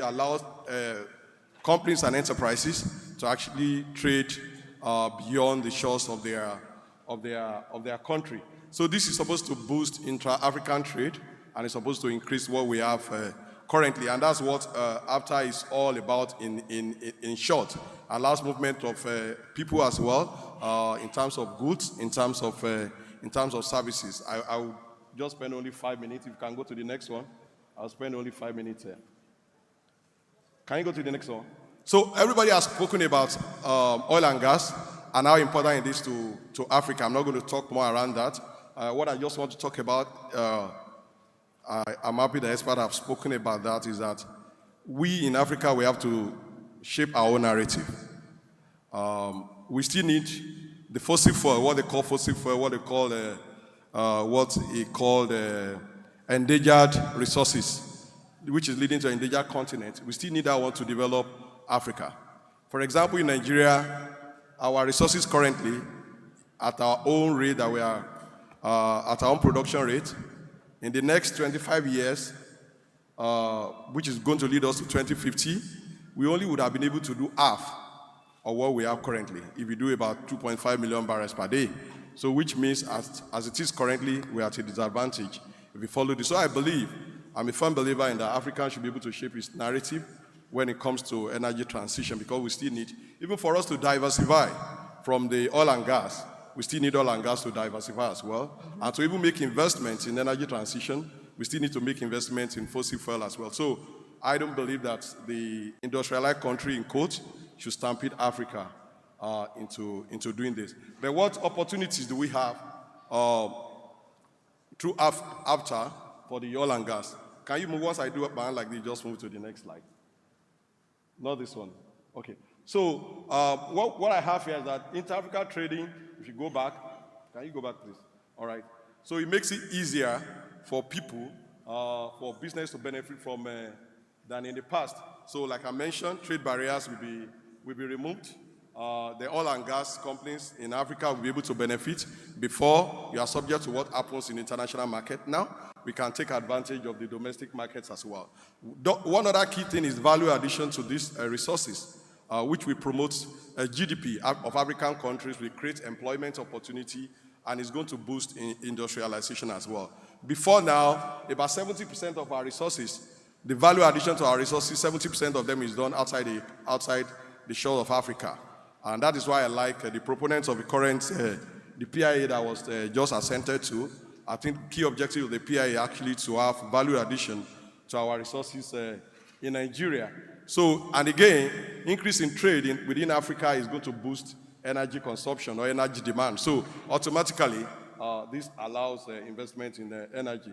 Then we believe AFTA is going to trigger investment in oil and gas, even from those countries that are, Itado said they are not going to fund fossil fuel. Why? It's because Before, you can only, maybe you have only one market. You only operate within a nation. Now you can operate with many nations. And again, after with the uniformity of protocols, we make sure that you take lower risk. That means dispute resolution could be possible because instead of doing it with one state, the protocols across the state, across the country is going to be quite uniform. So it's going to create opportunity, or it's going to give them more market. I believe even the World Bank that says it's not going to invest in fossil fuel, they still put some exception that if this is going to provide access to energy mix, then they're still going to do. So I believe sooner or later, once we make our own narrative and we stand by it, we are still going to get investment in this oil and gas, as people have said earlier. For Nigeria, we believe after it's going to make us a refining hub. That's some of the assumption of what we think. And it's going to make us an exporter of gas with the gas industrialization agenda as well. And we think the other key one, and we believe that after it's going to make us an exporter of human resources and skill to Africa. We have the largest population in Africa. So we have the skill, we have the talent. If you look at the NCDM human index, that the skill index, that shows significantly that we have what we can offer to Africa. If you can go to the next one, go to the next one, and to the next one. So these opportunities, where are they coming from? They are coming from the root of origin that after as established, and again industrialization. Because like I mentioned, this increased rate is going to boost industrialization for us to even go into decarbonization or wherever. So it's for us to use what we have now to actually industrialize for the future. So we still need this oil and gas for us to industrialize. If you can go forward, I'm trying to make them fast. So what have we done in AFTA? So I will dwell a bit more on this and the next two slides. So we defined an implementation plan. We have a strategy within Nigeria. And again, working with other countries across Africa. So we've defined our strategy across 7 key goals. And if you look at these goals, can you go back? If you look at these goals, almost everyone applies to the oil and gas industry. If I look at Goal 1, for example, in intervention 1.6, we want to grow export of petroleum products, components, equipment, and fabricated parts, and oil and gas skill. Goal 2 is about workforce that I mentioned that we can export to Africa. In Goal 4, we are talking about local demand, boosting our local content. So we are working within the oil and gas, and we have a very good working relationship with NCDMB on this. So I believe AFTA is going to allow Nigeria to maximize some of the potential of the oil and gas, and for us to take advantage of that. If you can go, I'll talk about that during question and answer. If you go to the next one. So I want to talk about this one. This is one of the things that we're working on currently. We believe that the capacity within Africa for oil and gas is not documented, or maybe it doesn't even exist. So we don't even know what are the capacity that we have now and the projected capacity that we're going to have in the next few years. So based on this, we are trying to identify the gaps in human resources, in skill, in terms of Africa, in terms of the demand of Africa for products, for services within oil and gas. And based on this, we want to project what the countries we need for the next 20 years, and want to assess that opportunity. What we believe will happen at the end of this is that we are able to create a platform for African opportunity to be able to, especially Nigeria, to be able to export human resources to other African countries, and for other African countries to have a platform where they can exchange services of human resources in the oil and gas. For this one, we will be looking up to the NCDMB to work with us in terms of this baseline assessment of skill within Africa, and again with Apple. So this is one of the things that we think we are going to do with NCDMB this year, and we believe that when we get to them, they are going to support us in terms of this baseline capacity assessment for oil and gas within AFTA, for us to be able to take advantage of AFTA. All right. I don't want to talk too much on our implementation plan. Maybe the question was asked around that. I'll talk about that. Thank you. Thank you so much. Thank you, Mr. Faniro. You have actually given us what we need for the rest of the conversation. Thank you. It's like the goose that lays the golden egg. You have so much within the opportunities. So it makes it easy to ask Dr. Ernest Wapa the question about how do we then take advantage? You are an expert at building linkages sectorally. How do we ensure that within the region we are able to begin to collaborate better to take advantage of what AFTA is presenting to us? Thank you. Thank you, sir. Platinum, right? Titanium. Titanium. Yes, unbreakable. That's a very good question. It's even sounding like an exam question. But I'll try. So this stage we're at now is very, very encouraging, right? Because when we started, it actually started from the communities. It was very local. People talking about the local impacts. And rapidly we started looking more at a national level. How do we capture the interests of Nigeria? But even in trying to do that, it was very clear that we couldn't go far if we didn't link up with the continent. But as you know, there are many dreams that don't even get started. So it's a big thing that today we are sitting here, and in fact, it's not just today, for the past 3 weeks, every day I wake up, I'm hearing about African content, about African collaboration, and that's something to be happy about. Yes. So you have 2 guys driving it at least, and they're in this room, the ES and Omar, the Secretary General. So it's very, very important that we grab this opportunity and talk about it. And when you talk about collaboration in Africa, it didn't start today. Africa fought together for independence. That was a spirit that leaned heavily on collaboration. So we have that experience. But we have something else. When Africans compete, it's a bit of a problem. When we have our African Nations Cup, you know, the relationships are slightly different and more sensitive. When we argue about whose jollof rice is better, it's also very, very sensitive. So we need to look at those things that worked for us during independence in terms of the collaboration.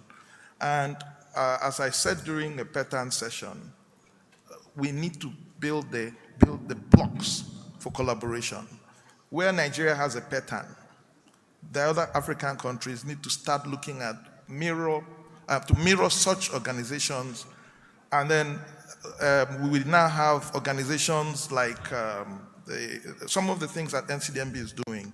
We should try to encourage the other African countries to create such institutions so that country is talking to country, organization is talking to organization, and then company is talking to company. That kind of segregation is necessary so that people understand each other. Once we've done that, it's then necessary to learn the lessons. And that's why what NCDMB is doing is very important. To do work is important, but it's important to communicate what you're doing. And the clarity with which NCDMB is communicating is very clear to everybody. You just see the kind of messaging that is coming out of NCDMB. If you are not convinced before attending an NCDMB function, you'll be convinced because they talk about it and they show you. Yes. And that's what we need to do. In starting this move into Africa, we need to pick some quick wins, establish that it can be done, do it, and show it. The moment you start showing those things, the interest will build. I can tell you from experience that when the real meat is going to be eaten, a lot of people are going to have self-doubt. You will be looking at African countries and say, look, we have to do this. We have to do this. And they're asking themselves, can we really do it? Are we not going to be taking too much? Can we challenge these things? But unfortunately, now the foreign Western countries have taken the decision to depart. We don't have a choice. We now have to tell ourselves that we have to do it. And we can do it. Yes. We've shown in Nigeria with the NCDMB and the support of the government that these things can be done. Yes. When we had our doubts, we will go to some countries and they will say, look, all you need to do is tell them what you want, and they will do it. And if you are confident, that's where Nigeria has an advantage. Nigerians are bullish. They take the opportunity and they run with it. I was telling the ES that the young man, Julius Rohn, that spoke in the morning, 10 years ago, discussions I was having with him were basic, you need to find way for Niger Delta boys. Yes, yes. Now he's talking like an expert. Yes. That's confidence. You know? I went to a friend's house. He owns, or he's a principal in one of the producing companies. He bought an asset. He was having a meeting with his CFO, COO, and he was chairman of the company and CEO. 4 Nigerians in their 40s discussing strategy for how to deal with multi-billion-dollar investments. In 1999, in 2005, that discussion will be going on with 4 Europeans or Americans. Yes. So it is important that we see that these things are possible. And our African brothers should be courageous and confident. And when they hear these things that happened in Nigeria, better believe it. We don't have a choice now. In fact, we should be in a hurry to get these things going. So I'll yield now, and I'll reserve some comments for the ES and its golf. So. All right, thank you so much. From one ES to another. For me, my biggest takeaway right now is the ability for us to tell our stories in a way that will inspire more courage and direction for others so that we can indeed collaborate. Please appreciate Dr. Ernest Nwapa once again, which will lead me very easily into speaking to PETAN, capacity development, and being able to export this capacity to the rest of Africa, and models to use to achieve this. You already have experience in country. How are we going to spread this across Africa? Thank you.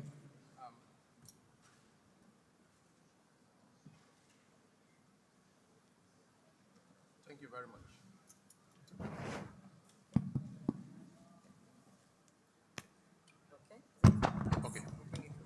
Okay.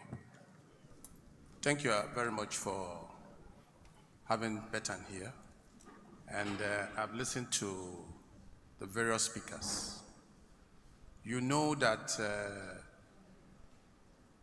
before the advent of the local content, various speakers spoke and asked Nigerians to brace for the development that will come with oil and gas. So PETAN members listened. And today, these competencies have been built by PETAN members across all the entire value chain. We are there. And we have seen the growth of NCDMB when we collaborated with Pioneer ES and the others to enact the Logic Act. We've come a long way. But having said that, what do we do to continue to help out others from our mistakes? First, let's look at the model that has been set by NCDMB. I will call it intervention and developmental funding model. It has worked. From the 1% that has been pulled, competencies and capacities have been built in Nigeria. And every time you have a session, people are coming to ask Nigeria, how did you do that? Of course, the only way you can test this is to ask the Secretary General of APO here to take what NCDB has done, the model, and take it to the African stage and follow it the way it's been done. Some of the mistakes, just correct them. And you'll find that we're able to give you more than enough to do your work.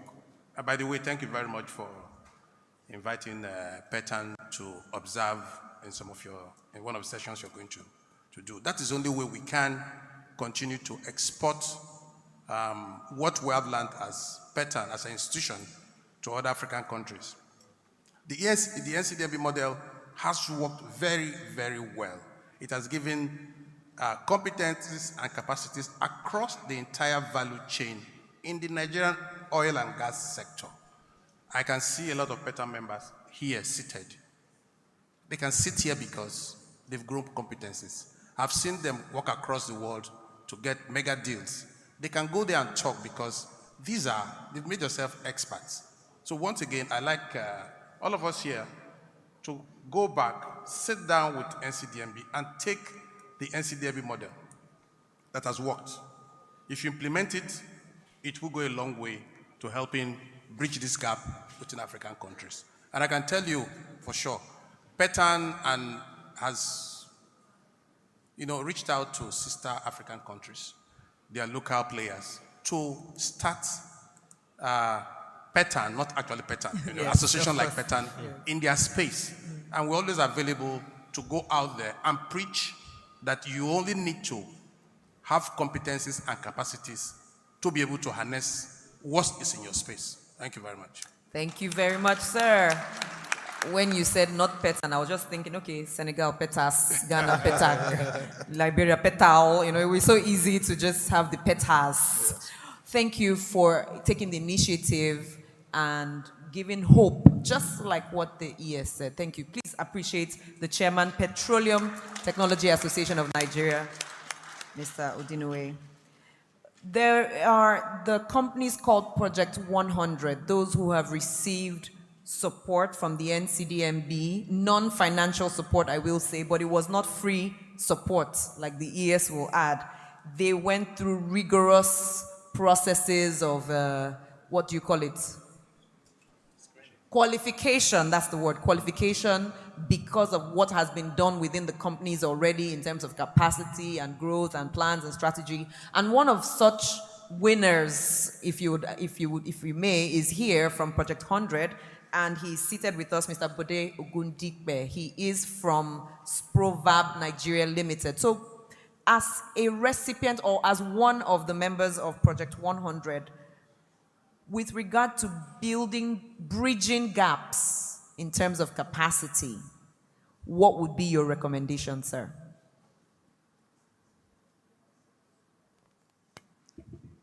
Yes, it's Hello. on. Good afternoon, everybody. Thank you. Thank you for having me here.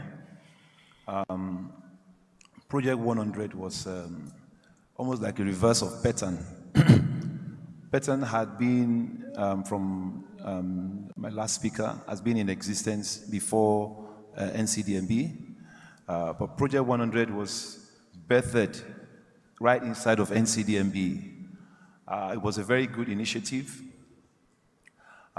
The Ministry of Petroleum, in collaboration with NCDMB, brought up the idea of Project 100. They also brought in KPMG to look into a number of companies in Nigeria and look at what their capacity is, what their strength is, what their commitment in the industry is. And at the end of the day, they came down to about 100 companies. What my recommendations would be with regards to human capacity development in what we're discussing today is that, just as my last speaker said, the NCDMB model is a fantastic model that we can use to maximize the African free continental area. Over the years, as NCDMB has been giving us that capacity development, as winners of that initiative, they created an opportunity for the members, the winners, the beneficiaries to get trained at different times. With this same 1% from contracts in the industry, members of that group had a lot of training. We did a lot of strategic session. They visited our offices. They looked at our record, our processes, our corporate governance. They looked through everything we used to say that we own. And they started working with us. They put processes on the ground for us to follow. So if you look at going back, it started in 2019. Looking back now, that initiative has strengthened a lot of these companies, particularly some of them that didn't used to have that confidence in the industry. NCDMB has opened up the industry to many of us, and it has also given us that opportunity to have access to the market. Which market are we talking about? The IOCs, the national oil companies. NCDMB ensured that it gave us that platform to be able to, for them to be able to see us and for us to be able to see them and see the kind of value that we can give in the industry. So going back into the African local content scene, I think also the African Union, through the ACFA, can also look at this model and see how they can, have a proper communication with the stakeholders in the African space. Government, by giving them that value that was given to us by the representative. There's a value in ACFA, and value also attracts finance. It attracts finance. When there is value, there is a lot of finance. So, there has to be a discussion, a conversation with the banks, the DFIs in that space, so that there can be funding. There can be funding to develop human capacity. There can be funding to ensure that the kind of quality of human capacity we have in the African space is good enough to lead us to where we're going to.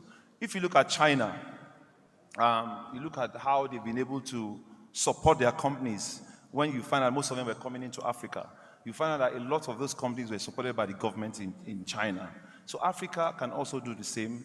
The ACFA can, with their strength and with the countries that have signed, about 54 of them right now, they can show up capital which will help build human capacity in the African space. So by so doing, we will not rely on external human capacity or external expertise from other parts of the world. And I believe if they can do this, it will really help to ensure that we maximize the potential of that project. Thank you.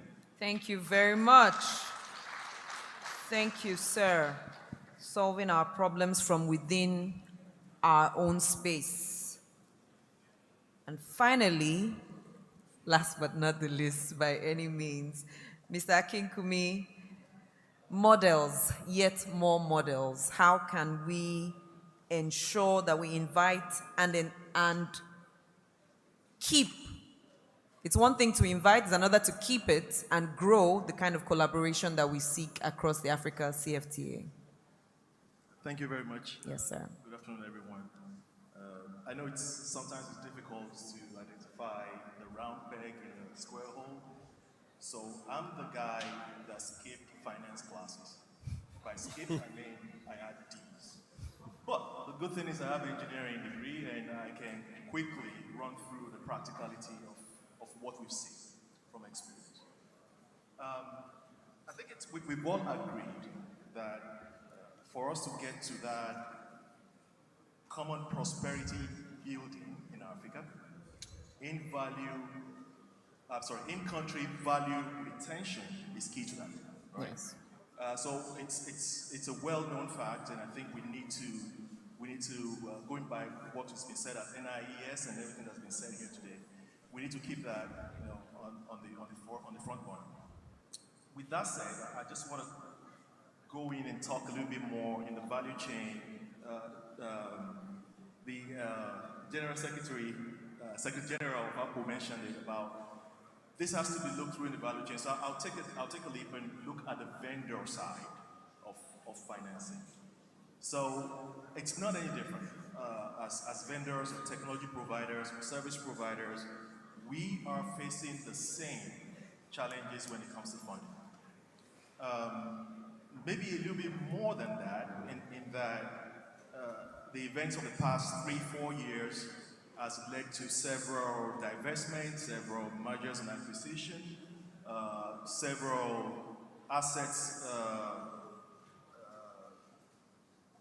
depreciation or fast depreciation that then has made us lose the credit ratings that we need to get access to funding.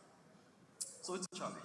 But having said that, those challenges are still surmountable, and as technology providers, we will go back to what we know, which is technology. So I'll take two things just to address that. The first one is pretty straightforward. It's about ESG, because one of the concerns, one of the challenges of funding is ESG. I mean, there's a lot of requirement now for ESG performance in the market for you to be able to get that. And what we can do as technology providers and what we're doing is to make sure we help our customers and as well as the project sponsors to overcome those. In other words, deploy our technologies in a way that can help them reduce their footprint. So that's one thing. The other one is the one that I think is a little bit more germane to this discussion, and it's about improving the project economics, right?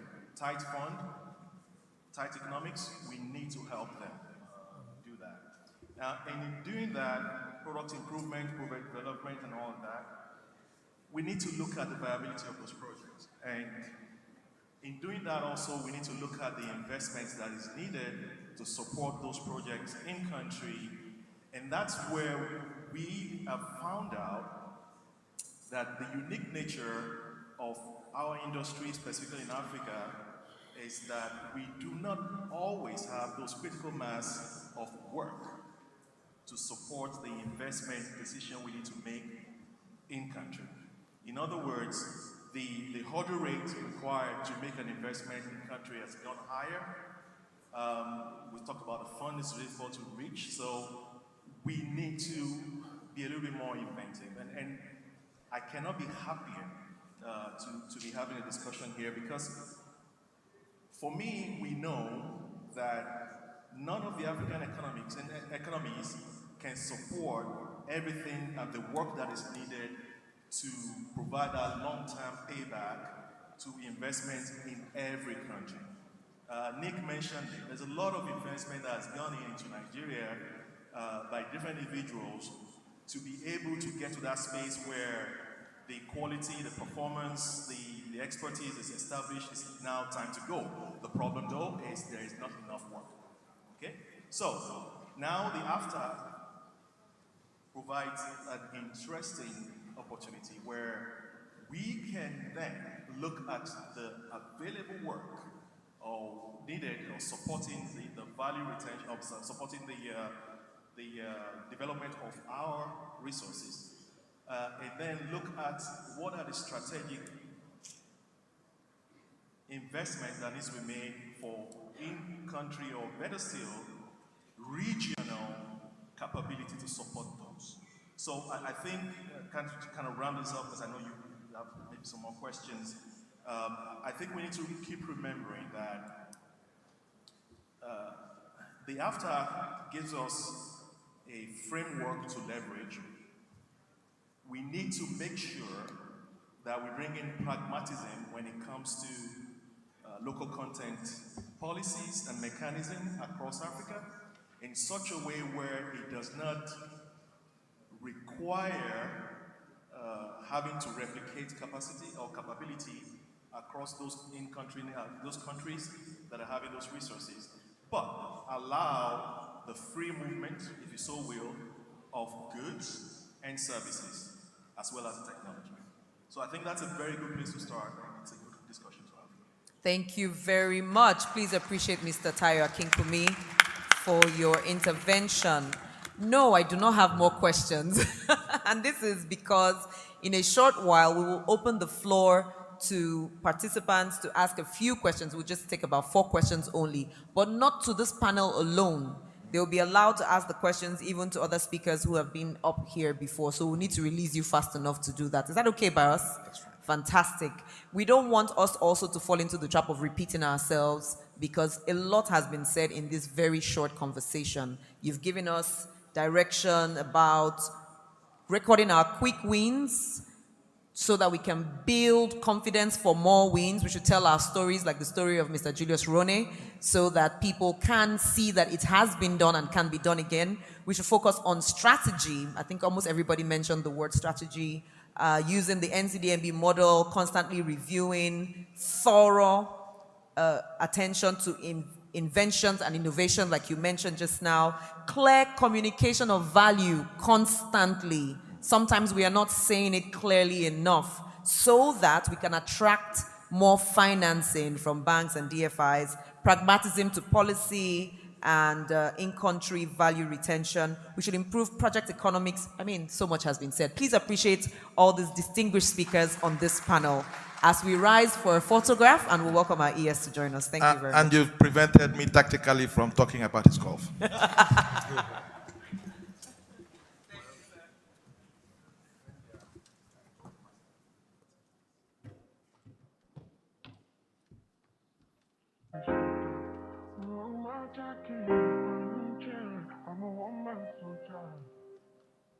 See, I carry my hustle for my shoulder. I'm a one-man soldier. Cause if money not the mama correct. So even if you don't do it for me, do it for my brothers. When I was young, I heard people preach about Jesus. Word was give to Caesar what is Caesar's. I see the goal, I got my hustle on my shoulders. Jejani Munlo, man, Aniroku Akuba.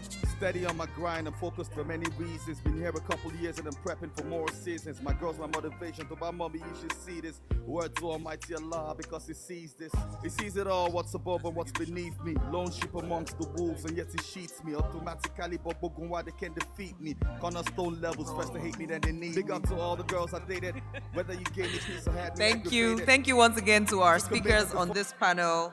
From Petan, we had our chairman, Mr. Nicholas Ondinowe. Please appreciate them as they return to their seats.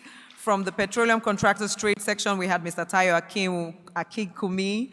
From Project 100, we had Mr. Bode Ogundikbe. Of course, we had our pioneer ES, Dr. Ernest Wapa. And from the Africa CFTA, we had Mr. Michael Faniro. Thank you once again. Before we go into the conversation time where we have about 4 people speak and ask questions or give feedback, we have a short presentation by the Lillian Yeri Dance World. It's a short cultural presentation for us to relax in the African setting. After that, we converse for a few moments and then we move to the next section. But just before that, we just want to be sure that we are ready for the cutting of the tape. Okay, Lillian Yeri Dance World, welcome on stage. You have 5 minutes only. Thank you.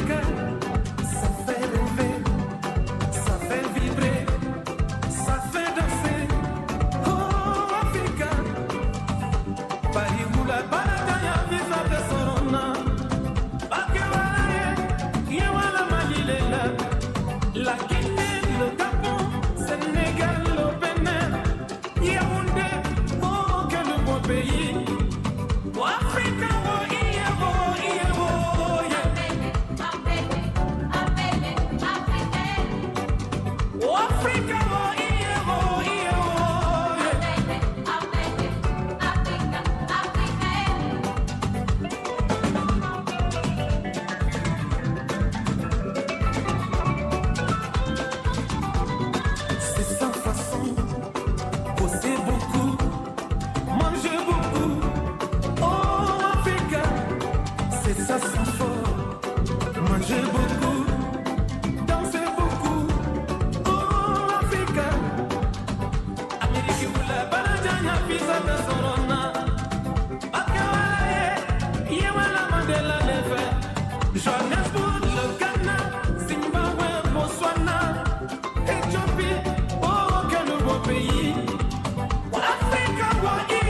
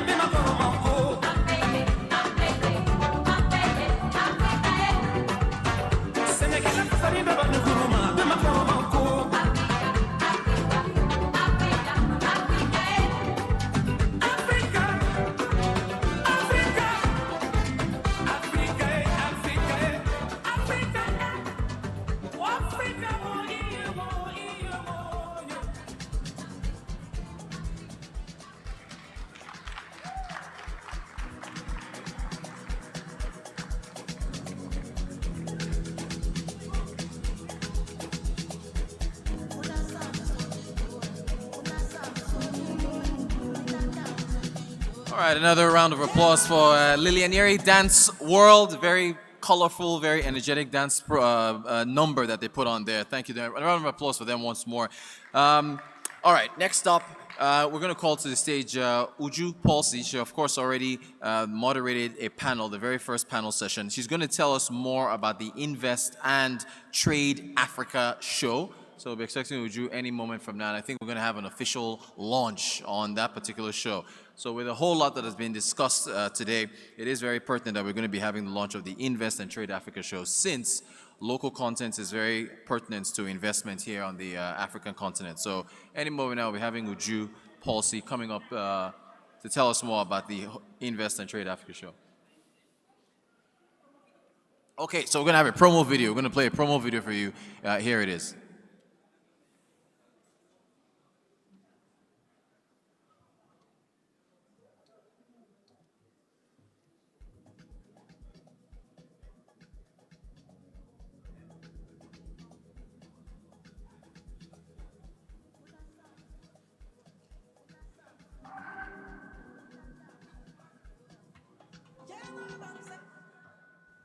Once upon a time, we heard stories from foreign media. We were told who we were and what to do. Our resources drilled, exported, and commoditized for Western economic development. Like an item in the flea market, our resources were hawked and sold back to us way more than we bargained. Africans developed the penchant of buying what they should be selling and sell what they should be processing, leaving a whopping 600 million Africans without access to energy in an entire continent on sheer survival. But that was then, and this is now. The Invest and Trade Africa show is changing the narrative. We are lending our voice to energy from oil and gas, which are primary economic drivers of present-day Africa. We are telling the African story to a global audience while joining forces with African policymakers and stakeholders in creating our own destinies. We will make our regional markets work, creating new structures for our resources, which will provide jobs for millions of Africans and provide them with a healthy standard of living. Welcome to the new Africa. You're watching the Invest and Trade Africa show.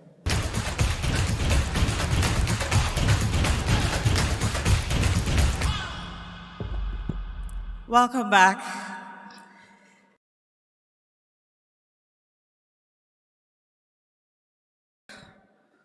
Putting together us here. First of all, I thank immensely my Lord and Savior Jesus Christ for betting in me this vision and giving me the grace to accomplish it. Also, I want to say a big thank you to the Invest and Trade Africa team, both old and new, and everyone who's contributed one way or the other in getting us here. Thank you for believing and truly giving. To set up projects in this capacity, you need support, and support we've been very much given. We therefore thank the Executive Secretary and the management of the Nigerian Content Development and Monitoring Board for the sponsoring of the premiere season of the show. In addition, we are very grateful to the Secretary General and members of the APO for their unflinching support. We are a digital broadcasting media service across the World Wide Web, giving us the leverage of communicating Africa to different parts of the world. And on the 29th of March, we will go live. So stay tuned. We will get to you through your data and digital footprints, and we hope that we bring you the value you truly deserve. Thank you very much. And at this time, I'd like to call on the Executive Secretary of the NCDMB, the Secretary General of the APO, and the Technical Secretary of the National Local Content of Senegal to join me upstage and have us do the honor of cutting the tape.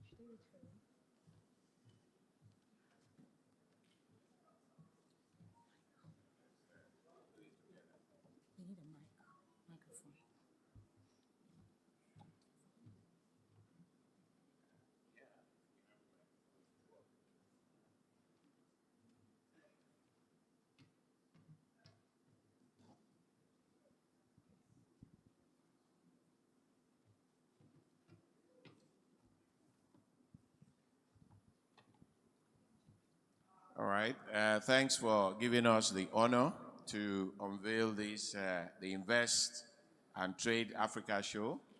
I'm sure my brother here, Farouk, it's all about Africa. You have championed this cause of Apple for quite a while, and you've made a lot of strides. And I guess this is another banner that will work with you to realize the dream of Apple.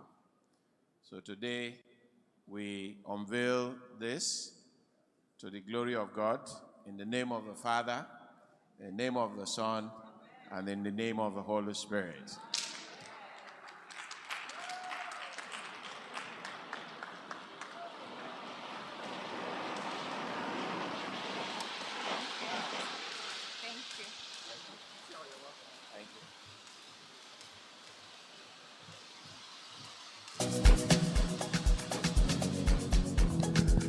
Congratulations to the Invest and Trade Africa show. Many, many more shows to go. Congratulations to the entire team, to the NCDMB, and to Apple. All right, it's time for the Q&A. As promised, I believe it was four questions, yes? All right, so we have already identified this gentleman here. Sir, if you want to please introduce yourself and then, let us know who your question is directed at. Yeah, there you go. Thank you. Thank you very much. Just hold on one moment. Photographer, videographer, do they have to stand in a particular place or would you focus on them? You focus, all right, fantastic. Please stay where you are, sir. Thank you very much. My name is Afam Umeano. I'm the managing editor of Knoxpeed Energy Plus magazine.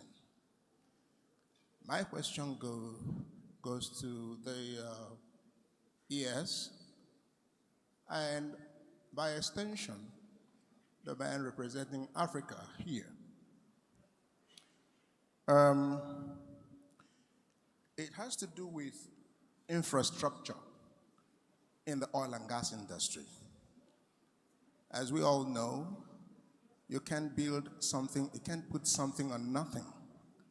Therefore, in appreciation of the huge work done by NCDMB, I want to ask to what extent is NCDMB building the framework, the background of the infrastructure that will enable all the capacity we're building to enable the beneficiaries of these efforts to have a soft landing in terms of the infrastructure we have. As you all know, just like in other African countries, most of the infrastructure that control our oil and gas production were colonial in nature. We've not done enough audit to understand exactly the level of decay we have in our infrastructure. And then if we have all this capacity being built and we are still unable to understand that things like oil spills are products of maybe bad infrastructure or decaying infrastructure. If we don't address them, we'll have so much capacity, but we don't have the foundation on which they will stand. So I want to know what NCDMB is doing in that direction. Thank you very much.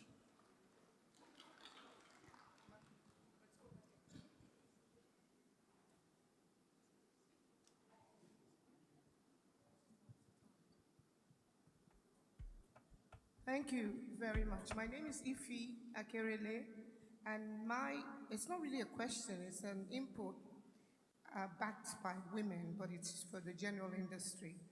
It's for the former ES, who I'm so happy to see again. I know the struggle back then in 2004-06, and the present ES, who has done extremely well, but there's a but. The NCDMB has played a very significant role in advancing Nigeria's local content policy in the engineering sectors of the oil and gas industry. Unfortunately, other value chains like legal, banking, shipping, and insurance have not been fully optimized. The challenge is how to broadly optimize these areas. I know that there's a lot of need for understanding, raising of awareness, stakeholders meetings, data collection, but if you've done so well in the technical side, it's time to come down to the soft part of the industry. So I'm just making that as a suggestion that we engage stakeholders and collect data, know where the shoe hurts, and see if you can also interfere and help advance their cause as well in the local context. Thank you very much. Thank you, sir. Sir, if you want to introduce yourself and give who your question is directed at. Good afternoon, everybody. My name is Anyonye Kailoma. I represent Platform Petroleum Limited. I feel concerned because in the course of this session, there is a vital question that was raised, or issue that was raised that I didn't see addressed in the course of various presentations. The first speaker made a comment that Africa is not against saving of global environment. but that Africa should not be dictated on how to go about it. Now, if mankind has reached consensus that development of hydrocarbon is going to imperil the climate, thereby put into danger the existence of woman in this planet Earth, will it be justified for Africa to continue to develop hydrocarbon in defiance of what has been identified as a danger to mankind? That is my question. Thank you.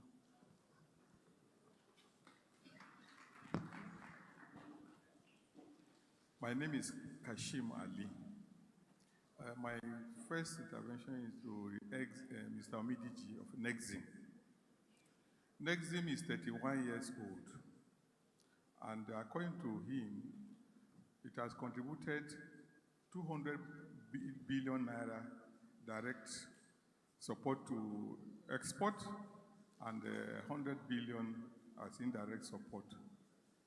Now, I want to know, what is the contribution of that to the total export in Nigeria? What is the percentage of their contribution in terms of the total export from Nigeria over this period that they have been in existence? And how much of the blame can they take of the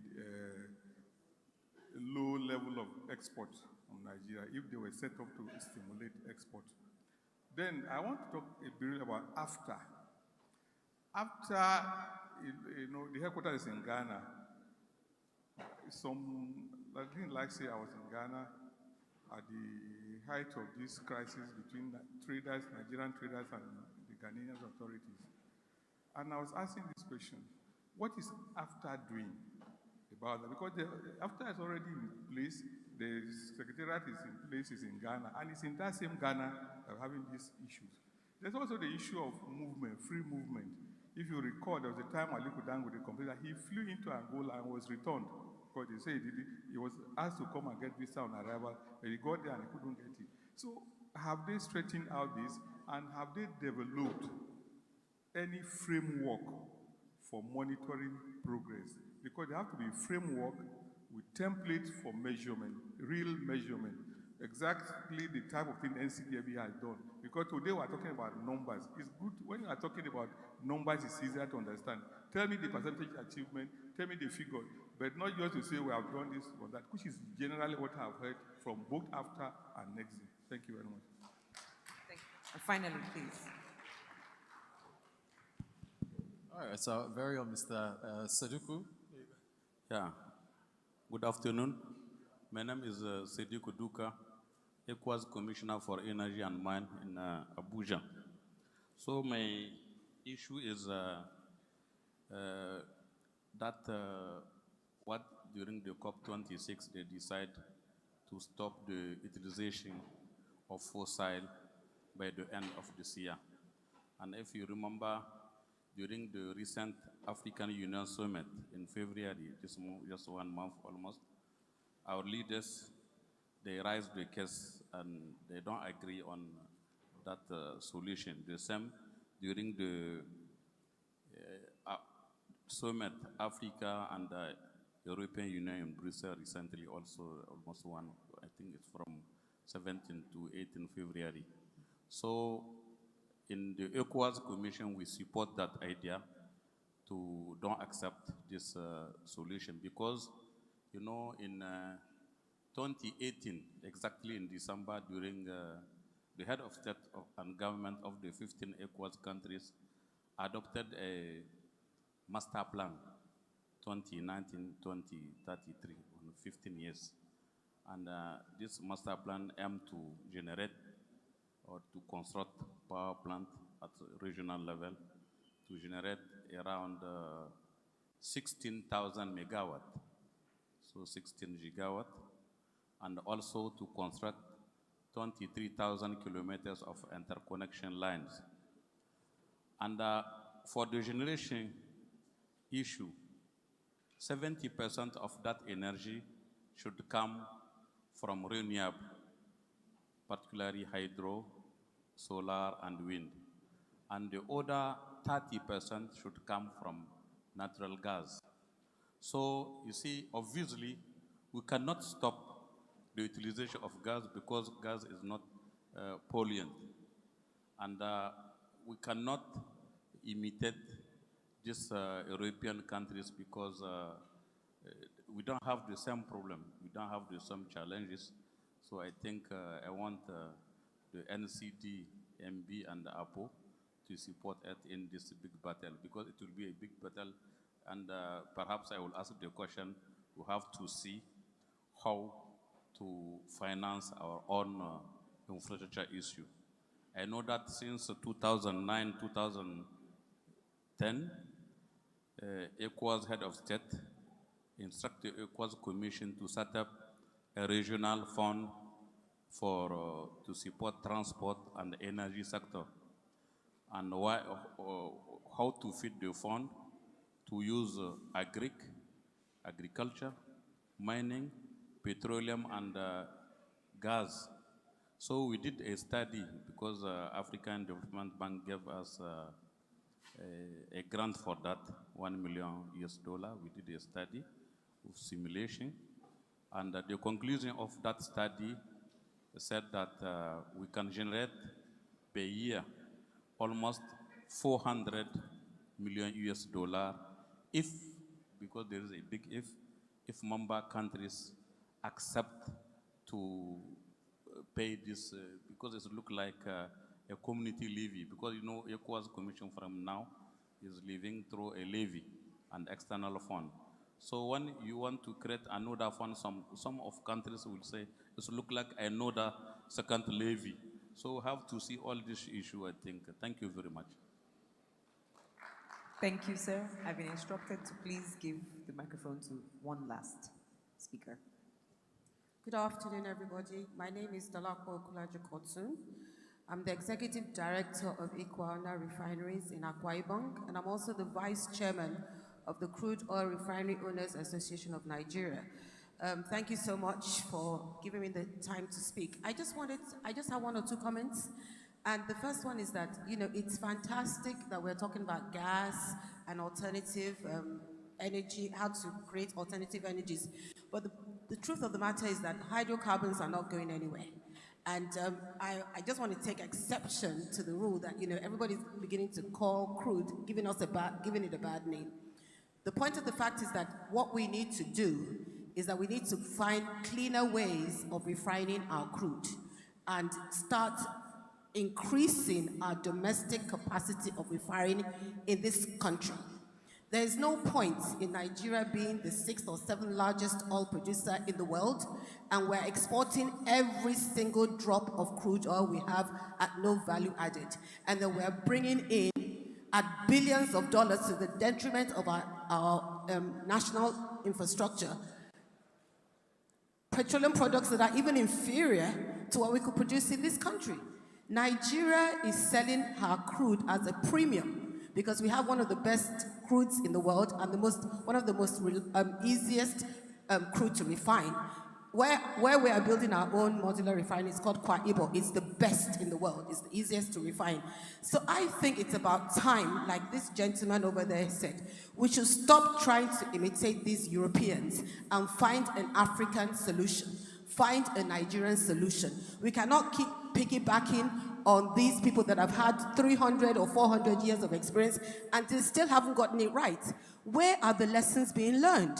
We're supposed to learn lessons from them and then improve our capacity to do things properly. The main issue that we're having in Africa, and especially Nigeria, is not capacity or our technical ability, because it's not rocket science. It's our ability to access funding. That is very, very critical, and that's why I'm here today, because I wanted to hear what are the solutions. I mean, how can we get around this bottleneck? Because it's a bottleneck. If you don't have money, you can't do anything. Even if you have the best minds in the world, which I believe Nigeria does have. We have some of the best minds. We have some of the best companies in the world. But because we're not able to access these funds, and because our government, I'm sorry to say this, but this is my own personal opinion, they're not putting our natural funds in the right places. they're putting it elsewhere. Like, I represent the modular refinery platform, and I know that, if we had been given that 1.7 billion that they decided to put into that Rivers refinery that should be sold for scrap, we could have had 30 modular refineries at 30,000 barrels a day, producing very, very high quality refined petroleum products, which could help, really, really help us increase our capacity to provide PMS and everything in this country. And when we build it up, we'll be able to export. And therefore, we'll be earning our own dollars so that we won't have to be depending on other countries to fund us. Thank you so much. Sorry to take up so. Thank you, ma'am. Thank you. So, our responses will begin now. Yes, sir. I think I was listening to Dolakwa and I forgot the questions. But let me talk about infrastructure. I think the Knox Speedman asked a question about the framework for infrastructure development, if that has been set. And I think, let me start by saying, I think during my speech, I mentioned some of the contents of the Petroleum Industry Act. This was passed into law in 2021. One of the things that the Act also set out is to build that framework for infrastructure development in the oil and gas sector.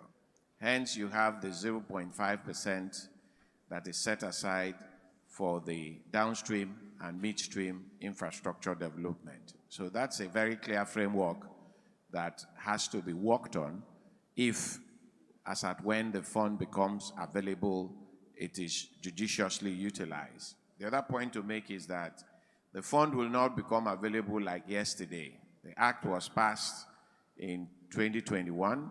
It will take time for that fund to accumulate for it to be utilized. In the same vein, even when NCDMB was established, it took us time to accumulate the fund to get to a proportion where we had to first be self-funding as an organization, and then secondly, begin to deploy the fund to support government critical intervention.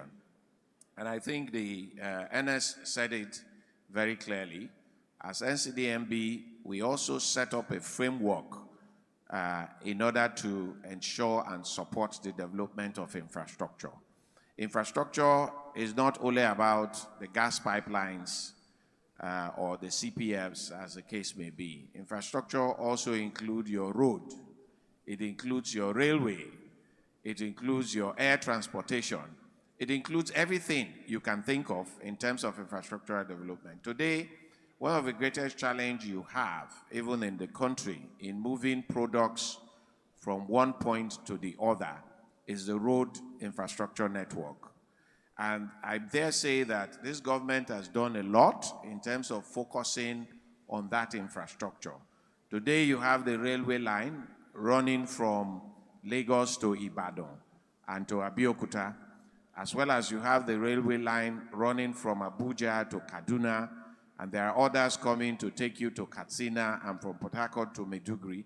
Those are critical infrastructure that you need to put in place to satisfy the movement of hydrocarbon. For instance, in Canada and in the US, the bulk of the petroleum product that you see is moved out of the producing region through railway line to where it is needed. So such infrastructure will enable us move these products into where they are needed. And the government has done a lot by investing in those infrastructure.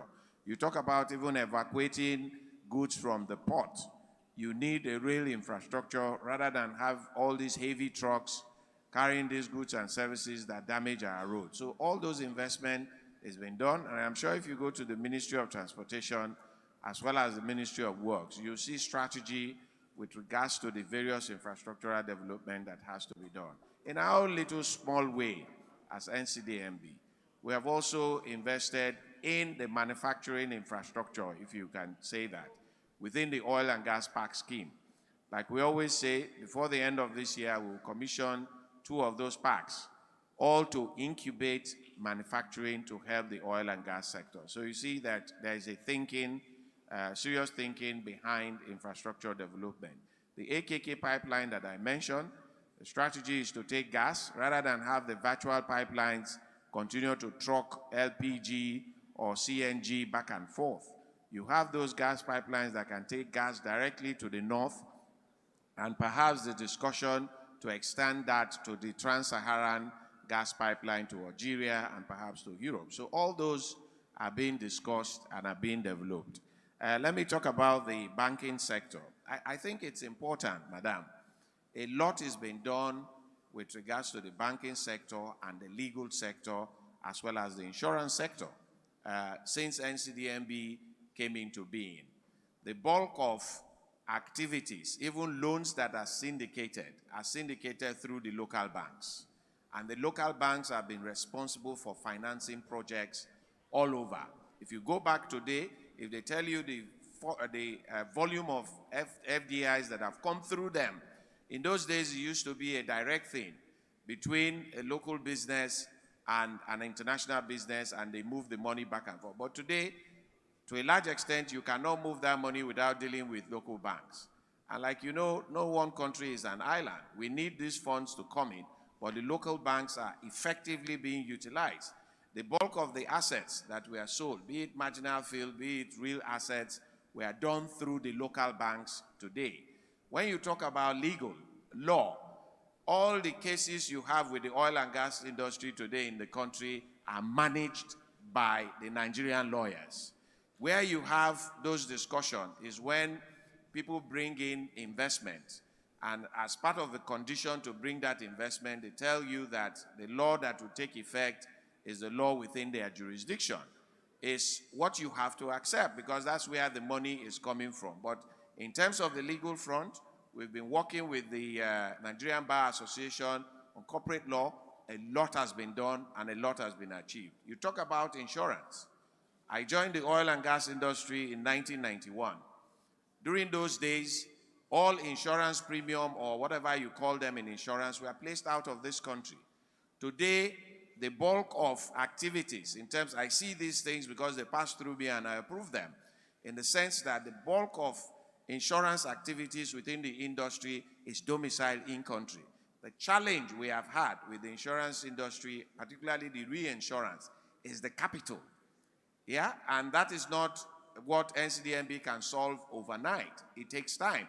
It's the capital within that insurance business, because, for instance, the Egina FPSO is about $21 billion, and you ask a Nigerian insurance corporation to insure $21 billion, they ain't going to get that money, even if you put all of them together. It's a reality, but these things continue to evolve over time. As NCDMB, we're in direct discussion even with a reinsurance firm to see how we can inject funds to raise the ante in terms of reinsurance in the country. So a lot of progress has been done. It only takes time to discuss with them and to listen with them, and you probably get that we've done quite a lot in that direction. I think when the afterman was making a presentation, he used one of our slides that shows you within a concentric circle, within a circle, the various activities that happen in the oil and gas industry. For every business that you do in the country, for instance, you take a drilling rig. For a drilling rig, you will, besides the rig itself, you will need people to provide food, so the farmer is affected. You need people to provide transport and take people there, so marine logistics is affected. You need lawyers that community will hire to disturb them because probably they are not being taken along. So the lawyers are also impacted. So it's important to take a holistic view in those things. I think Dolakbo was only making a comment. I think most importantly, she said we shouldn't call it crude oil again. We should call it hydrocarbon, because it's that crude that is entering people's mind. I think I took that out of what she said. I leave the after question for the afterman to answer. What else haven't I addressed? I think the questions directed at me have been fully addressed. Thank you very much. Thank you, sir. Grateful. Mr. Michael Faniro from AFTA.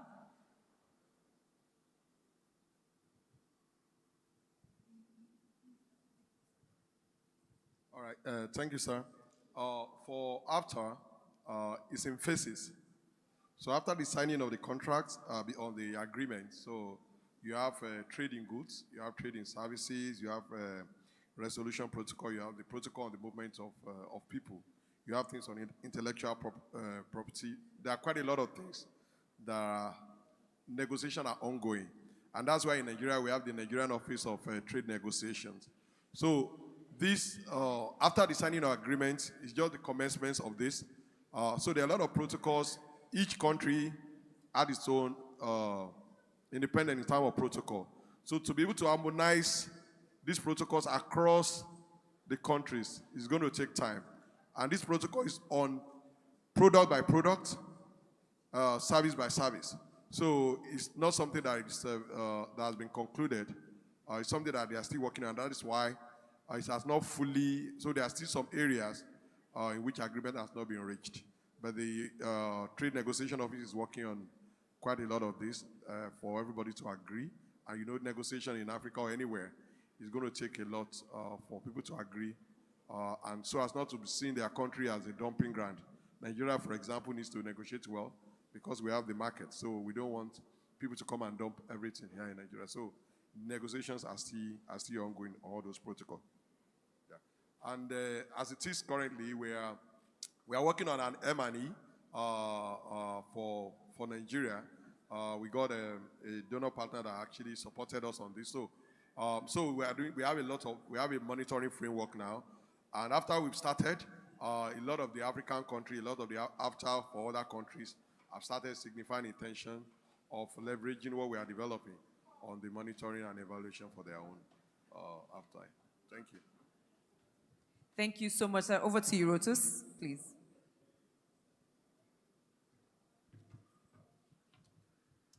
All right, ladies and gentlemen, very engaging Q&A there. Thank you so much to our ES for answering those questions, and of course, representatives from AFTA. Next up, it's closing remarks from Mr. Abdul Malik Halilu, who is the General Manager, Research Statistics Development Division at the NCDMB. A round of applause for him, please.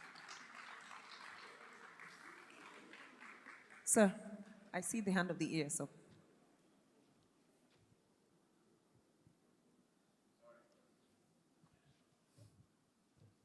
I think there was a question on Apple. That man who said, since everybody is saying hydrocarbon is bad, right? We want to be alive. I think Apple have to address that. Yeah. Thank you very much. If I got you right, what you said is that there is today a consensus in the world that fossil fuels are bad and that everybody should abandon it. If so, why is Apple dissenting? I think this is one of the biggest challenges we have in Africa. We sit and people set the agenda and they dictate, and we take what they say hook, line, and sinker, and we come to regurgitate exactly what they are saying. My understanding of the word consensus is there is no dissent. Everybody is in agreement. In this case, we have, Africa has said that we are not in agreement. But because those who control world public opinion, those who control the media, have decided that this is what they want, this is an imposed consensus. There is nothing like that. As far as we are concerned, we are not against energy transition. But we will not be dictated to on the speed at which to make this transition. Basically, this is all we are saying. And I think we Africans should, for God's sake, be more critical when we take what the world says about us. Ask yourself, is what you are hearing really how does it affect you as a person and as a continent? We should stop this regurgitation exercise. You hear from BBC, you hear from CNN, and then you just sit and, no, we disagree with that. Africa cannot change until we are able to sit and say that we disagree with you or we agree with you based on our own analysis of what is in our best interest. Thank you.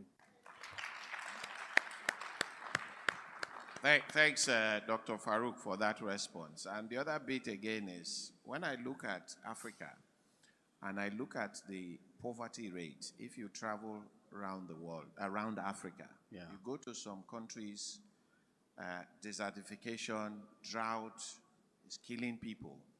And then you watch CNN, like Dr. Farouk say, they say you should come and donate to adopt a dog.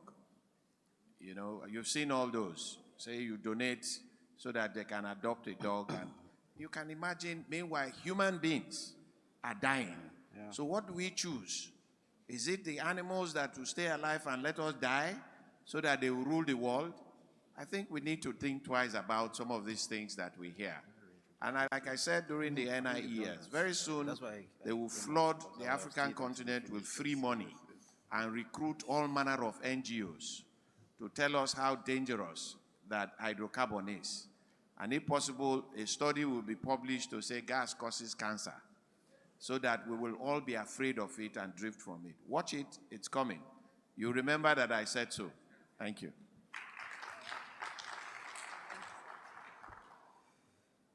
Well said. The day is fast spent, so you permit me to stand on existing protocol to read the closing remarks. As we draw the curtain to the end of the Africa Local Content Investment Forum with the theme Evolving a Pan-African Strategy towards Sustainable Funding of Oil and Gas Projects, NCDMB is highly honored to have hosted over 200 online and physical delegates from across Africa. The quality of participation spanning our parent ministry, the Ministry of Petroleum Resources, the NNPC board, members of the Africa Petroleum Producers Organization, financial institutions, oil industry service companies, project promoters, regulators, the media, and a host of other stakeholders is quite reassuring that Africa has the institutional capacity to mobilize its members towards achieving a common aspiration. The program was structured to provide a platform for stakeholders connected to hydrocarbon development in Africa to meet and shape the future of the oil and gas industry in the continent amidst energy transition realities and funding constraints. In this regard, the Honorable Minister of State for Petroleum Resources, ably represented by the Permanent Secretary, gave us a quantitative analysis of the huge resource endowments in Africa. He also elaborated on our binding constraints to our developmental aspirations and the imperatives to unlock the enormous below and above level potentials in Africa.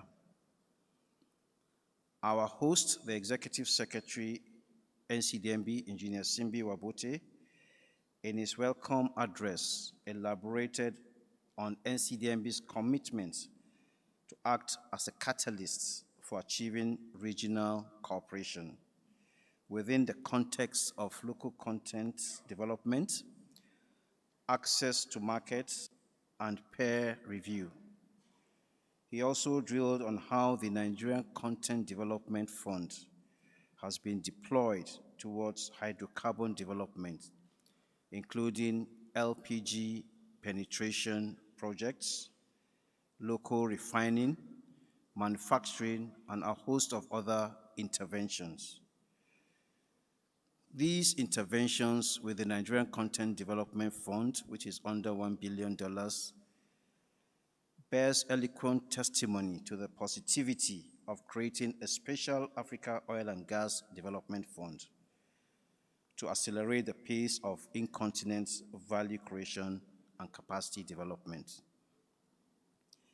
The ES has also assured us that key insights from the technical sessions will serve as input in the framing of the Africa Local Content and Hydrocarbon Development Fund being considered under a partnership between Afreximbank, the Apple Energy Investment Corporation, and of course the Apple Secretariat. The Secretary General of Apple announced the implementation of the Future of the Oil and Gas Industry in Africa study in the light of energy transition, which has as its core the creation of a new development model for the sector anchored on funding, infrastructure development, capacity building. These initiatives, if well implemented, will drive optimal utilization of hydrocarbon reserves in Africa, promote investments in renewable energy, and also support the development of clean energy technology to achieve the net zero aspirations of respective African countries on our own terms. That was emphasized. In his welcome address, the Afreximbank elaborated on their service offerings, which showed significant presence and commitments to funding oil and gas projects. He cited examples of the Dangote project, the signing of the over $1 billion agreement with NNPC, and also our own UTME floating train. This is reassuring considering the new reality that Africa must enable its indigenous oil producers and national oil companies to position as the next generation project promoters that will drive equity financing in exploration and field development. Afrexim also advised that the hydrocarbon framework must consider elements of project risks, infrastructure, and also prioritization. It was also brought to the fore that our gas reserves figure is estimated at over 600 trillion cubic feet. However, statistics indicate that only 1.3% of that is being produced, which means there's huge opportunity to actually optimize utilization of our gas reserves.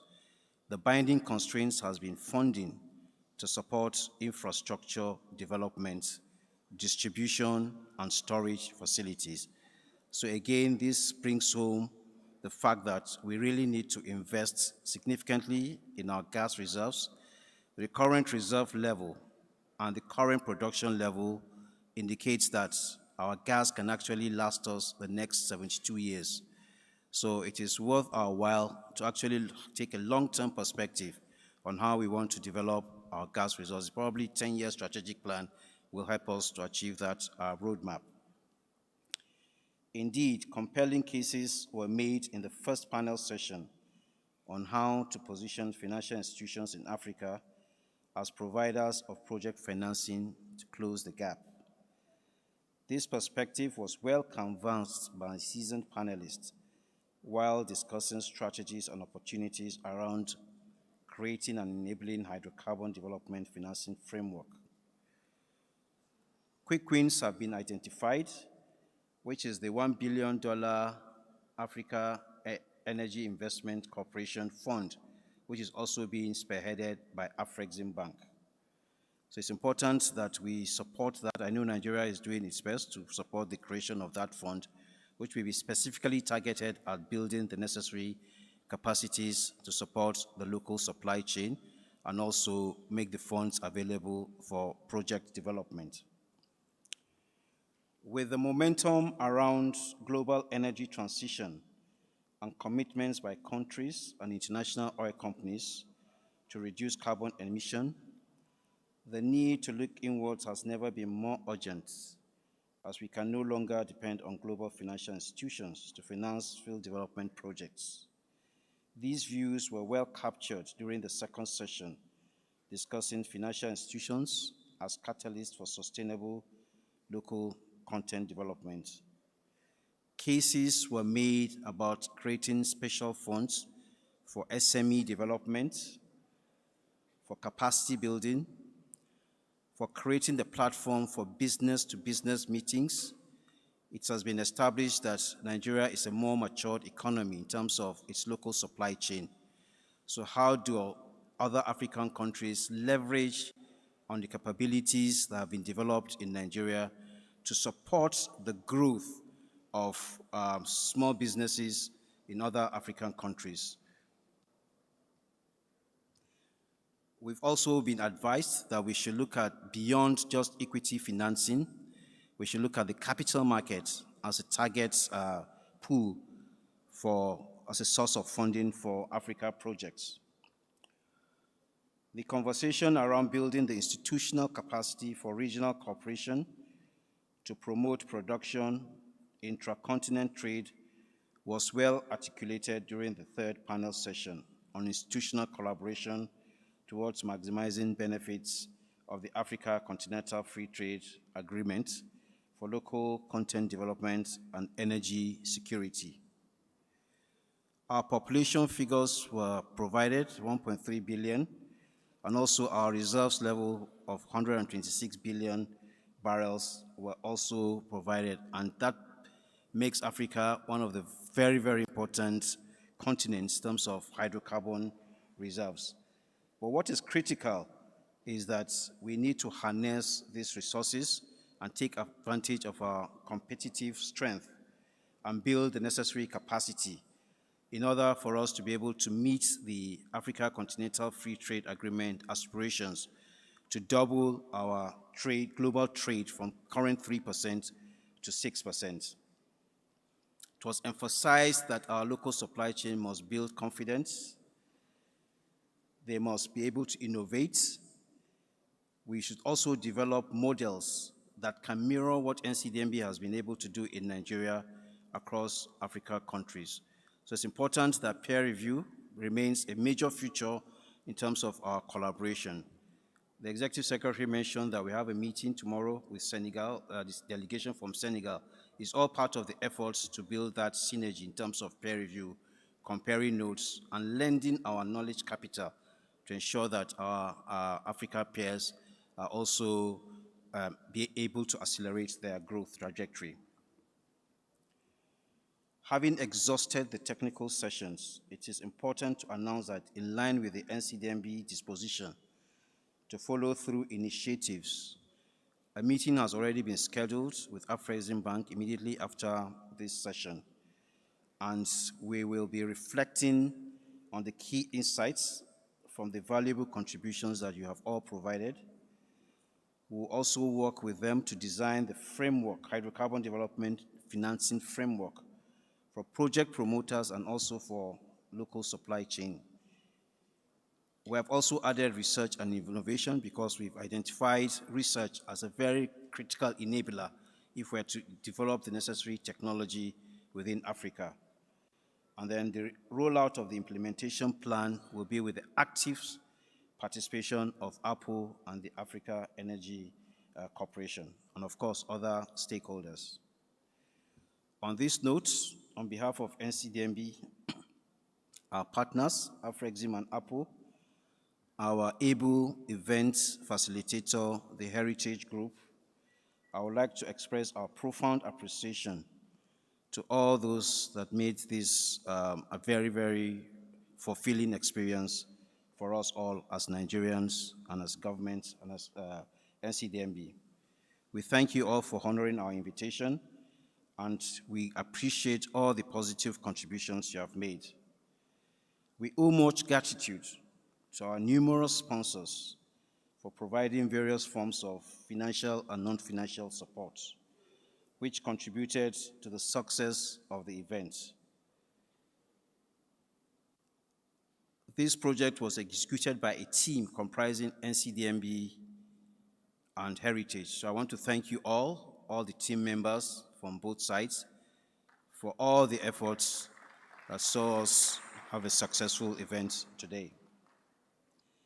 I cannot close the vote of thanks without appreciating our governing council. We have seen the wonderful support you have given our executive secretary, and we appreciate you for providing the necessary guidance, the policy direction that is making us to be consistently on the top of our game. Thank you very much. Finally, on behalf of the Executive Secretary, Nigerian Content Development and Monitoring Board, Engineer Simbi Kasi Wapote, I wish you all safe return to your destination. May Allah protect you all as you drive back and meet your families well. Thank you very much, and God bless.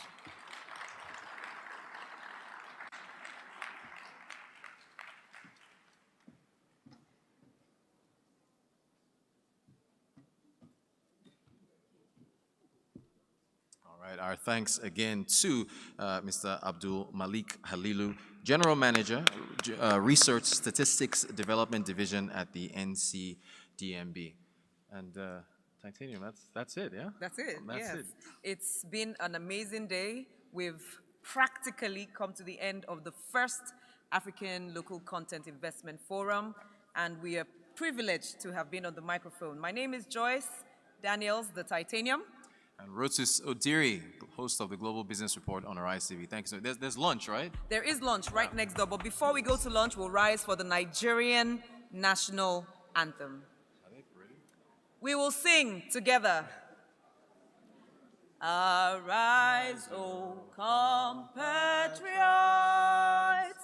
Nigeria's call obey, to serve our fatherland with love and strength and faith. The labor of our heroes past shall never be in vain. To serve with heart and might, one nation bound in freedom, peace and unity. It's the next winner of The Voice up here. Thank you. Bye. Good afternoon.